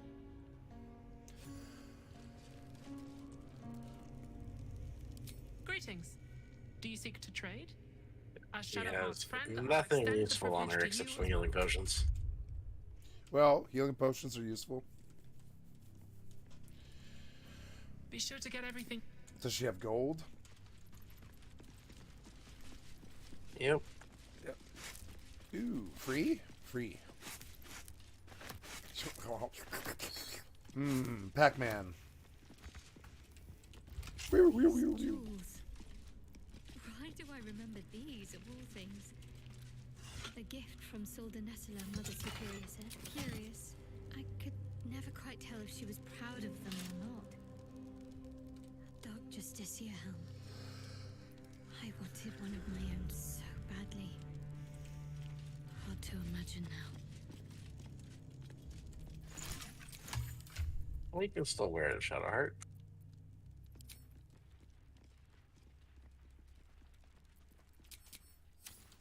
Now, unfortunately, we have a rather long run out of here.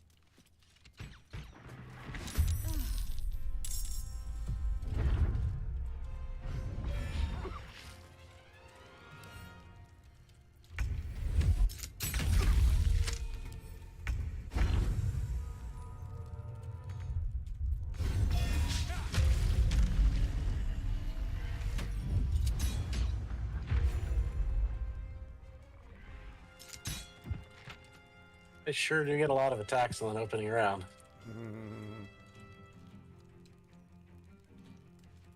Thank you.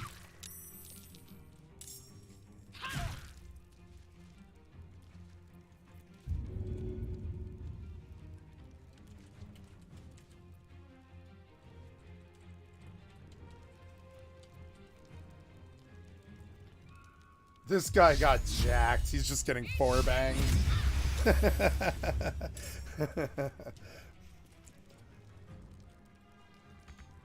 Shit, 4 people found me.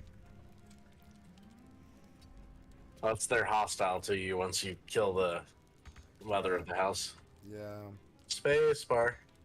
Oh, I'm so sorry. I didn't realize this. I thought we were done. My bad. Well, okay. We are done.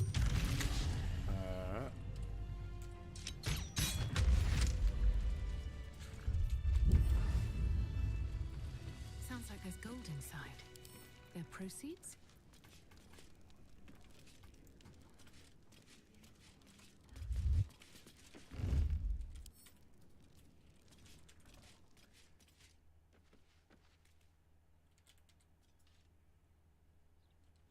Well, I'm very glad they got fed. All right, I am starting to get pretty damn tired, so I was thinking. We get a natural stop if you want. Yep. Yeah. Get to a teleport, Yeah. and then we'll go back to town, and then we can log off. All right.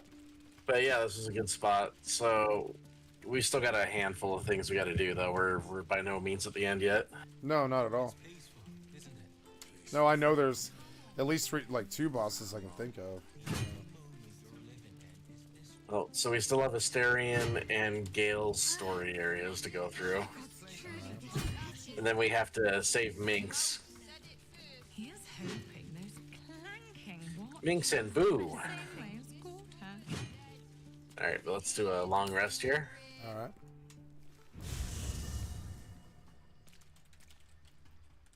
We also want to boot Shadowheart out of the party because we want Asterion, not her.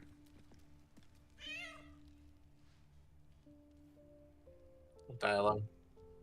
Okay. My parents. I saw them. Spoke to them. And let them go. Give me a night to try and get my head together. Okay, but I want you out of the party.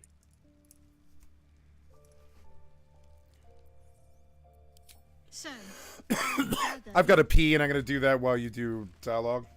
Well, never mind. I'll do that after you go to bed.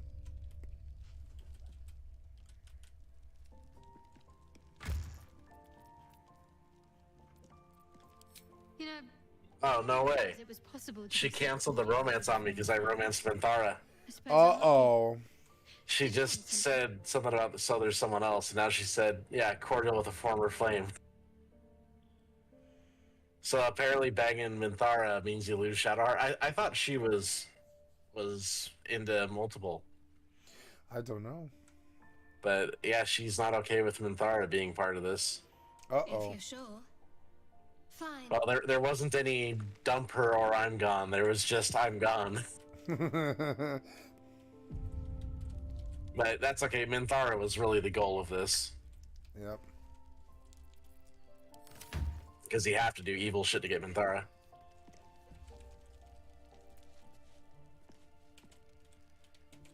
Oh, oops. Killing one's parents can be an important rite of passage. A usurpation. Yeah, now I'm gonna go pee while I listen. I'll be right back. Or no, you're not. Yeah, I gotta pee. BRB.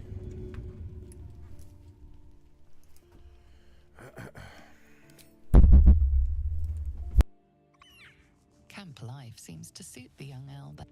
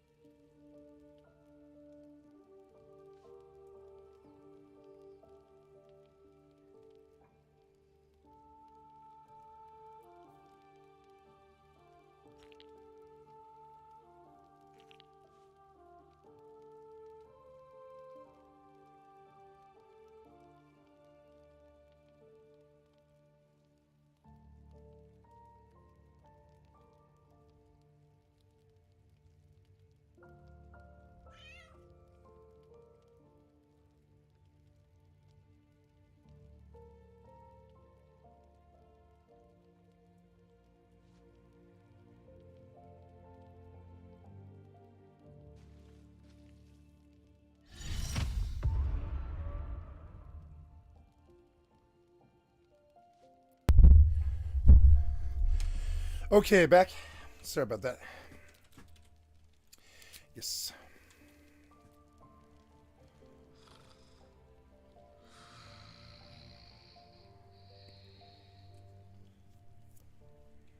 Let's see.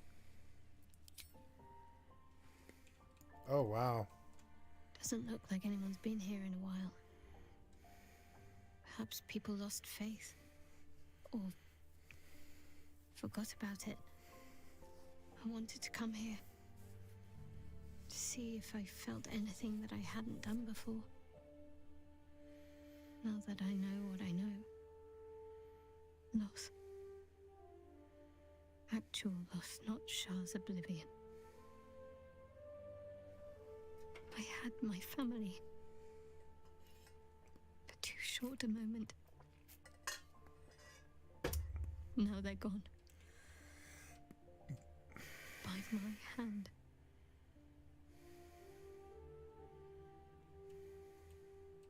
But why does freedom have to feel like I've lost everything? Perhaps I could have saved them. Or perhaps Shah would have helped me forget them. Instead, I've neither.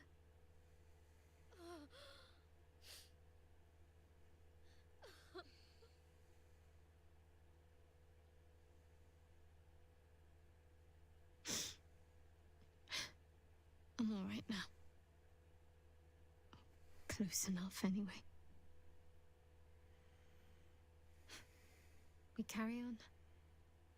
It's all we can do. I'll follow in a while. I think I want to stay here a little longer, firstly. This place isn't familiar, but it's peaceful.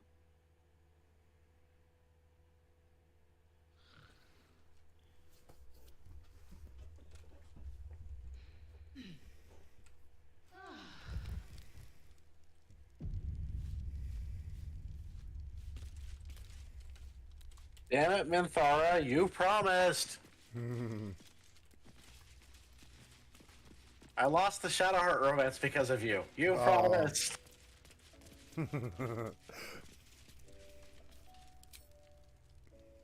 Darling. Oh, darling.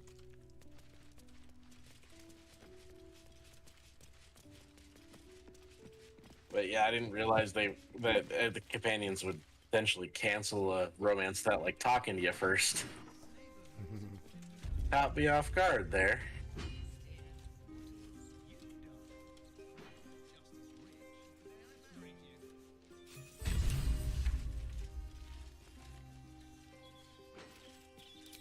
My friend, The world spins as Ravengard's dizziness flows into you. His mind was his own, but the Elder Brain touched him deeper than most.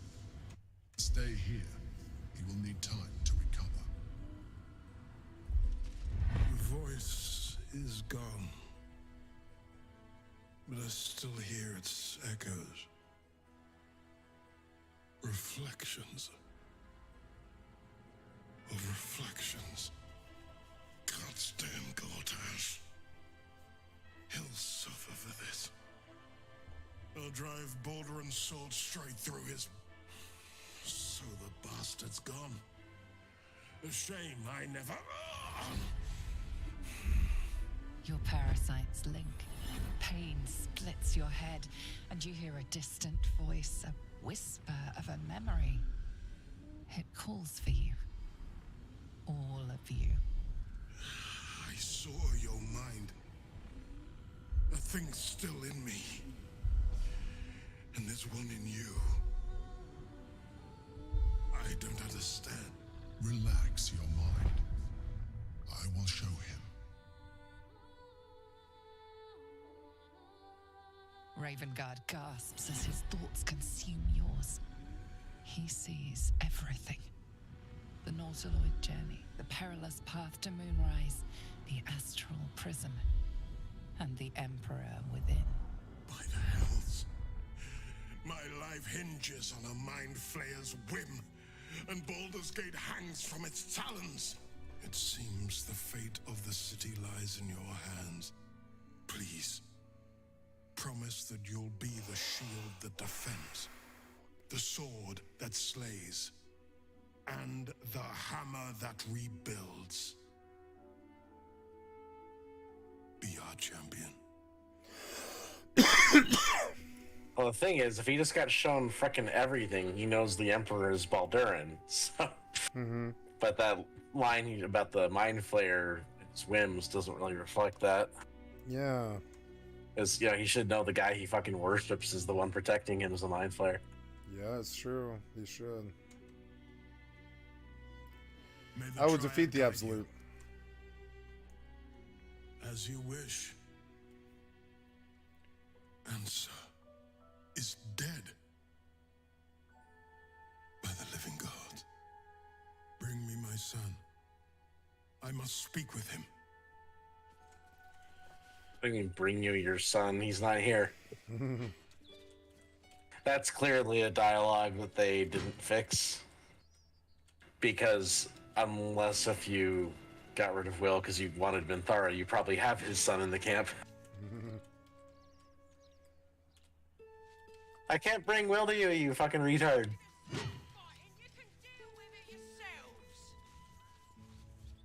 Oh, that's dumb. I didn't realize it was broken when you talked to him. Yeah. Now, what's supposed to happen is he makes up with his son because there was a misunderstanding, of course, caused by the fucking devil that owns him. But yeah, this is supposed to be when dad and son like make up, but I'm worried this might actually bug him out because normally Duke Ravengard gives you reinforcements for the final battle. So I'm wondering if we can't get to that dialogue. I don't know. Yeah, so I mean, it's not the end of the world. It's just a minor side thing, but Yeah. it'll be frustrating because I'm trying to do everything right, but they literally have all these holes in the game when you have Minthara in your party. Yeah. All right, well, game save. This is a good time to call it. You want to call it? All right. Go do your thing. I will do my thing. Tomorrow, I am on until 6 in the morning. I'm here today. My schedule changes slightly over the next 2 days because I have a commitment at noon today with my family, and then so I've got to sleep before that, probably like 6 till like noon, and then I'm up probably all evening, like 4 until like late, like 2, 3, 4, something. Okay. Well, it's up in the air if I'm watching my daughter or if we're sitting over the grandparents to have fun. Because she loves her daddy, but she also gets to play with her cousin who's a few months older than her. Yeah. So she has a lot more fun when she's at the farm getting babysat. Yeah, I understand. Yeah. So we'll see if the schedules, there. I'll be sitting in the channel either way when I'm on, and if I'm not there in the morning, I'm terribly sorry, but I do have a previous commitment that they want my help with something, so. Yeah, that's fine. Yeah, we may not play in the morning. We'll see. Yeah, I don't know. I'm yep. And other than that, good to see you, buddy. Thank you for the awesome session. This was really good. Yeah, we're a handful of sessions away, like probably 3 or 4. Yeah, this was great. Anyway, good night. I do sleep well. Okay, and that was good. That was Baldur's Gate 3. It's an honor, and he's going to bed. I don't blame him. So it is now going to be Steinfeld. We're gonna do some Steinfeld. Starfield, very hard. Yeah, and then slash FFXI retail and the MMO lifestyle. Yeah, we got pretty far. We're like only a few more days of like 3 or 4 hour sessions. We're like 16, 20 more hours from the end of Baldur's Gate 3. And I'm very happy. I don't know if I would have had the discipline to do it very fast on my own. He's got that drive to do that. So I don't care to learn. I want to beat the games. I don't care to learn about them very much. I want to go through them and experience it and try to do my own approaches most of the time. So it's a little hard, like seeing somebody who does it very methodically, but it's good though. It's fun. It's definitely a good experience. So I now change titles across the board, which you guys will see me do. Oh, I'm sorry. No, you won't, because I did not show. But now I am. So I'm changing titles. Sorry, there you go.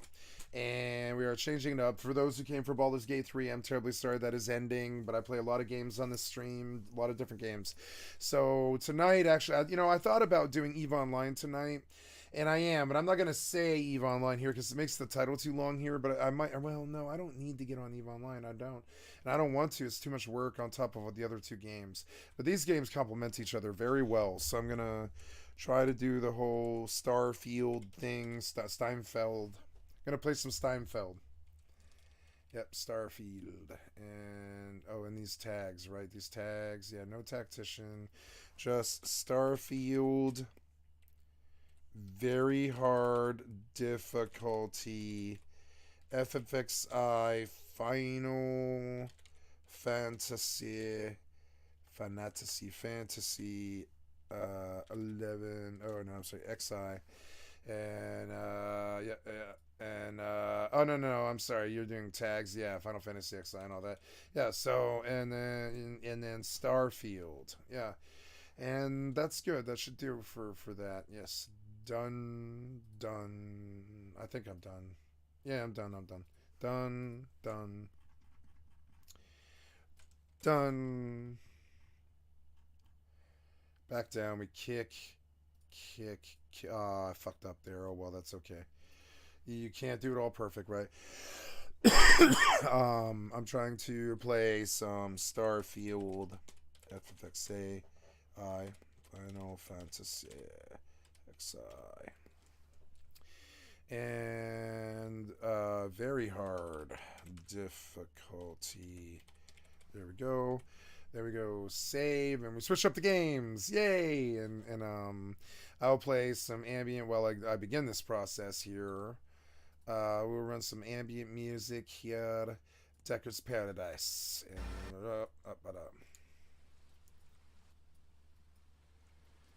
we go. And yeah, we'll run it. Okay, Baldur's Gate 3 is done. We come to... Well, first I'm going to do my login, because that's like the most annoying part of the process. Get that done.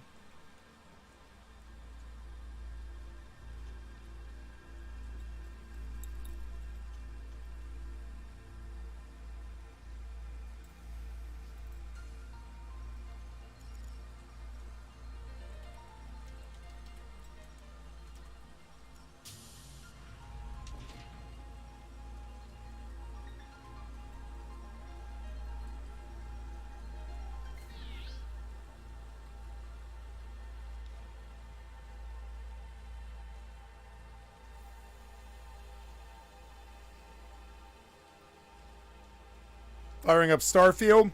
Let's do some Starfield. Yeah. Gonna listen to the Starfield music tonight. I just wanted some music. Oh, well, thank you, Patrick Wafer. Yeah, thank you. Ditto. The only way to go is up. You know what I'm saying? I'm falling up.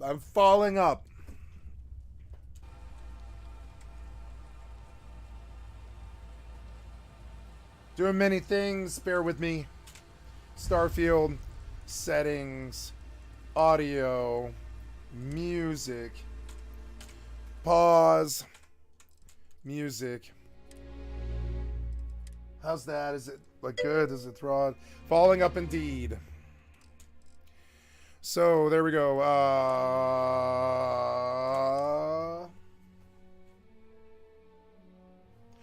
Okay, so we're gonna do some Starfield and some FFXI. Oh, good. I'm docked. Oh yeah, I'm docked. Yeah. Oh yeah, this station. I want to go to the station. Yeah. Oops. Yeah, go to the station and show me the music while I do this experience. Yeah. This is so dope. Please disregard. I attempted an informal. How's that? Yeah, I'm on display capture. It's good.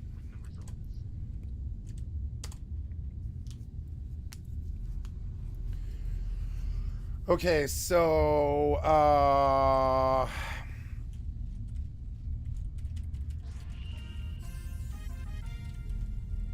get the trust out.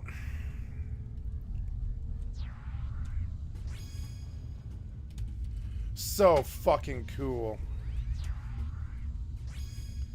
I love this content. It's so good. Hello, Captain. Yeah. You know? I want to live on a space station. I think I'd be okay with that. I would definitely live on a space station, I think. I would definitely leave this world.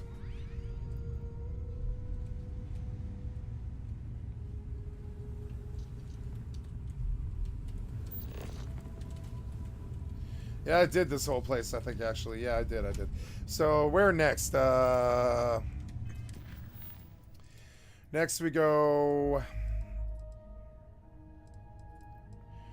Talk to Samco. Into the unknown.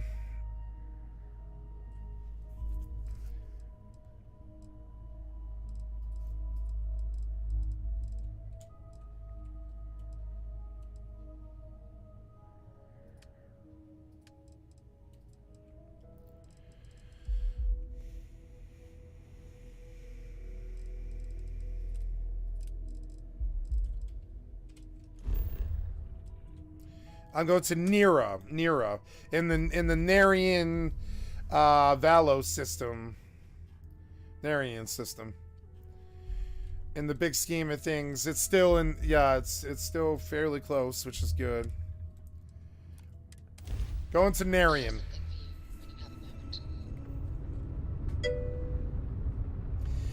Oh, it's so good. It's such a good game. I think it's a game of a generation. I think it's got a lot to say, and I think it's amazing.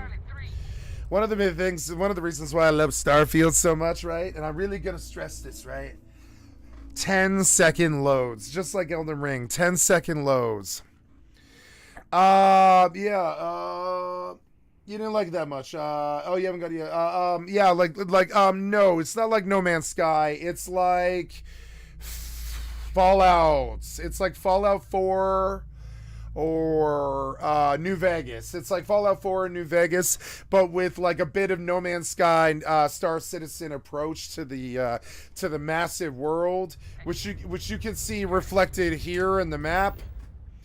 If I zoom out, I'm on this planet Nera right now, and I can land on the surface, and I can go out into the stars, and I can fly my ship around and get in combat and stuff. But the big part of it is this place has this system has like 1,000 planets in this huge system. Sorry, I did that wrong. Here we go. Yeah, so I'm on this system, but if I go out further, you see that there's all these planets in the system that I'm in, and then there's all these other systems all around, and it goes for a while, as you can see. It just keeps on going. All of these have tons of planets. Like, you can go, it's going to eat like half my fuel, but I could go all the way out there, and you're going to see it's a fairly big game. All of these comprise, I would say, probably like 50 dungeons or something like that. I mean, no, I don't know. It depends how many planets are on each one. It's entirely random, and it's entirely procedurally generated each time that you play the game, so it's hard to chart all this, and the experiences are sort of like one and the same, but the massive scale of it is real, and the amount of time you can spend just on one single planet is actually fairly alarming, like No Man's Sky, but it's not really. It's a far more like combat lore based game, I think, with a lot of high quality Skyrim stuff. Think Skyrim if it was sci-fi.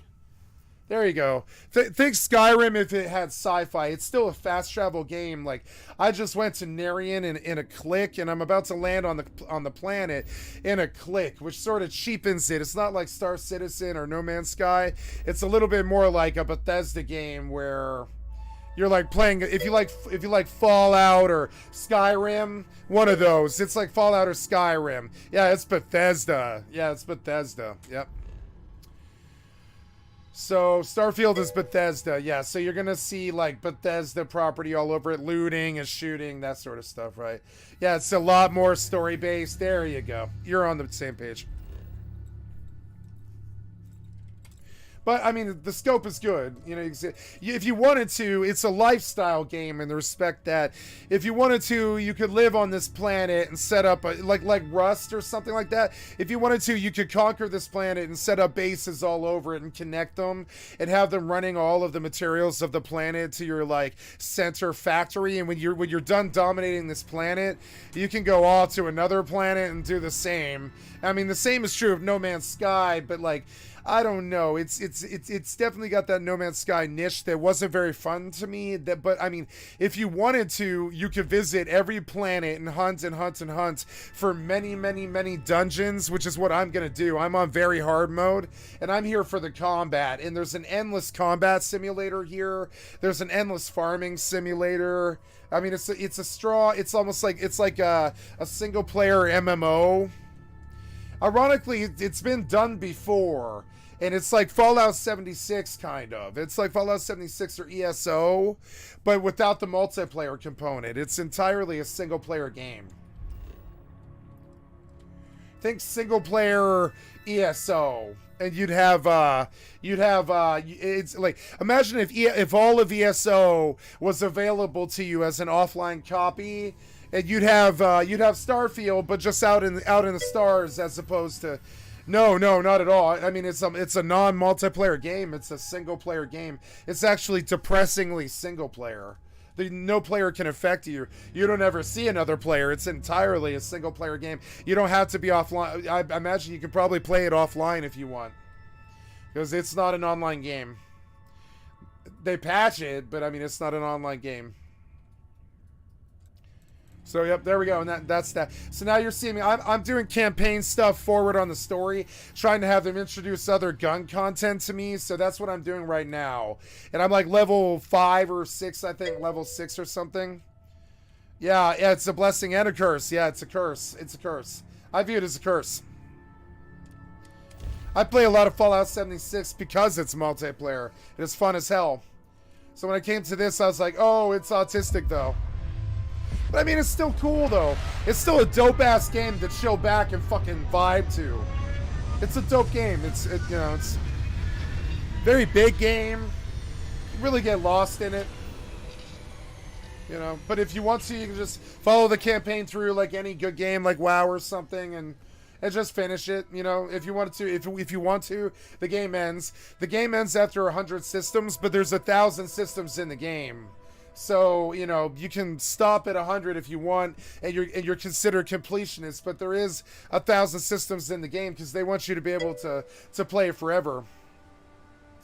No, I don't know. I don't know anything about microchips on birds. I don't know anything about that. I've never even heard that before. Beyond jokes, you know. I don't know anything about microchips on birds. I know about GoPros on birds. What am I doing here? I'm getting off, but I'm getting off. I'm gonna get up, and I'm gonna go back, and I'm gonna sleep. So I have a rested XP buff for the entirety that I'm doing this. So I have to go sleep. Yep. And while I sleep, I'm gonna go just sleep for, yeah, that's perfect, except for instead of that, 2, 1 p.m., 12, 11, 10, 9 a.m. 9 a.m. there. I'm gonna have to sleep for like 18 hours or something, right? Gonna take this book. Very good. I can get back here very fast. So now I can wander around this place, but I think I have to go way northeast, so I will bust the flea, run the jig, and shoot off in the northeast direction for a while. And hopefully Starfield should be finishing right about now, and I can kind of ignore this while my character just runs off in one direction. That's MMOs for you. Run off in one direction. Hey there. Birds are satellites. Yes, they orbit around the Earth.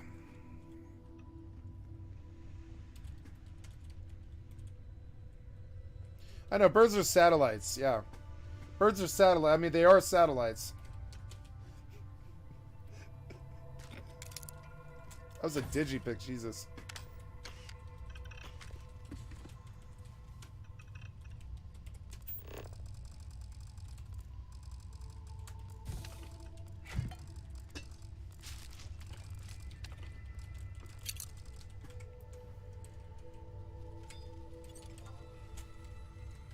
EP. Man, I'm getting strong. I'd kill for some chunk. I'd kill for some chunk. I'd kill for some.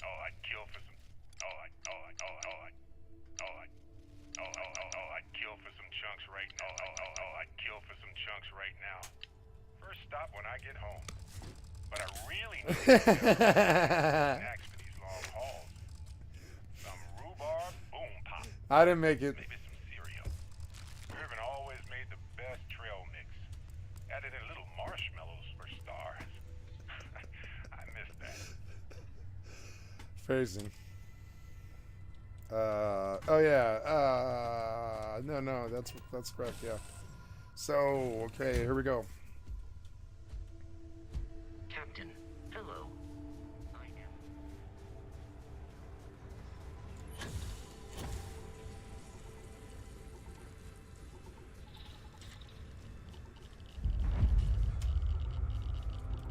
Extreme solar radiation. What? No burns, no burns. Go. Go.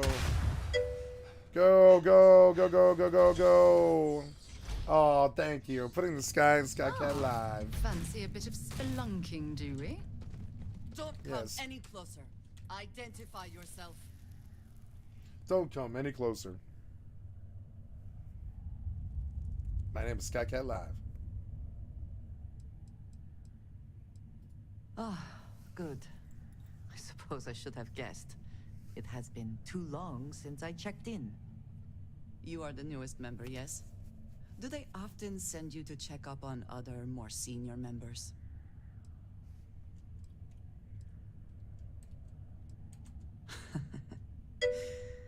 I suppose.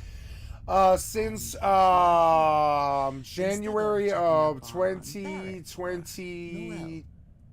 We waste time. We should complete our mission and then we can talk. So what is that? A year and 8 months, 9 months? Year and 9 months, I think. Been pretty good. Got me. I haven't even looked at the follows lately. Let's see what the follows is. It sounds like bullshit, but hey, I'm at 1337, dude. Fuck yes. 1337. I'm doing great. It's going upwards. I think I'm doing okay. I think I'm alright. We are here for the artifact. Yeah. Going. They say if you can get past like 2, you're doing better than most of the world. So 1337. Leet. You know why? Because it's cheaper. I haven't even looked at it in a long time, honestly. I hadn't even thought about it. Oh, that's not too good. Oh, yeah. Nope, I don't want to be out here. No. You went the wrong way. Go back. Back.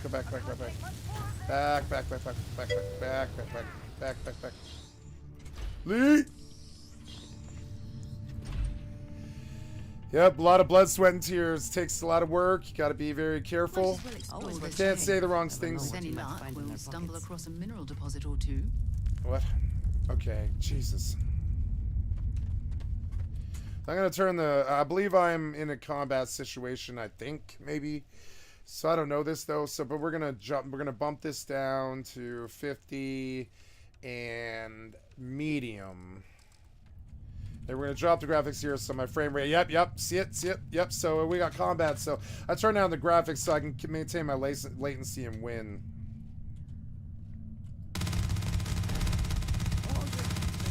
Once again, we are triumphant.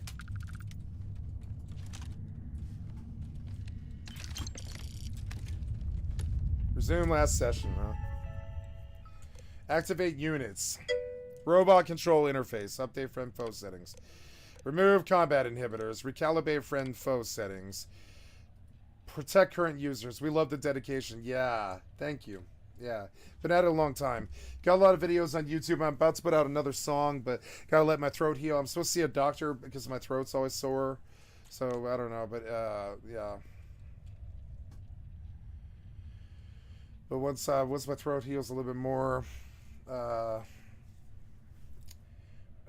know, I will put out another song here. I'm doing pretty good. Remove combat inhibitors. Yeah, do that. Yeah, confirm. Yeah. Activate unit. T? Yeah.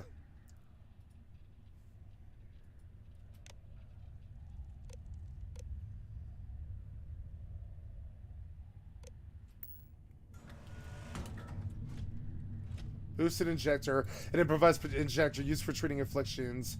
Treats brain injury, concussion, heat stroke. Good. What else is in here? I already saw one, so there's probably fucking 50.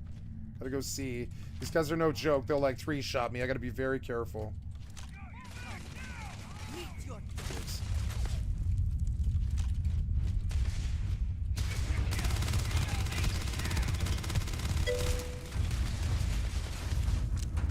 Save. I do. Yeah, I have a YouTube channel with a song on it, and I'm gonna be doing more.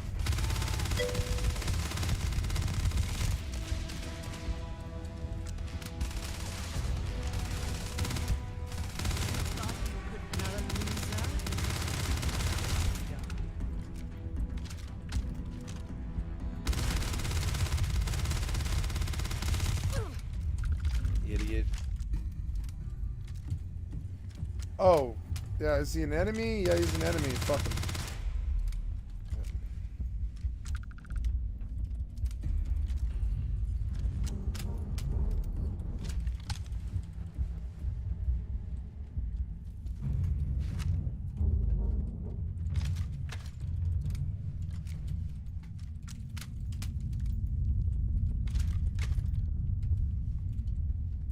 Nice, a med pack. Ooh, corner modified solstice, a rare laser pistol, 1.5 kV. Nice, not bad, not bad. What do I have here for this? Do I got any ammo for that? 150 rounds, not bad. Damage on is good, good. Okay, gonna bump out until we get something better. Yeah, we're gonna bump out yeah, the no, that Furious Calibrated is great, but yeah, gonna bump out the modified Equinox for now. To yeah, I mean the Equinox. Oh no, I mean modified Equinox is good. Yeah, but not the modified Grendel. No, that'll just eat my ammo. So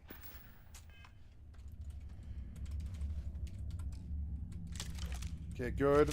I mean,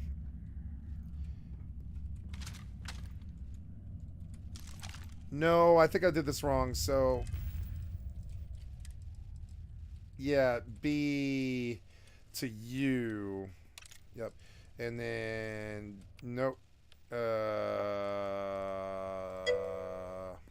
Oh, cheers, cheers. Cheers to you. Here's to my man.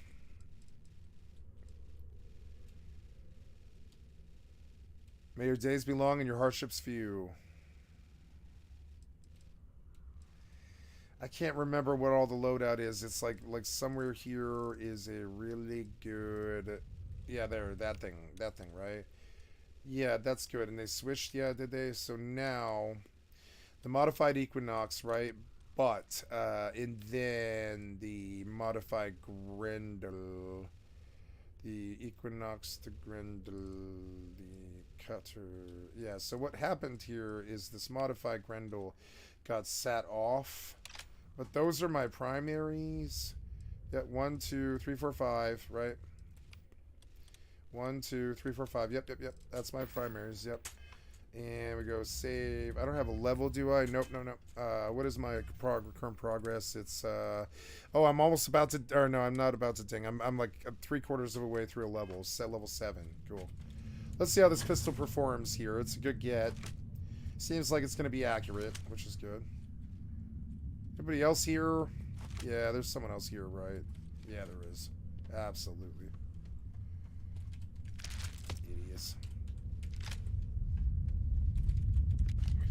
Yeah. Oh yeah, they're definitely in there. So doesn't seem to be music in here. Did the music change? Audio, music. Yeah, music's good. God damn it! Stop. Now I gotta go north again. Flee. Jig. And run. In one direction.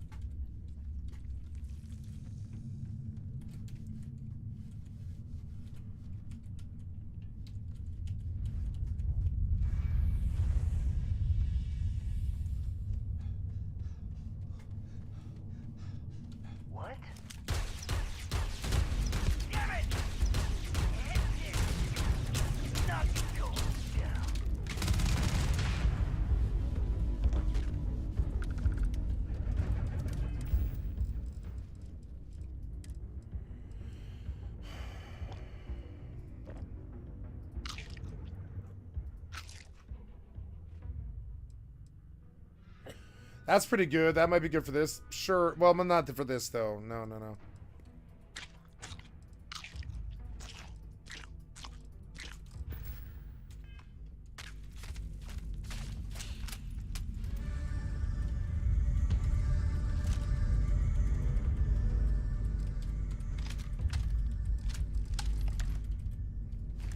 Oh.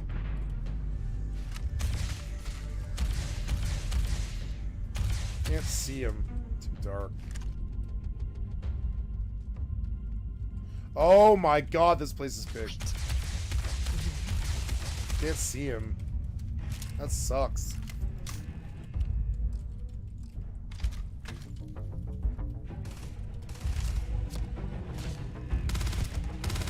Oh, god damn it.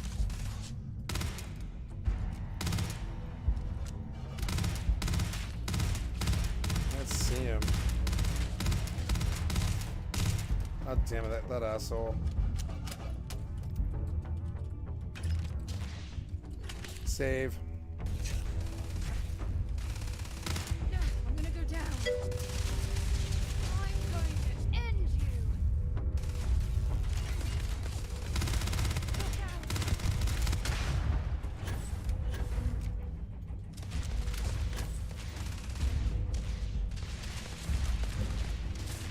Watch out.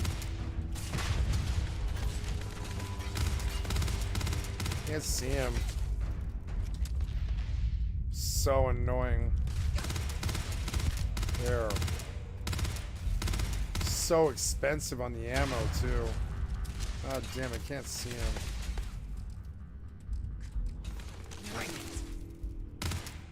Where the fuck are you? God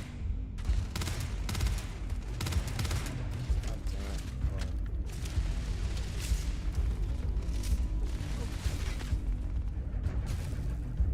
Where's this other clown at? The fuck is with that? My god, this place is big. What the fuck? Alright, well, I'm gonna stop fucking with that. I dumped enough ammo to that idiot.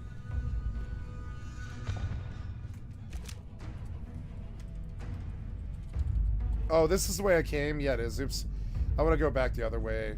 Yeah, this is, that's a lot of sniper roosts and positions and stuff on very hard. Oh god, I can't do that. What do I do here? What's the play? Like, what is it that you want me to do here? Like, I don't really understand that. I guess it's that? Is that it? Oh, it is it. Okay.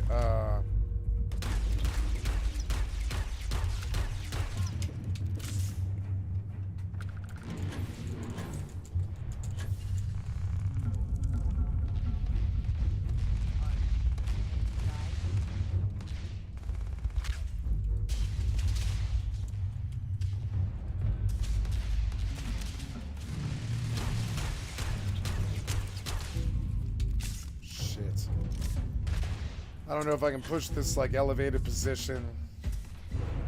Save it for now, I guess. I feel like I'm kind of at an disadvantage here, but I think I can equalize it pretty well. I feel like I can kind of jump and jetpack out of this, kind of. Yeah, like that, yep. Just run, yep.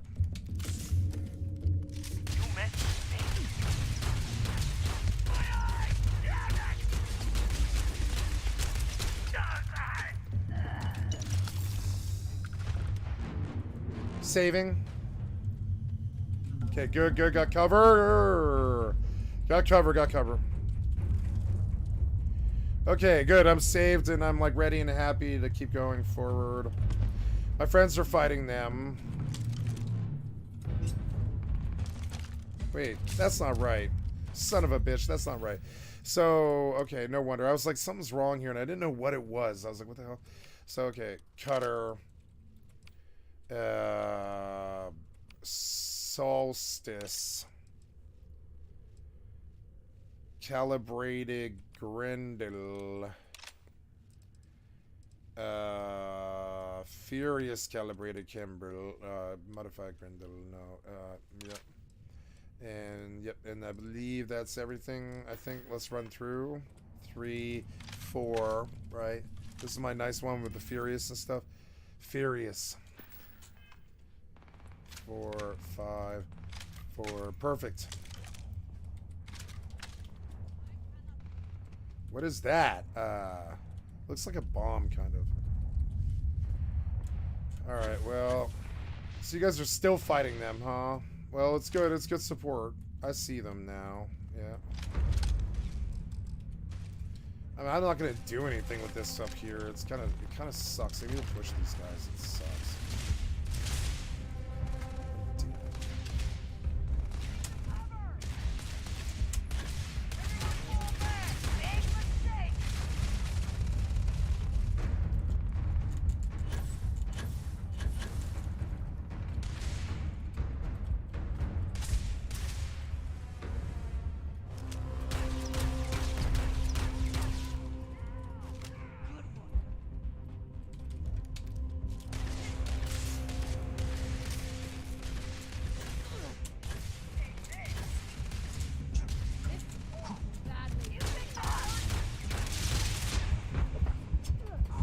Okay. One shot. I should have pulled the knife out faster. I didn't know it was going to be a melee fight instantly, but anyways, I'm going to push him again, you know.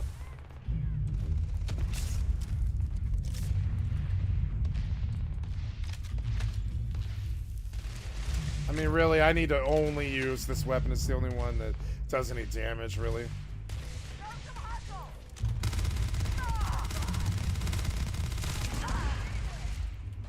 Save.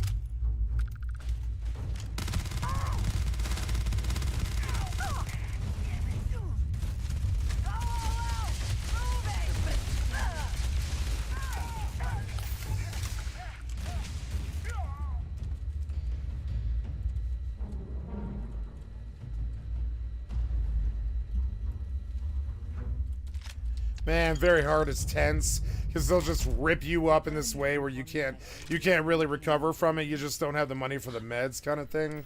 So yeah, you gotta be so careful. You can't really just get ripped up by them. Anything like good though? No. Yeah, nothing like that. Yeah, value wise, this is better.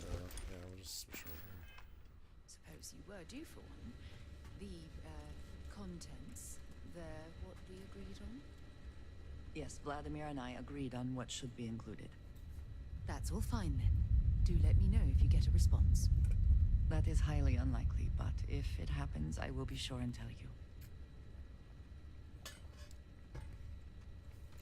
What the hell was that, you guys? That was some kind of really weird catty conversation about something, and that was very weird, very weird.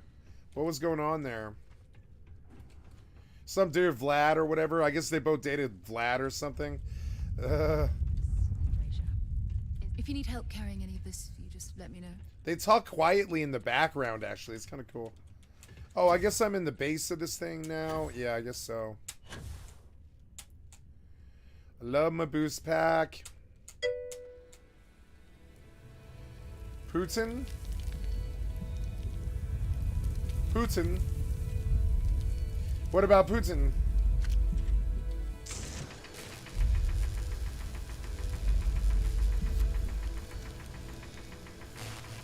Is this right? No. Oh, shit. What?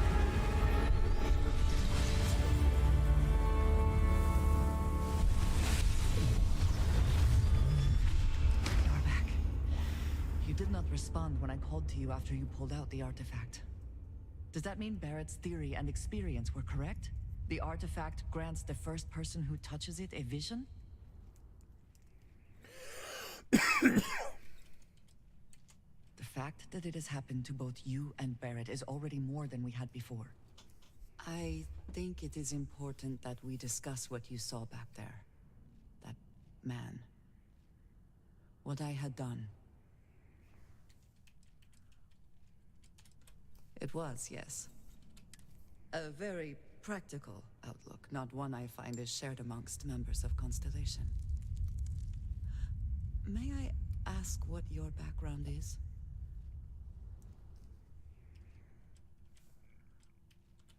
have you now? I have also seen a great many things in my time. Some quite dangerous. We both seem to be unusual additions to Constellation. Please, I would ask that you not mention to Vladimir the circumstances in which you found me. This is not the first time that Varun zealots have attempted to corner me. If it is known that this has happened again, well, it has been a while since I was given an assignment on my own. I would not want it to be even longer in the future. Do you understand?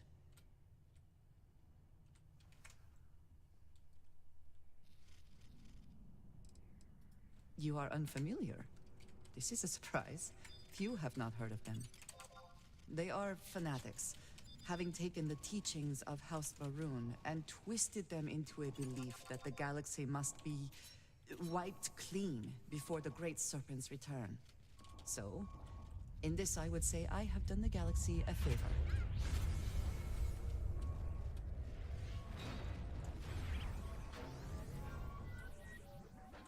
Oh, he sleep got us off the bat. Fucking asshole. Sleep got all of us off the bat. Fucking dick, man. Thank God he's not on me. Hopefully the paladin wakes us up. The paladin is gonna wake us up. Yeah, wake us up. Yeah, wake me up. Yeah, wake me up here. Yeah. Thank you.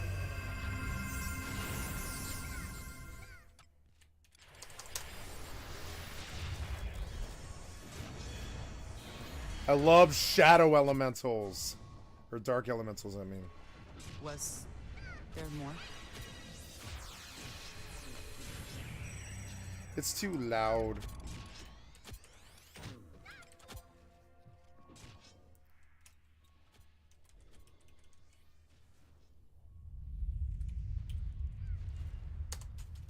Right there.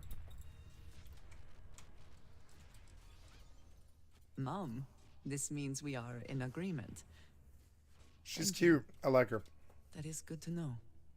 I will finish here and return to New Atlantis when I can. You should go now, as they will be expecting us.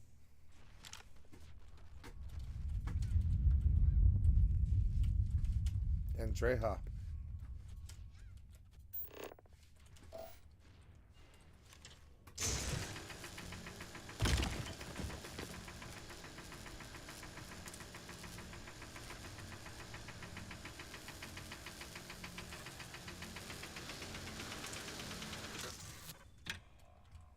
I will meet you back at the lodge.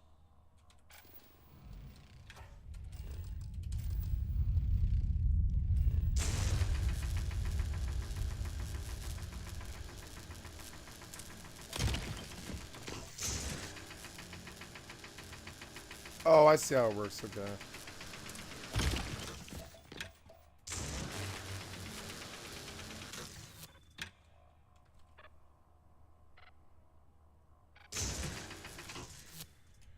Oh, good, we got him. My black mage owned him. I have the damage to kill him. It's fun to have magic damage at my disposal. Usually I don't. I don't really. I mean, I play a mean black mage. I really do, but I just don't really, you know.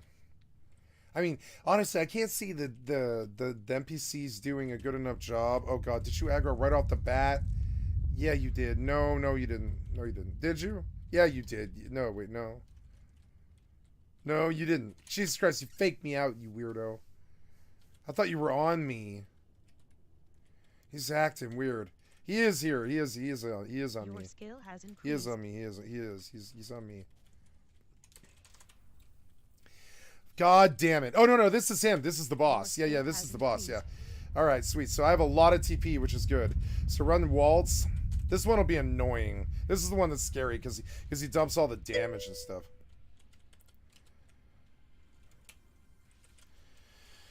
Oh, yeah, I mean, a lot of people play 2 games at the same time. I'm not the only one. I know a lot of people who play 2 games at the same time. That's very common. Especially in the survival like in the survival game thing. I play a lot of Rust with other games and stuff, you know? Like, if you're a survival guy, it's good to play other games in the background because you're always getting stronger, you know?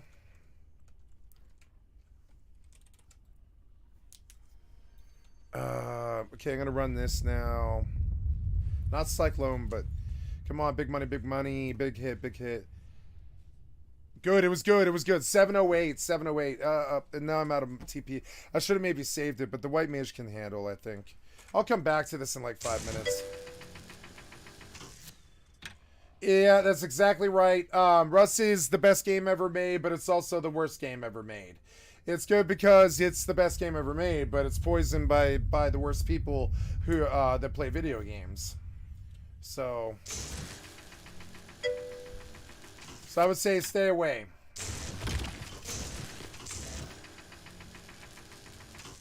Very good. That's good. That's a good place to be.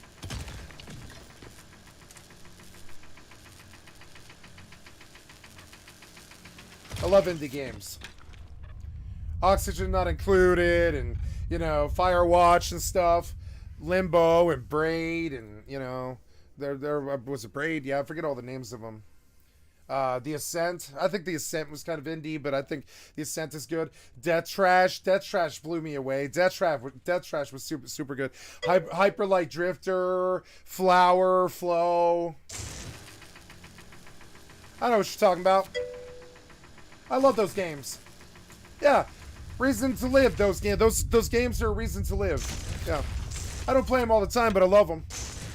I've been thinking about playing Limbo because Limbo just came. You know, by the way, I've been thinking about this a lot. I think I actually would like to, but I can't install this right now. But oh wow, what happened here? No, I fired up Xbox and it brought me to this. That's kind of funny. I've been playing Pentiment, which is an excellent. I mean, this is an indie game, but it still has an indie game execution. But I meant to come here to get a game, but I'm not going to. But I do want to look at something funny here. Hold on, though. Okay, so here I go, running my heals now. I have enough TP built up.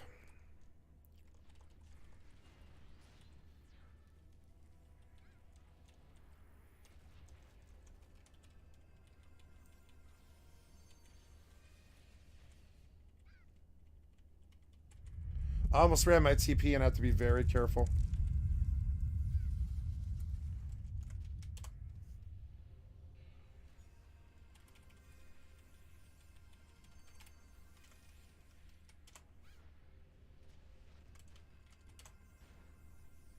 I don't know if we're going to make it. It's getting close. It's getting tight, you know? Getting fucking tight here. Maybe if I run my ship, but yeah, nope, there it is. I am going to make it. We're going to live because of me. Definitely because of me. I swear to God. We're going to live because of me. We wouldn't have made this without me. I did so much healing. I do like 350 every few turns or something now. Now I'm all scared. I got to run my sneak attack here. Sneak attack's up. Sneak attack, trick attack. Come on, do some damage here. God damn it. Why aren't you doing what I told you to do? Go. That's fine. I don't care about the weapon skill. What the fuck are you talking about? Good, good. Go, go. Get the TP, get the TP. Gotta heal. Good, good.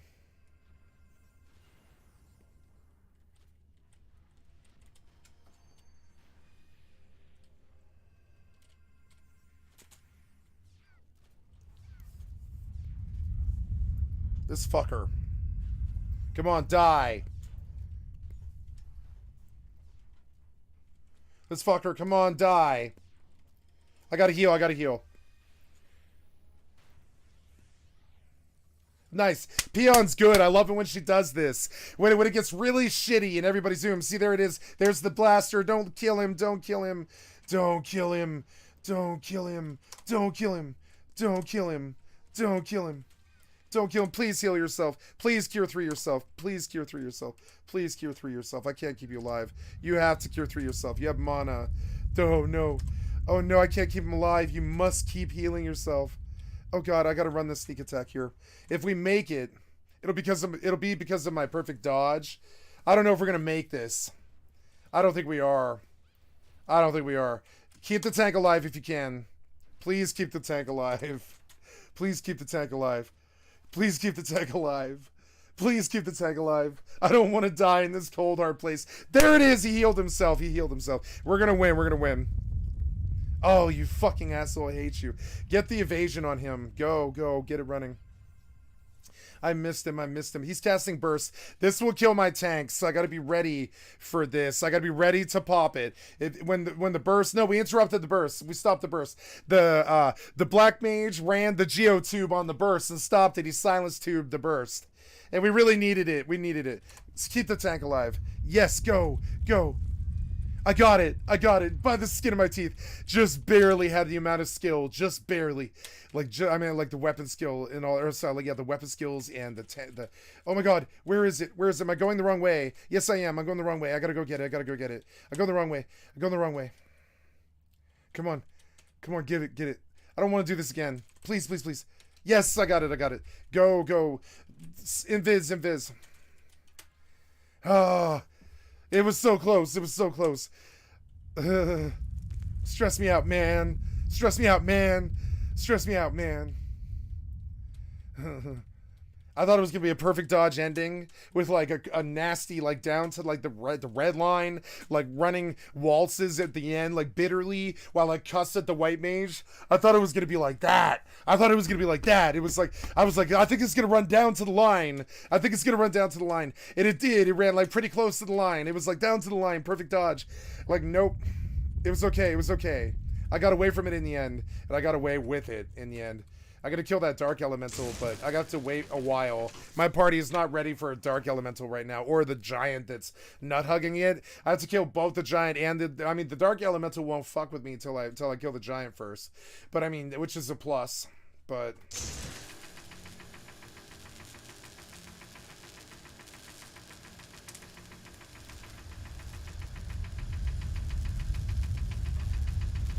oh damn it! Did I get this one already? I don't know. Like, it's hard to tell, man. Yeah, what about that thing? What about that thing? That thing looks like it's real. I don't know. Charge the cutter. Let's go. Right? Yeah, this stuff is tough. Yeah, like, I think it's tough. Right? What the fuck, man? Like, yeah, like, I guess I did this all. I don't know. Fuck if I know. Did I do that one? I can't tell. Yeah, oh, I see how it works, maybe. Maybe. Yeah, I think that's how it works, right? Yeah, I think it is.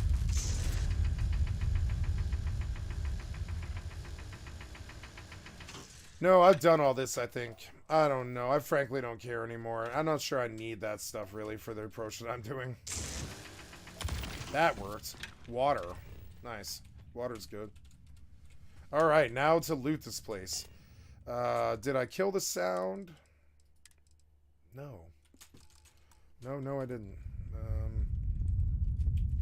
This place doesn't have any music, right?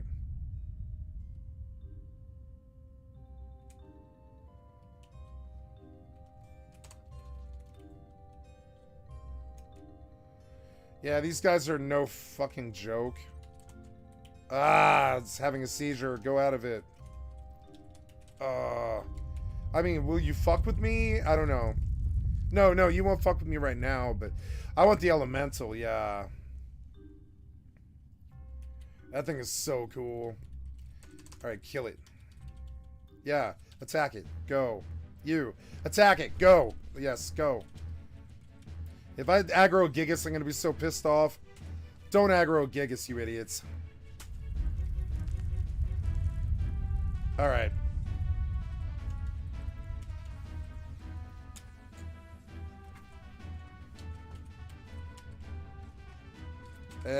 No. I'll do better music than this while I'm stuck in this place. This place doesn't have any music for some reason, so we don't run either game music because neither one of them is acceptable, which is sad. And we'll go run some good ambient, you know, which I already loaded. There we go. How's that? No, that's right on the line. Right a little bit on the line. There we go. A little bit lower. How's that? Yeah, right on line, right on line. There we are. Alright, so let's run the waltz. Yeah, watching my Black Mage own this elemental. Sweet. What was that? It was Stone 3. Bio 2.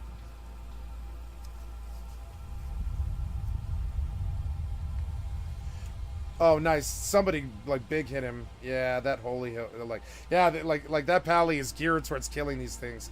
Man, what's a stack of dark clusters go for? That'll be awesome.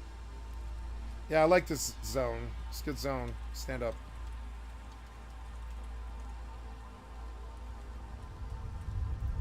All right, so I'm gonna go for another 15 seconds. I'm gonna flee, and I'm gonna drop camera for a minute while I just run in one direction. Oh. Gotta get away from him. I don't want him. Those guys are nasty. They'll fuck up my entire party. It forced me to sit down for a while. So, flee. Jig. Run. Run your little Taru legs. And, there we go. Alright. Back we go. Let's loot this place, which is a whole proposition.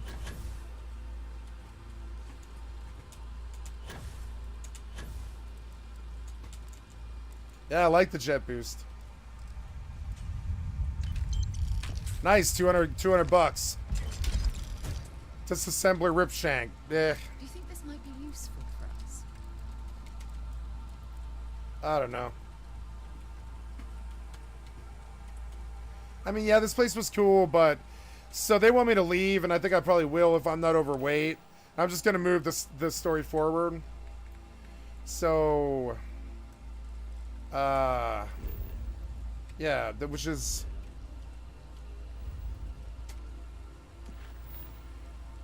This. Going to Piazzi.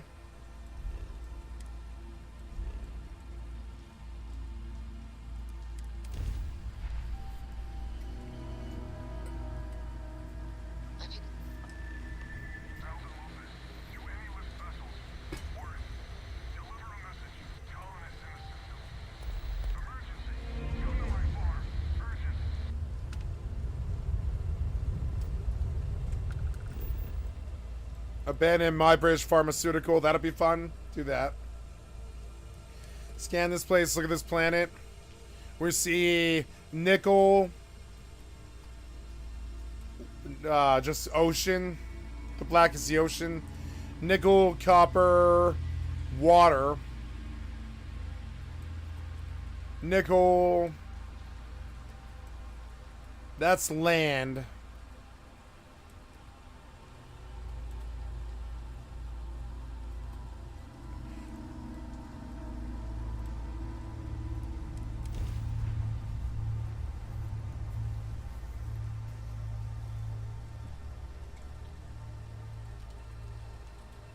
Oh, good. I made it. I made it south. Got to redirect and re-ghost, right?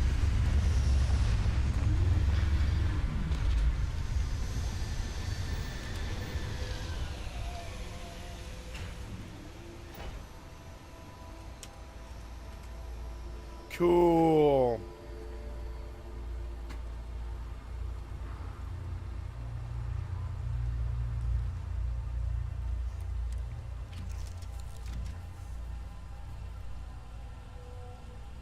We had a nice interstellar journey. We're going to sleep on solid ground.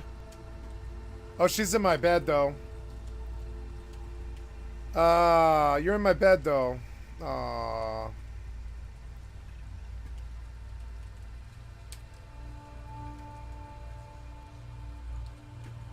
No, you don't get to sleep. Get up. Get out of my bed. I'm the captain of this ship. I'm tired. I have something for Oh, you. yeah? You do? It's not that big of a deal. I picked it up on one of our latest planetary expeditions. I'm more than just an extra gun, you know.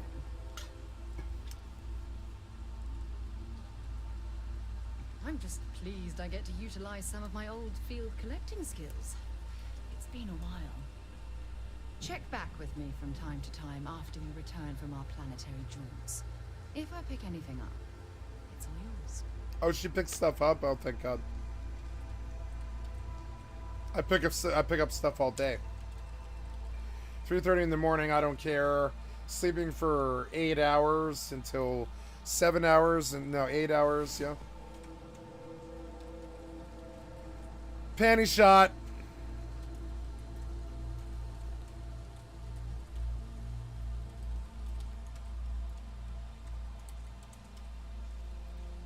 EP. Well, hey there.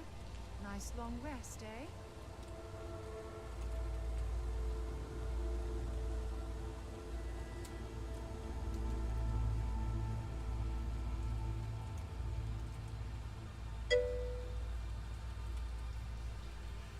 Final Fantasy 11.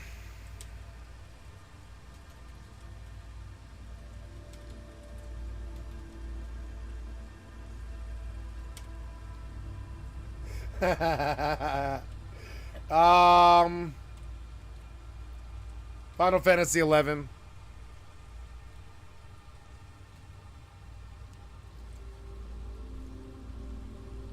It's the truth.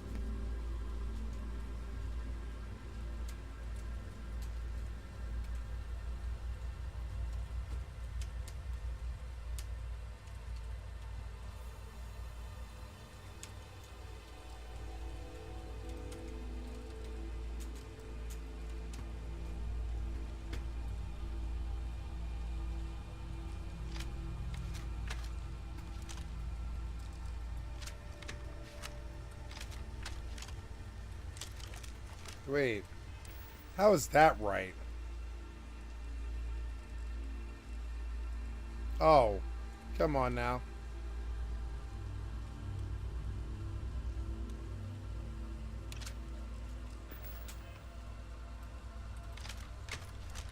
Wait, what? No. That's not right.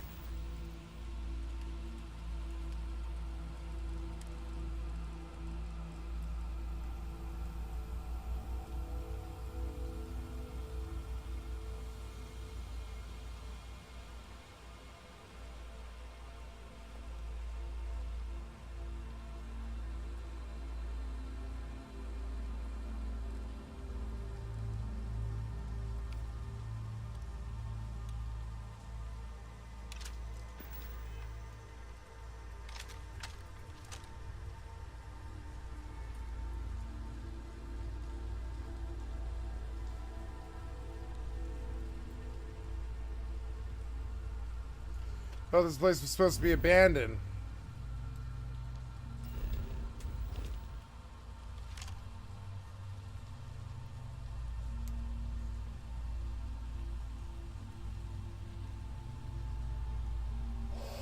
On very hard mode, you must take your time.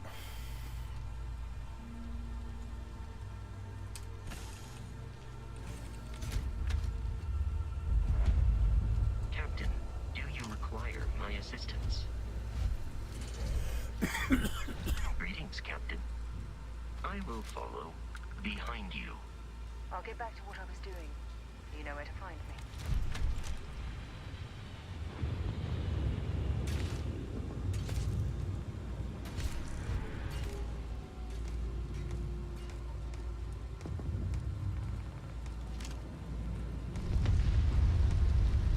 Enemy damage registered.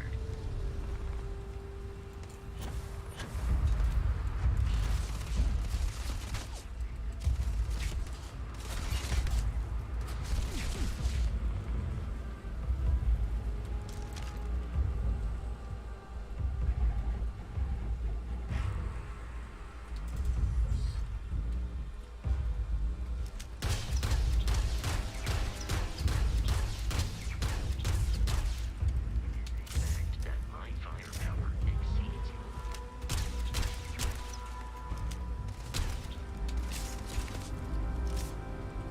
What the fuck was that? I don't know, but in any event, they're not my face. Wasted a bunch of ammo on them.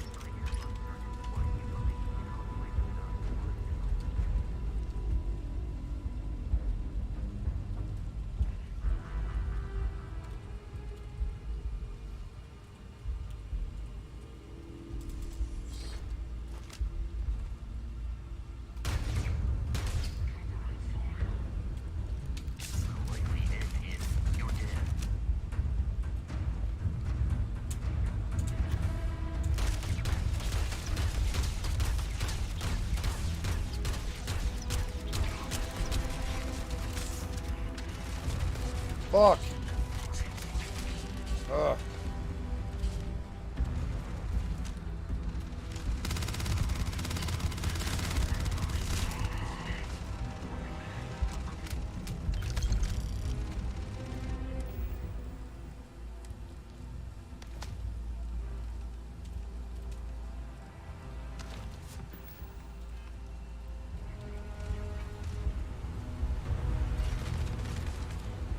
You are not statistically likely to survive this encounter.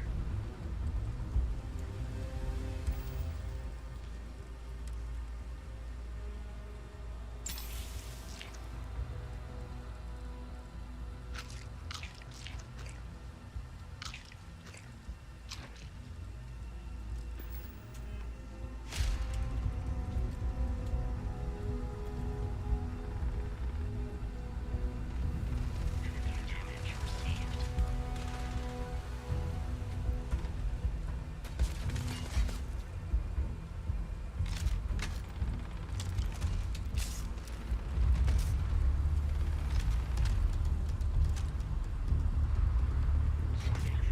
Motherboard shut down.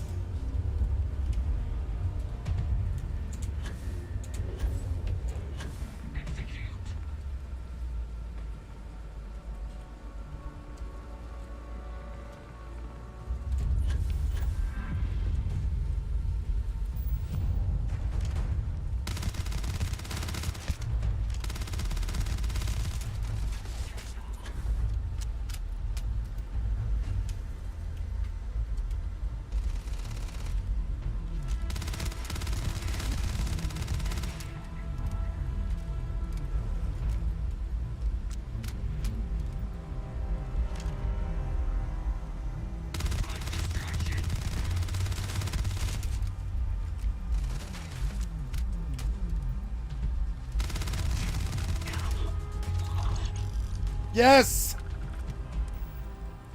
Yes, that helps me a lot. Oh, yes! Look at the damage on it. Oh, no, I'm sorry. What was the damage on it? It was, oh, yeah. 52. It's so good. It's so good. It's so good. Look at it. Yeah. Extended magazine. Med theft. Chance that humans drop extra med packs on death. Yeah. Skip shot. Every 4th shot fires 2 projectiles at once. Mag's 4 size. It's a beautiful weapon. Beautiful. I'm so glad I came here. Yeah. Yeah. Yeah. First of all, we're going to equip it. Second of all, we're going to run it. Yep. Goodbye, Mr. Modified Solstice. Yeah, legendary skip shot. Coachman's with 78 damage, like 7 times the damage of anything else I have. So yeah, suddenly my power level creeps, and we're gonna shotgun these fools. What? Oh, shit. What?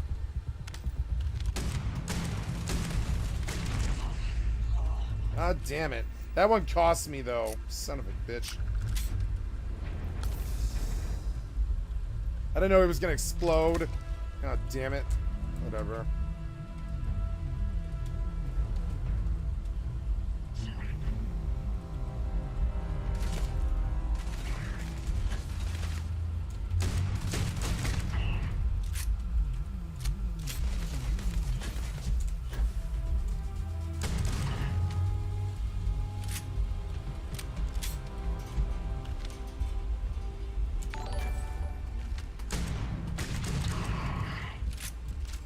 Thank you for the follow. I appreciate it. Oh, whatever.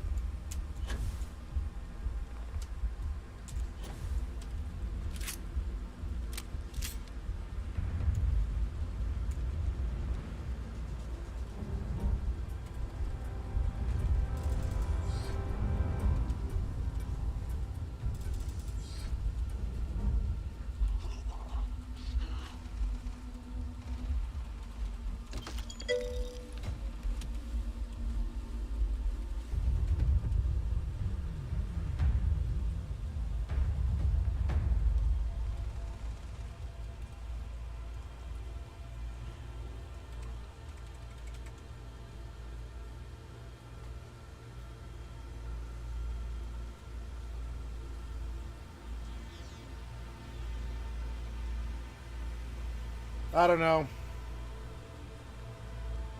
I don't know.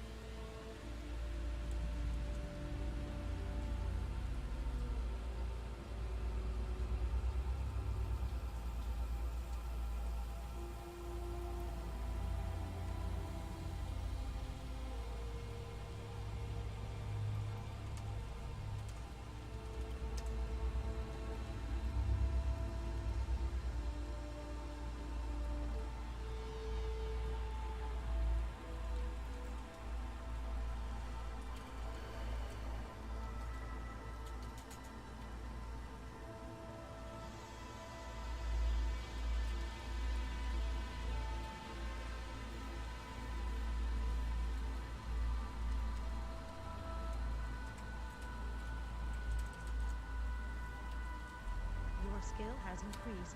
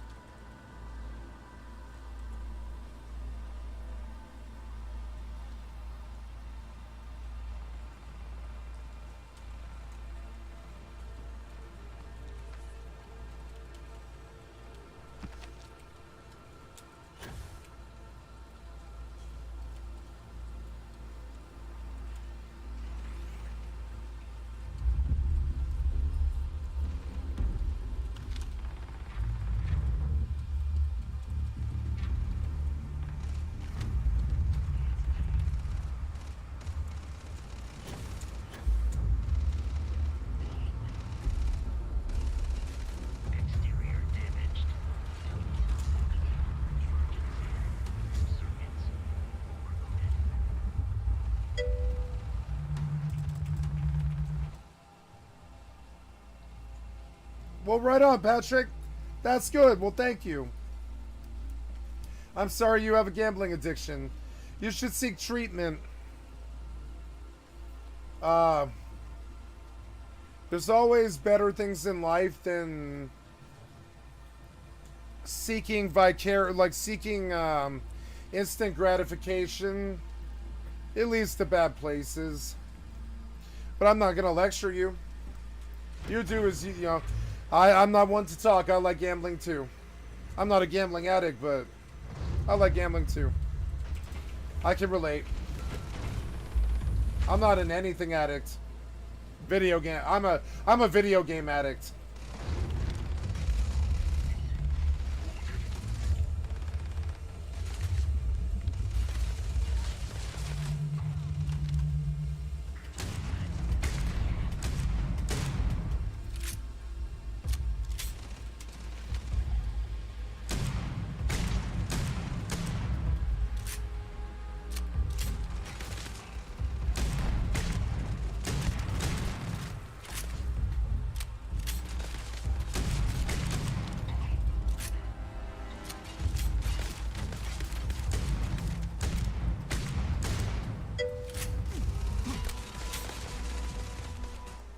A lot of people in the world, Patrick, are dealing with gambling addiction. You're not alone.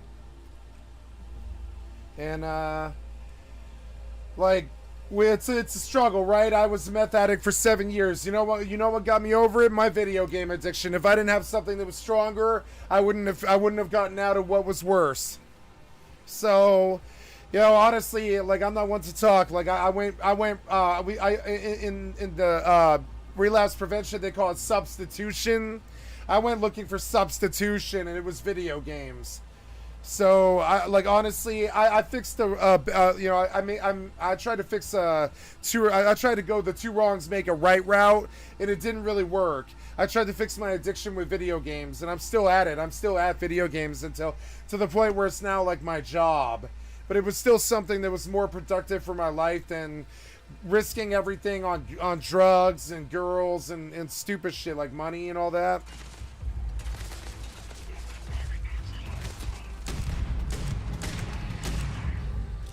We all got problems.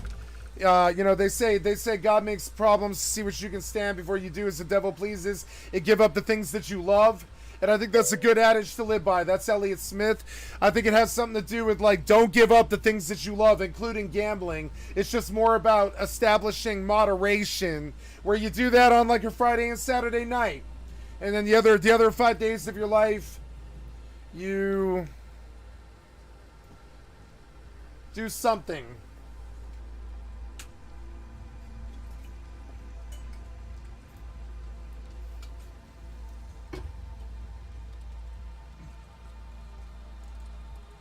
Your skill has increased.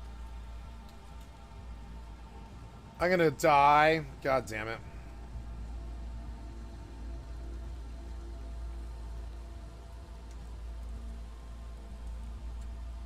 Your skill has increased.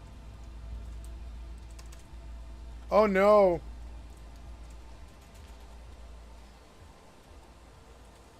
Yep. I'm just gonna go hide. I didn't make it this run because I wasn't paying attention. But that's okay. I think I can get out of this.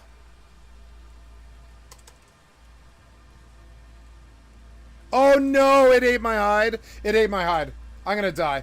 That's okay. I don't think I have anything for this. I could warp, I guess. But honestly, I don't care about the loss of life. Yeah, it's alright. Just kill me. It's all good. Your skill has increased. Yep. Okay. Your skill has increased. Yep, there we go. That's okay. It's not a bad walk back here. It's like 90 seconds or something. I forgot to pay attention to the boss. And that's what happens.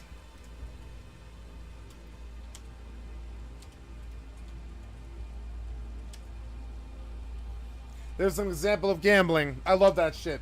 It's one of the reasons why I like it. I like alt-tabbing off and letting the game play itself. See what happens. Oh, I went to the wrong place. Oops. So now, damn it, I should have cleansed the thing. Oh well. It's alright. Almost there. I'm on the last step of the journey. Died on the last boss because I AFK'd for 10 minutes of the fight, which you can't do. You really can't do that. Gotta go to the crystal and... Yeah. Absolutely. Thank you for stopping in. You have a good night.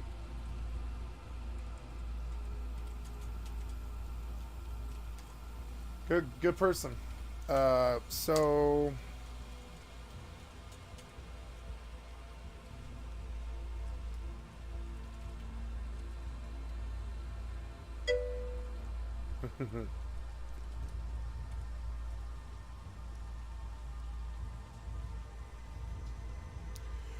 So, I think, yes, I go to the survival guide, actually, which was where I was going. Yeah, I was going to the right place. I went to the wrong place. Oops.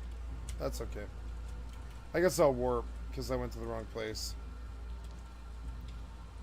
Where will I go? I will go to Windurst. Port Windurst. E. Yes. I reset that. Good thing is I didn't die on Starfield, which is what really matters.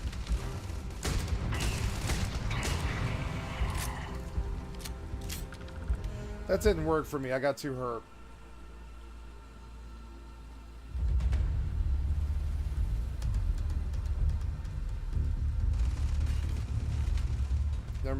I'm already hurt.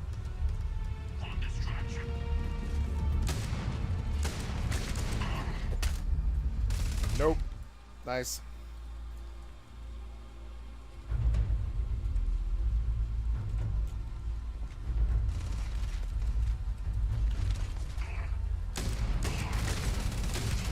God damn it. Fucking dick.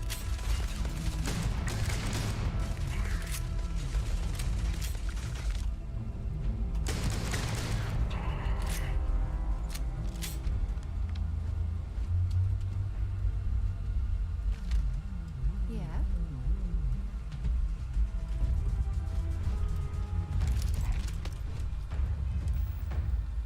Nope.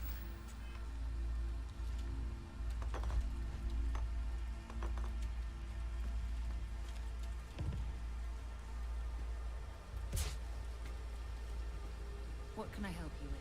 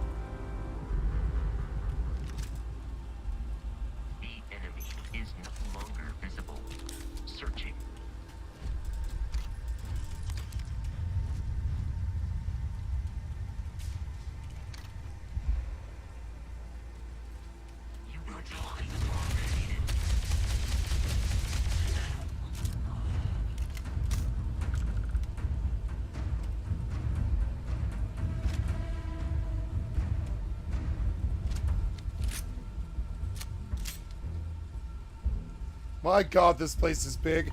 I wouldn't even begin to want to loot this place. I'm just gonna look for med kits and stuff like this. See? Space helmet. See if that's good. Nope, I'm wearing the best.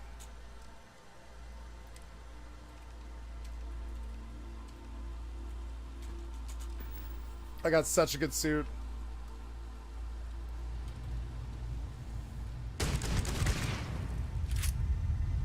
That scared the fuck out of me a little bit.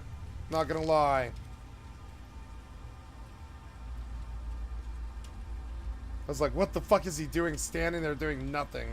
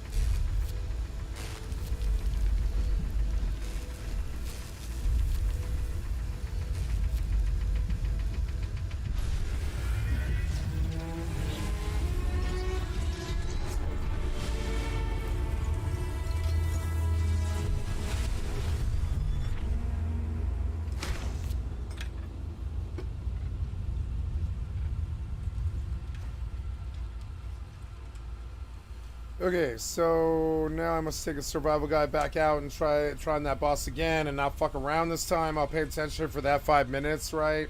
Because I want to be done with this so I can keep leveling. It's what I'm doing right now is called limit break. It means like getting your limit break done so you can go from 55 to 60. I'm currently 55 and I'm XP cap, which means I can't go any further. So anything that I do is pointless until I get this done. So I have to go unlock my levels. So oh no, that's not it. Yep, something about this. It's gonna be... Is it Norvalin? No, it's not Norvalin. It's... is it Rogano? No, it's not Rogano. It's not Kuzats. It's... Is it Volvo? No, it's not Volvo. It's... See, that seems wrong. Seems like...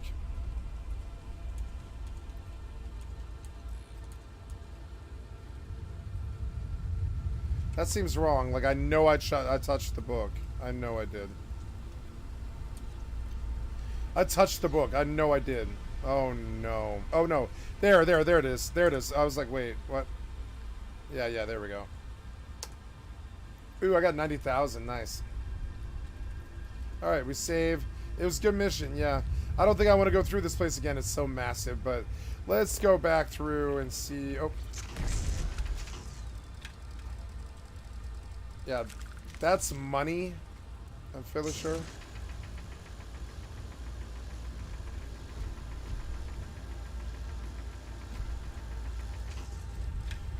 Never mind.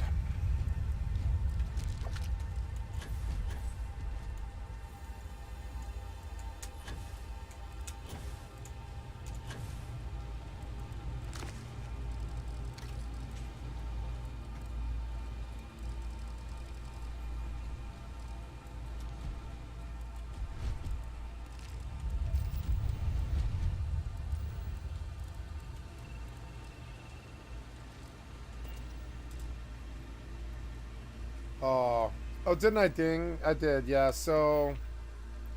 Let's just go get that stupid shit out of the way. Yeah, but... Oh, I had to go further. I had to pick 5 more locks. Fuck, alright. One day I'll be back for you, Master Save. That sucks. Oh. No, I won't be back. You fucked me on this. Amino acids, Hippolaya. Chocolate. Oh, will this guide me? Yeah, well.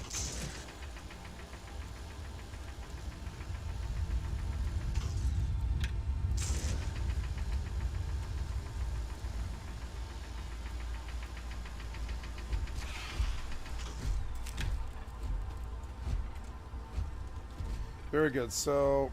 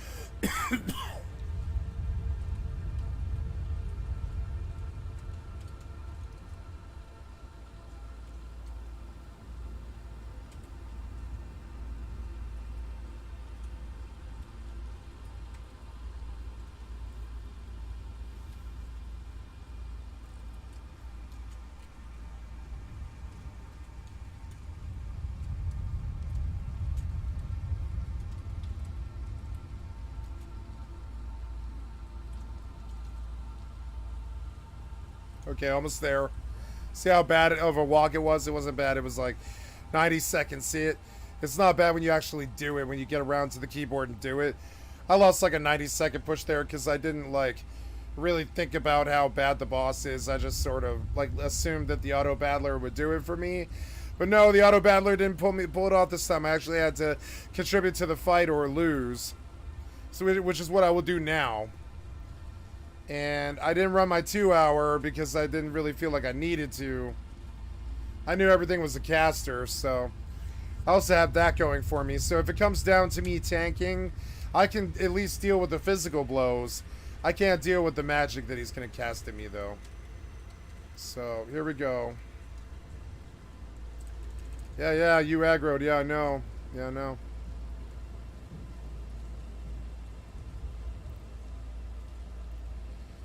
Oh, my God.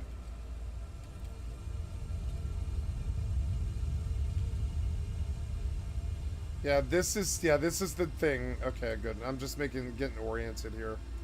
So, go again. We're gonna run sneak attacks.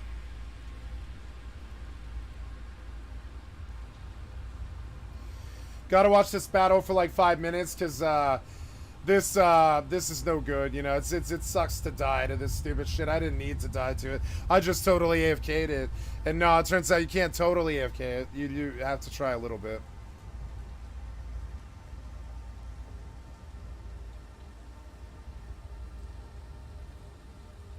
I mean, really, I'm gonna AFK it, but I'm gonna come back a lot more frequently and monitor what's going on.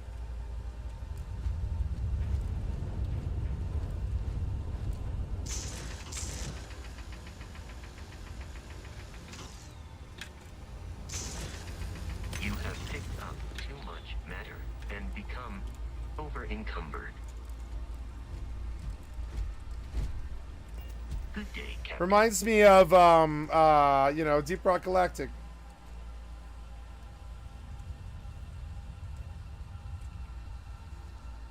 There, see, there was a nasty AoE a bunch of times here, so I'm gonna dump all this TP that I have on heals. Now the fight needs my attention.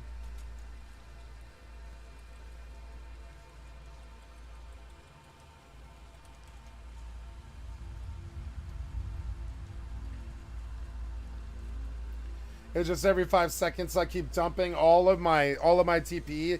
It's healing the party, which is 5 members, and eventually it'll be 6. When I reach like 60, I think. Pausing to idle in this location is not conducive to completing our current objective.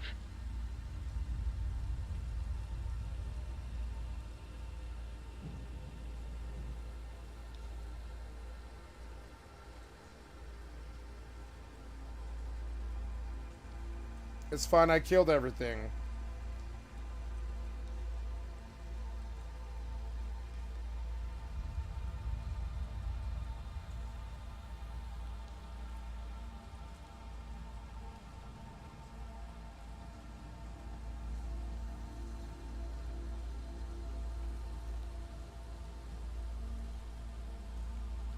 I'm so paralyzed I can't get a heal off.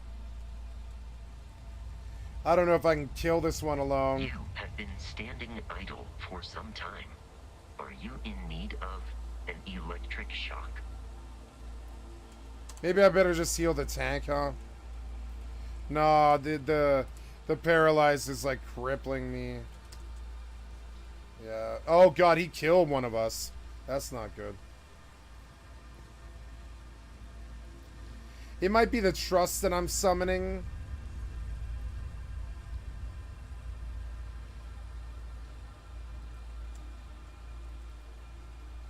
Oh, nope, that's it. So here we go. We flee. Your skill has increased. We're going to go perfect dodge and unlock. There we go.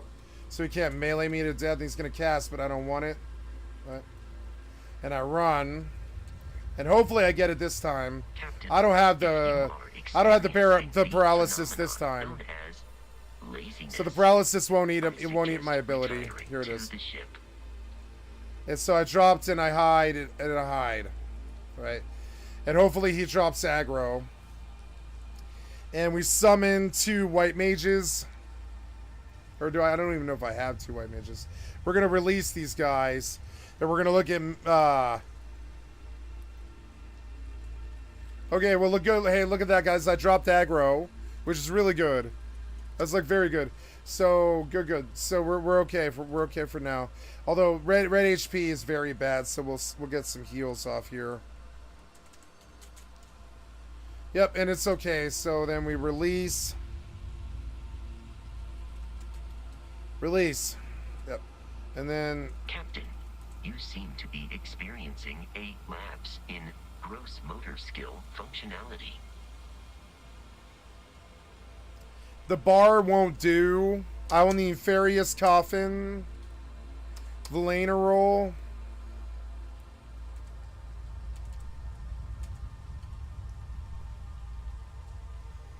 And Miley Ilipo.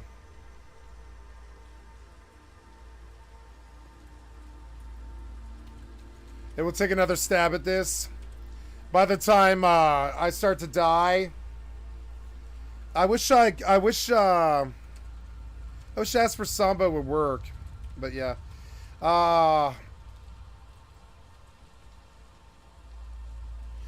let's see if Asper Samba will work to support this party. Cause remaining still while stalking prey is a technique used by many predators. Are you hunting, Captain? Yes.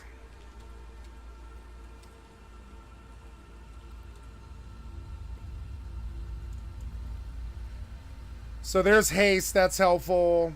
I don't know. Hopefully both of them will cleanse the paralysis enough, you know. And we'll just pray that this is enough mana to support us getting through, you know. That sucked. So there, see, now my first bit, right? Oh, I'm all paralyzed. It sucks. Well, maybe my damage is necessary. I don't know. You have been standing idle for some time. Are you in need of an electric shock?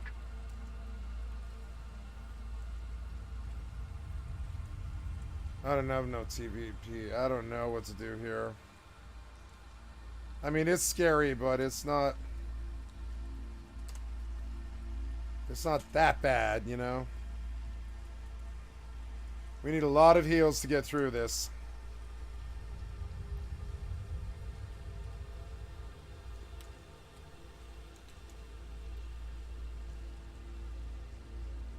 Well, let's just pray that somehow we get through this for a while. Every minute I'm going to come in, I'm going to try and sneak attack when I don't have, like, paralysis on me. Here we go. I'm going to get a sneak attack here.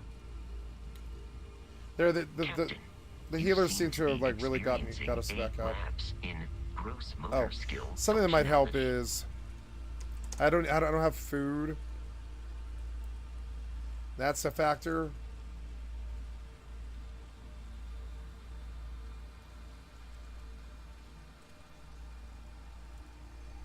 I'm just gonna keep healing like everybody else. See if Asper helps them, but I don't think it does.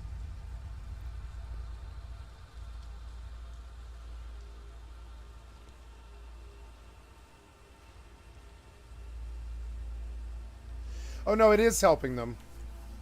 It is helping them with mana. That's good. Well, let's keep healing. Captain, if you are experiencing the phenomenon known as laziness, goodbye.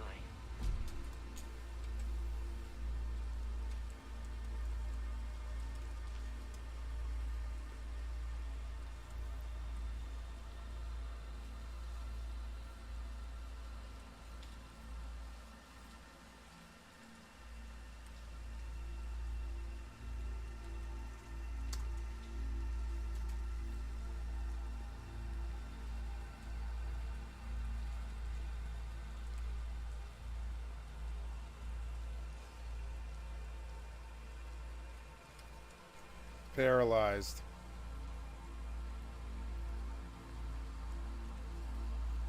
Well, I don't know.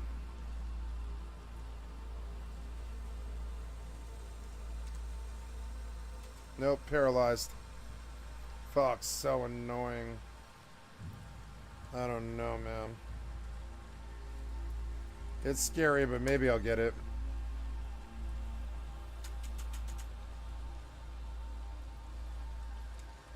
Oh, he one-shot the tank with a 582 fucking, whatever it was. Freeze? It was freeze. He one-shot the tank. I have to run. I have to run. God damn it. Come on, man, run, run, run, run, run, run. Run, run, run. Why would you run? Yep. Nope, nope. I need you to... Nope, he killed me. 379. Well, that's kind of interesting.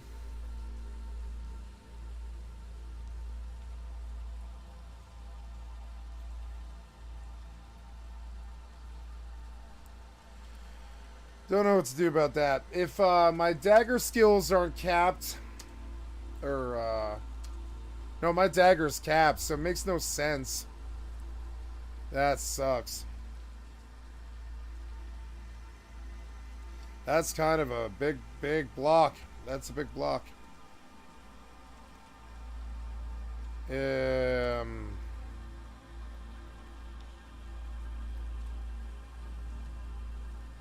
Oh, I bet I know what I need to do. Okay. I think I see what they want from me. So, let's look at, gonna look at, not Record of Eminence, but quests. Oh yeah, let's go back to Starfield here for a bit. That's kind of annoying, but I'm safe in town. I'll think about it. I've got to go get another trust unlocked. With a black, or sorry, with I don't know. Maybe what we need is damage. I'm gonna go back and try with melee damage and see if it's good enough. Because all those heals, they don't do any damage, and damage is the problem. So, well, I mean, yeah, I need a paladin and I need the healer, but I think the other person could be a samurai. That might actually be better.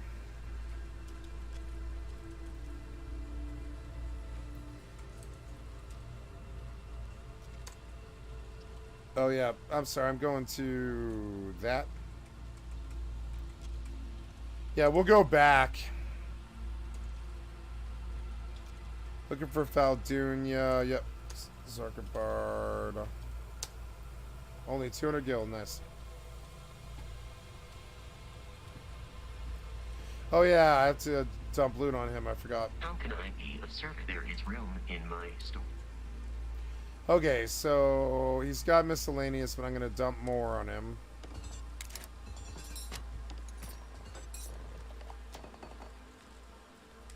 Resources. Now he's full? Oh, he's full now? Alright, well.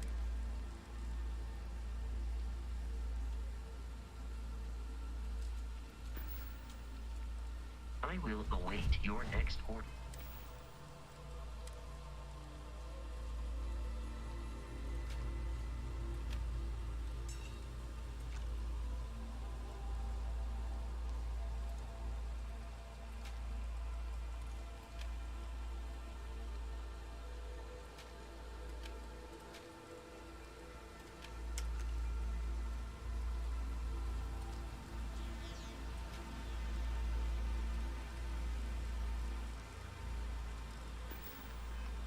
Here.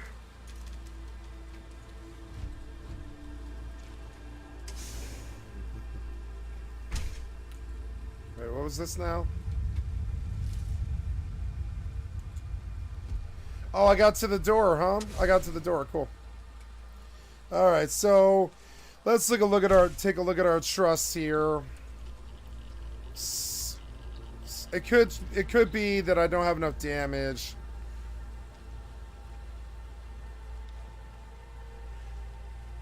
I mean, really, the paralysis is a problem. Nobody's doing any damage, and there's not really anything I can do about that. I think I need another trust. I think I need another trust in the background where it's just not strong enough, and this isn't the path. I don't think this is the path. I'm gonna go back to Windhurst.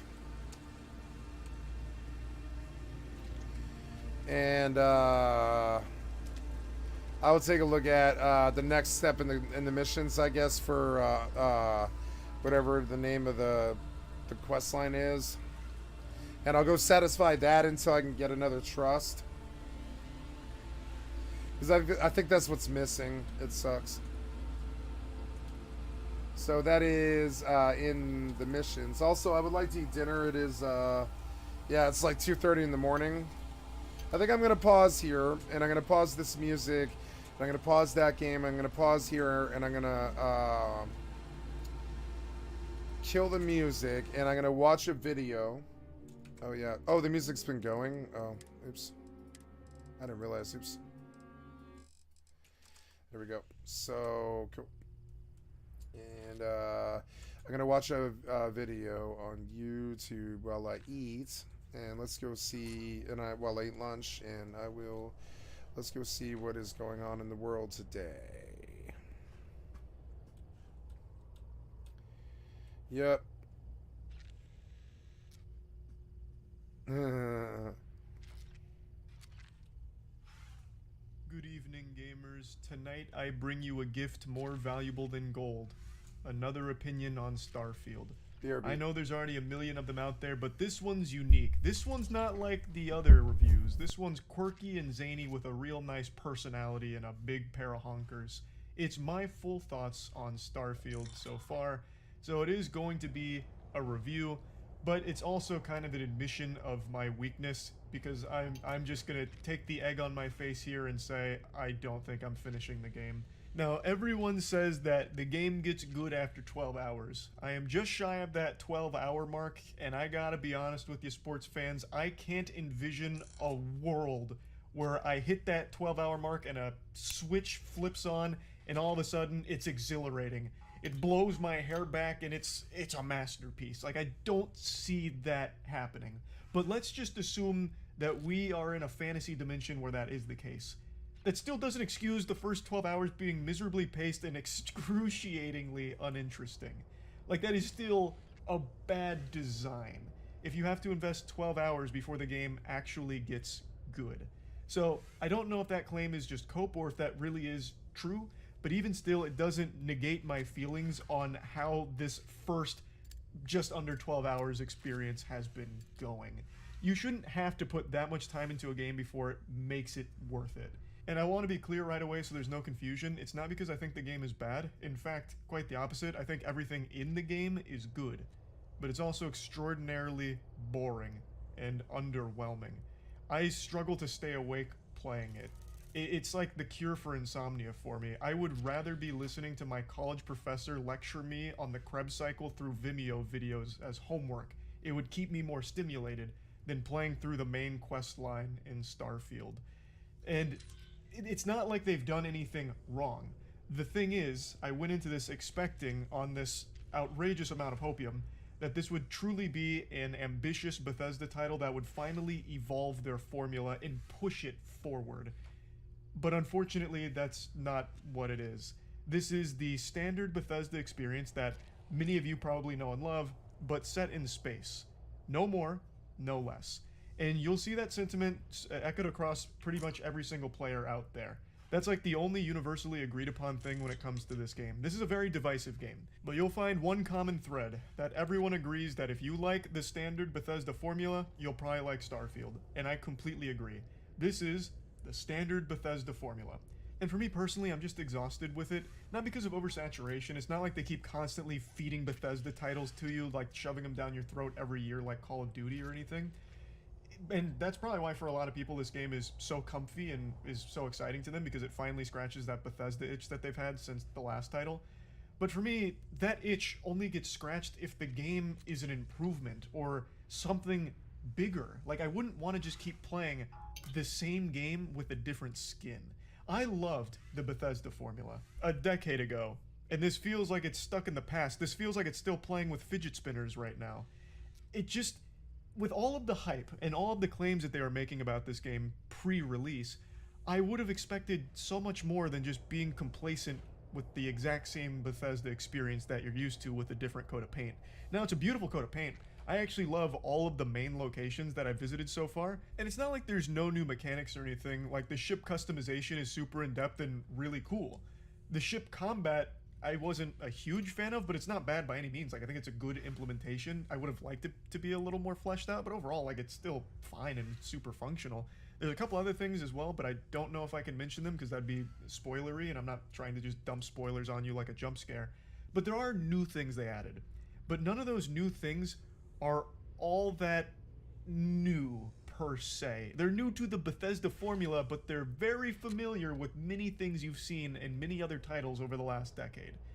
That doesn't make them bad. Again, I don't think there's actually anything bad in the game, aside from the main quest storyline. The writing in the main quest line is lazier than my summer book reports in high school. Like, it is kind of laughable at points. They really phone that in. It is some formulaic silliness. I don't want to get too deep on it, but that was the only thing that I think is like actually weak. Everything else is fine and good in certain cases.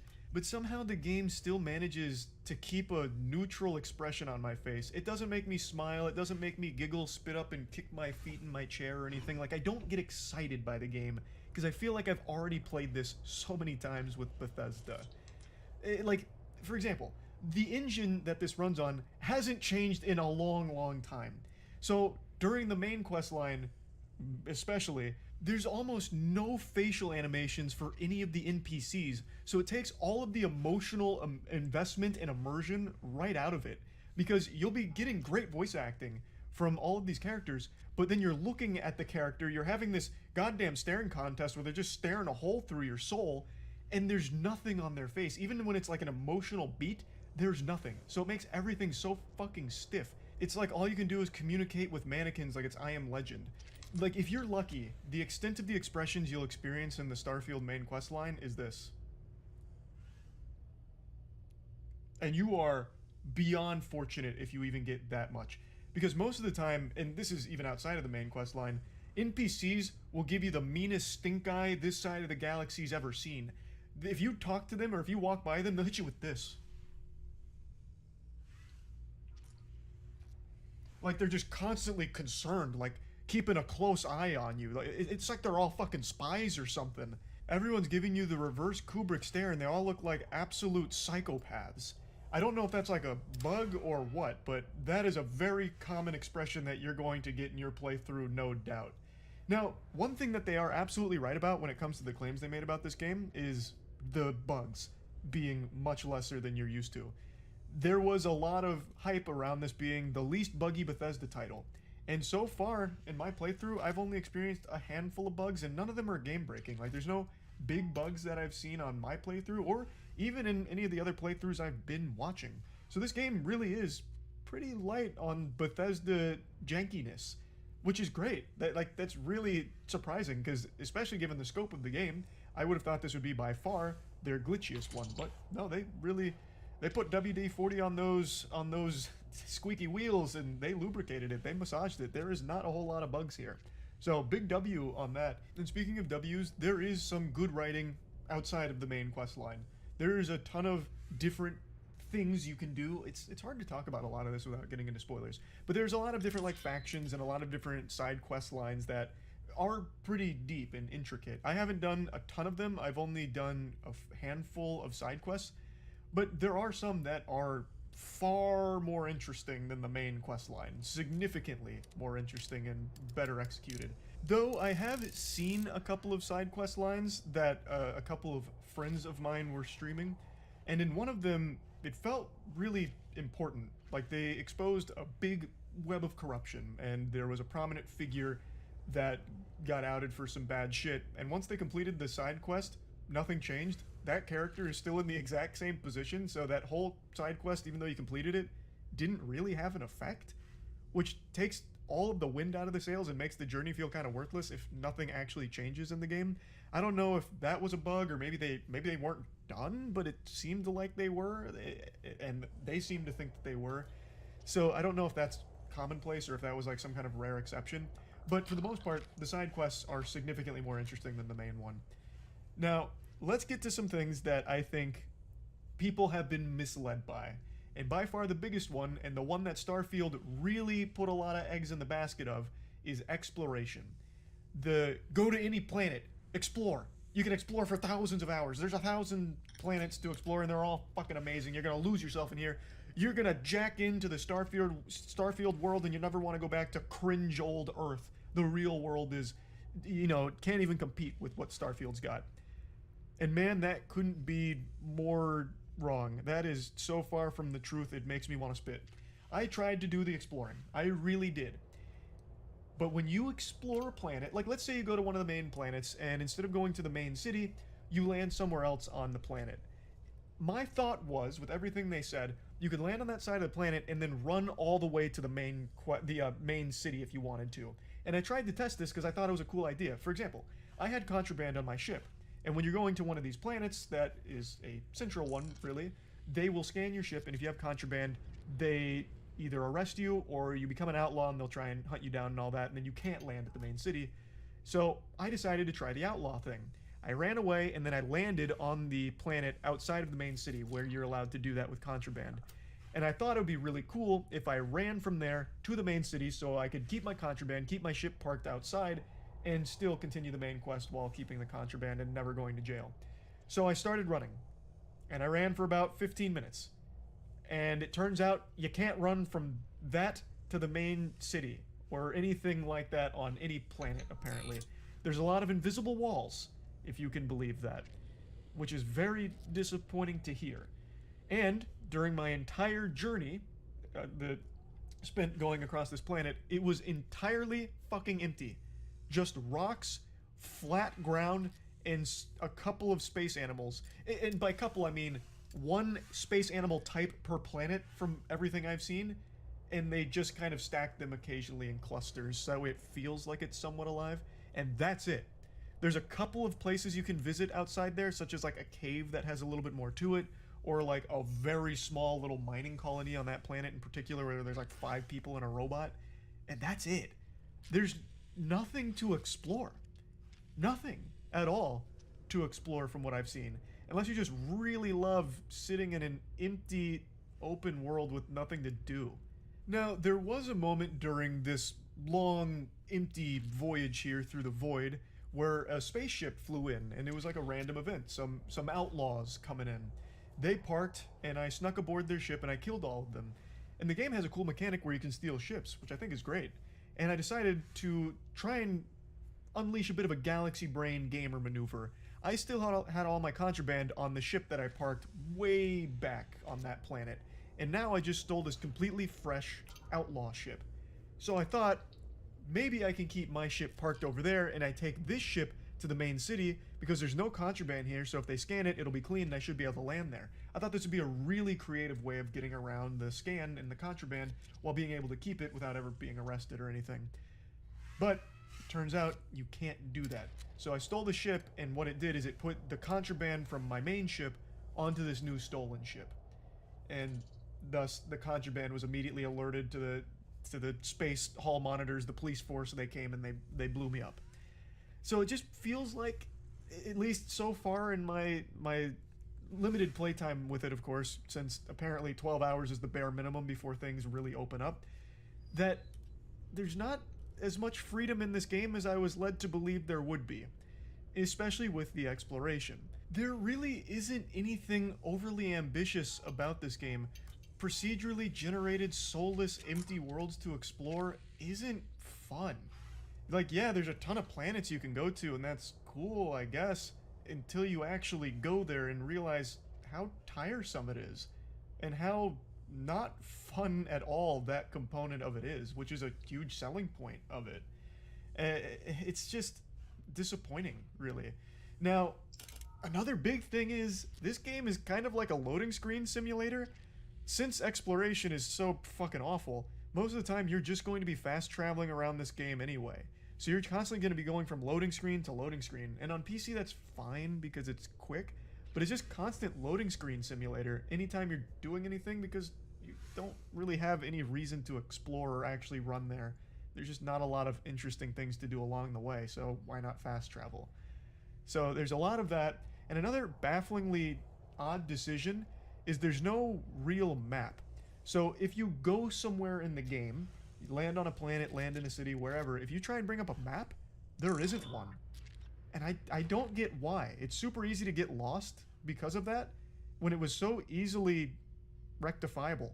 Just put a fucking map. Like, it's 2023 and now we took away the map? Like, that doesn't make any sense. Like, what's there is bad. Like, it's not even replacing a map, it's just there is none. What you can do is pull up your scanner and do like 360 degrees in circles to try and locate the interesting point you want to go to. Like if you want to go to the industrial district of a place, you can pull up your scanner and then look around with your character and then see over there, and then you can run at it. But there's no actual map, so it gets very confusing, like pretty often actually, until you really start to become super familiar with the locations. And another decision that's just, I don't understand why they wouldn't even think to include it, is there's no vehicles to explore the empty worlds. Like if there was vehicles or a faster way of traversing them, I guess it could be a little more interesting, because then at least it wouldn't be a massive time investment of doing nothing. But there's no like Mako or anything. There's no vehicle to get you around in any kind of timely fashion. So it just makes it even more monotonous. At least there's not so far, and I haven't seen one from any of the footage I've watched from this, from any of the streamers. I guess it's possible that there is later, maybe, I don't really know, but even still, it is a huge oversight not to at least have something to make exploring a little more interesting and a little less slow. At least I feel like it's an oversight not to have something like that, because all it can do is improve the game by making it a little more fun to just get from point A to point B. But yeah, another thing, the combat is better in this game than most Bethesda games in terms of like how fluid and smooth the shooting itself is. Like the gameplay is smoother, for sure. And the jetpack, I'm not using the jetpack in my playthrough, I'm doing a fucking caveman build, so mainly melee. The jetpack is cool from everything I've seen, and it has some nice perks that can make things very interesting. So I do think Bethesda has polished off their shooting in particular here, so the combat does feel a bit more fluid, thanks to making it a less janky game than, you know, what we're used to from Bethesda. But that being said, it's still exactly what we're used to with Bethesda when it comes to its gameplay loop. It's exactly the fucking same. The combat here is literally just Fallout combat, but without VATS. And it, like I said, it is smoother, but it's still just the same goddamn thing.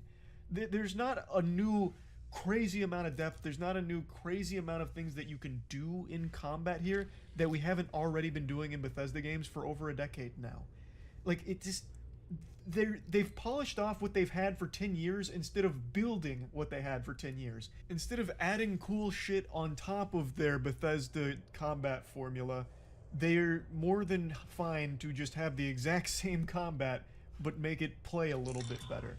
And again, for a lot of people, that's fine. There's a lot of people out there that don't want any kind of, like, big changes to the combat in Bethesda games or new additions. They're totally fine if they can just deliver the exact same combat, but without the jankiness. I wish to register my opinion here. I've watched 17 minutes of this and it's coming to the end. Moist has good points. Better than I thought he would have. And he is right about everything he said. Unfortunately. Now, my thing about this is the gameplay loop has always been good. And that's what they're supplying. And I like the new venue more than Fallout 76, right? Now, and it goes on like a battle simulator forever. And then on top of it, now, oh, and I'm sorry, I have my video going here. Sorry, there we go. Sorry, so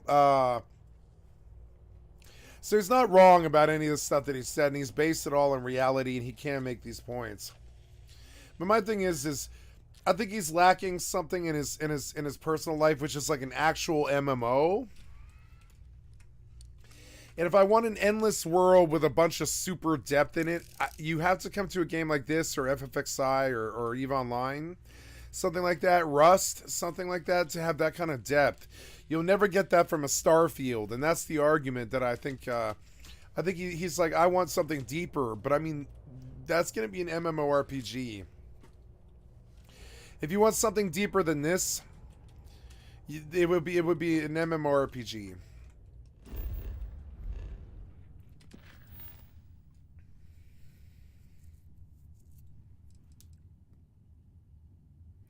Oh, I got the artifacts. Okay.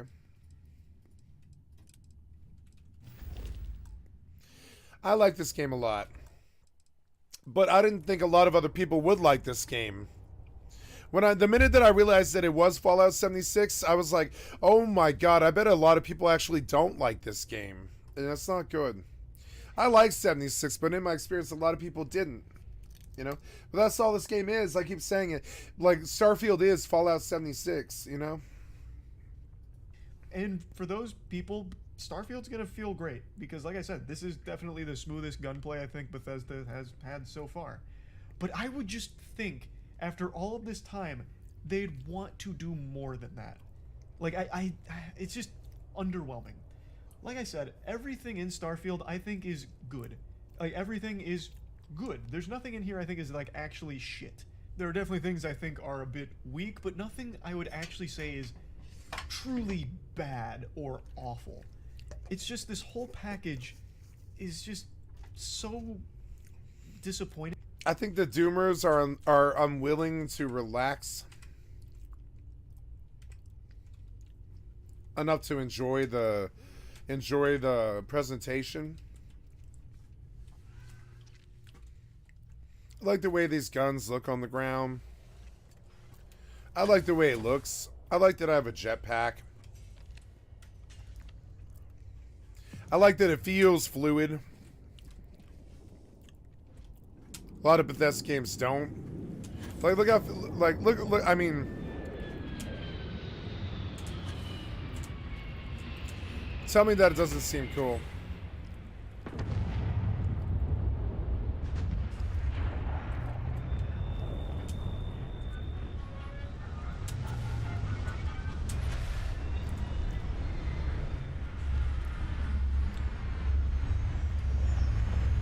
Fuck is this?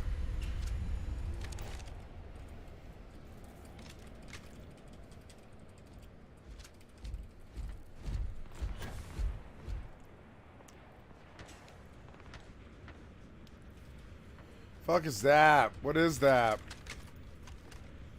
What is that?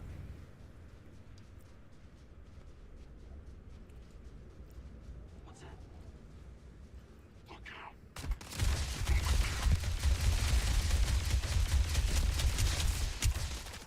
Engaging target.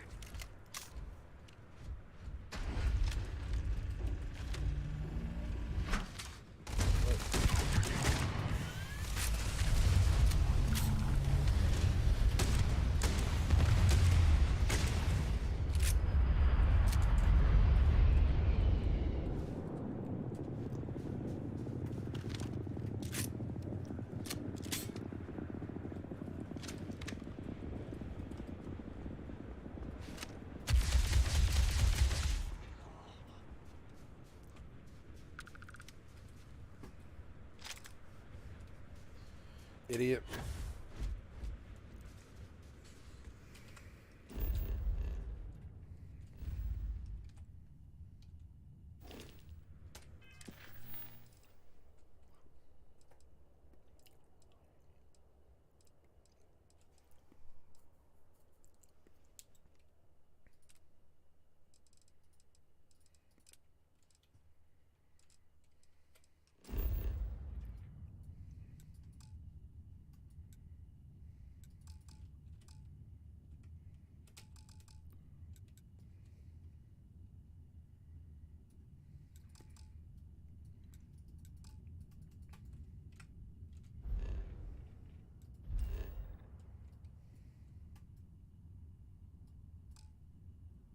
Oh, I'm in combat?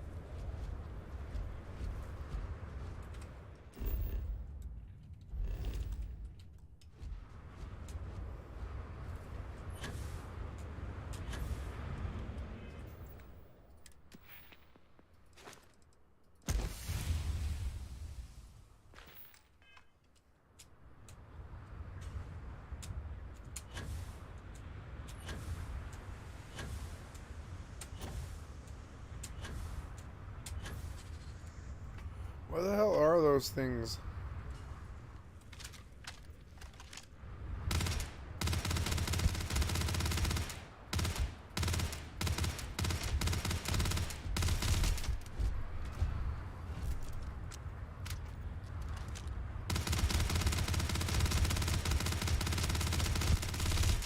Oh, damn it.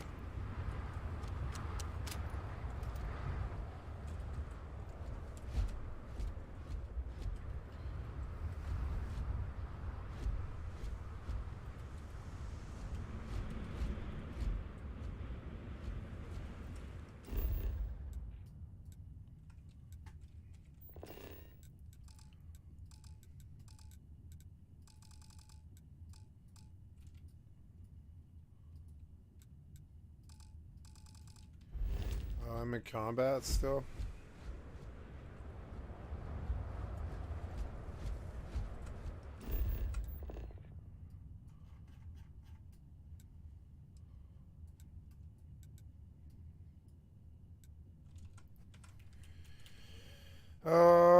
I have to follow the story, and that's kind of annoying. What is that? It's, is it add-ons? Yeah, it's Rhapsodies of Anadale, right? So the path on travel.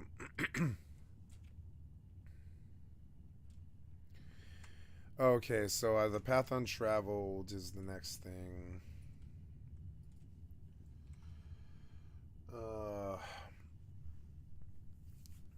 Okay, guys, I hate to bail on you here, but I believe I'm actually going to stop early. Kind of got like a block here with Final Fantasy, and I'm not going to get far without a bunch of bullshit that I don't want to do. And Starfield's been good, but I don't know. I do have to be up in the middle of the day tomorrow. I kind of have a previous obligation that I must be ready for, and so I'm going to take the rest over working tonight because I do have like kind of a busy couple days coming up here. So yeah. So thank you so much, guys, for hanging around. I'm going to stop. I love you guys. Talk to you. Oh, and just a reminder, if you wish to donate, please follow or like sub. And if you like what you saw here, sorry. I am skycat.live. I have this is my address. You know, skycat.live. Come click on the cat's face to donate. Thank you so much for your time, and that's it. Thank you so much for hanging out with me today. I'm sorry to bail on you so early, but I'd rather get an early start tomorrow. It'll be probably around like maybe 2 or 3, maybe even earlier, like 1 or 2. But tomorrow afternoon I'll be on at like 2 o'clock, and I'll be on all evening. And I will be rested and not so tired and stuff. So thank you so much for hanging around with me.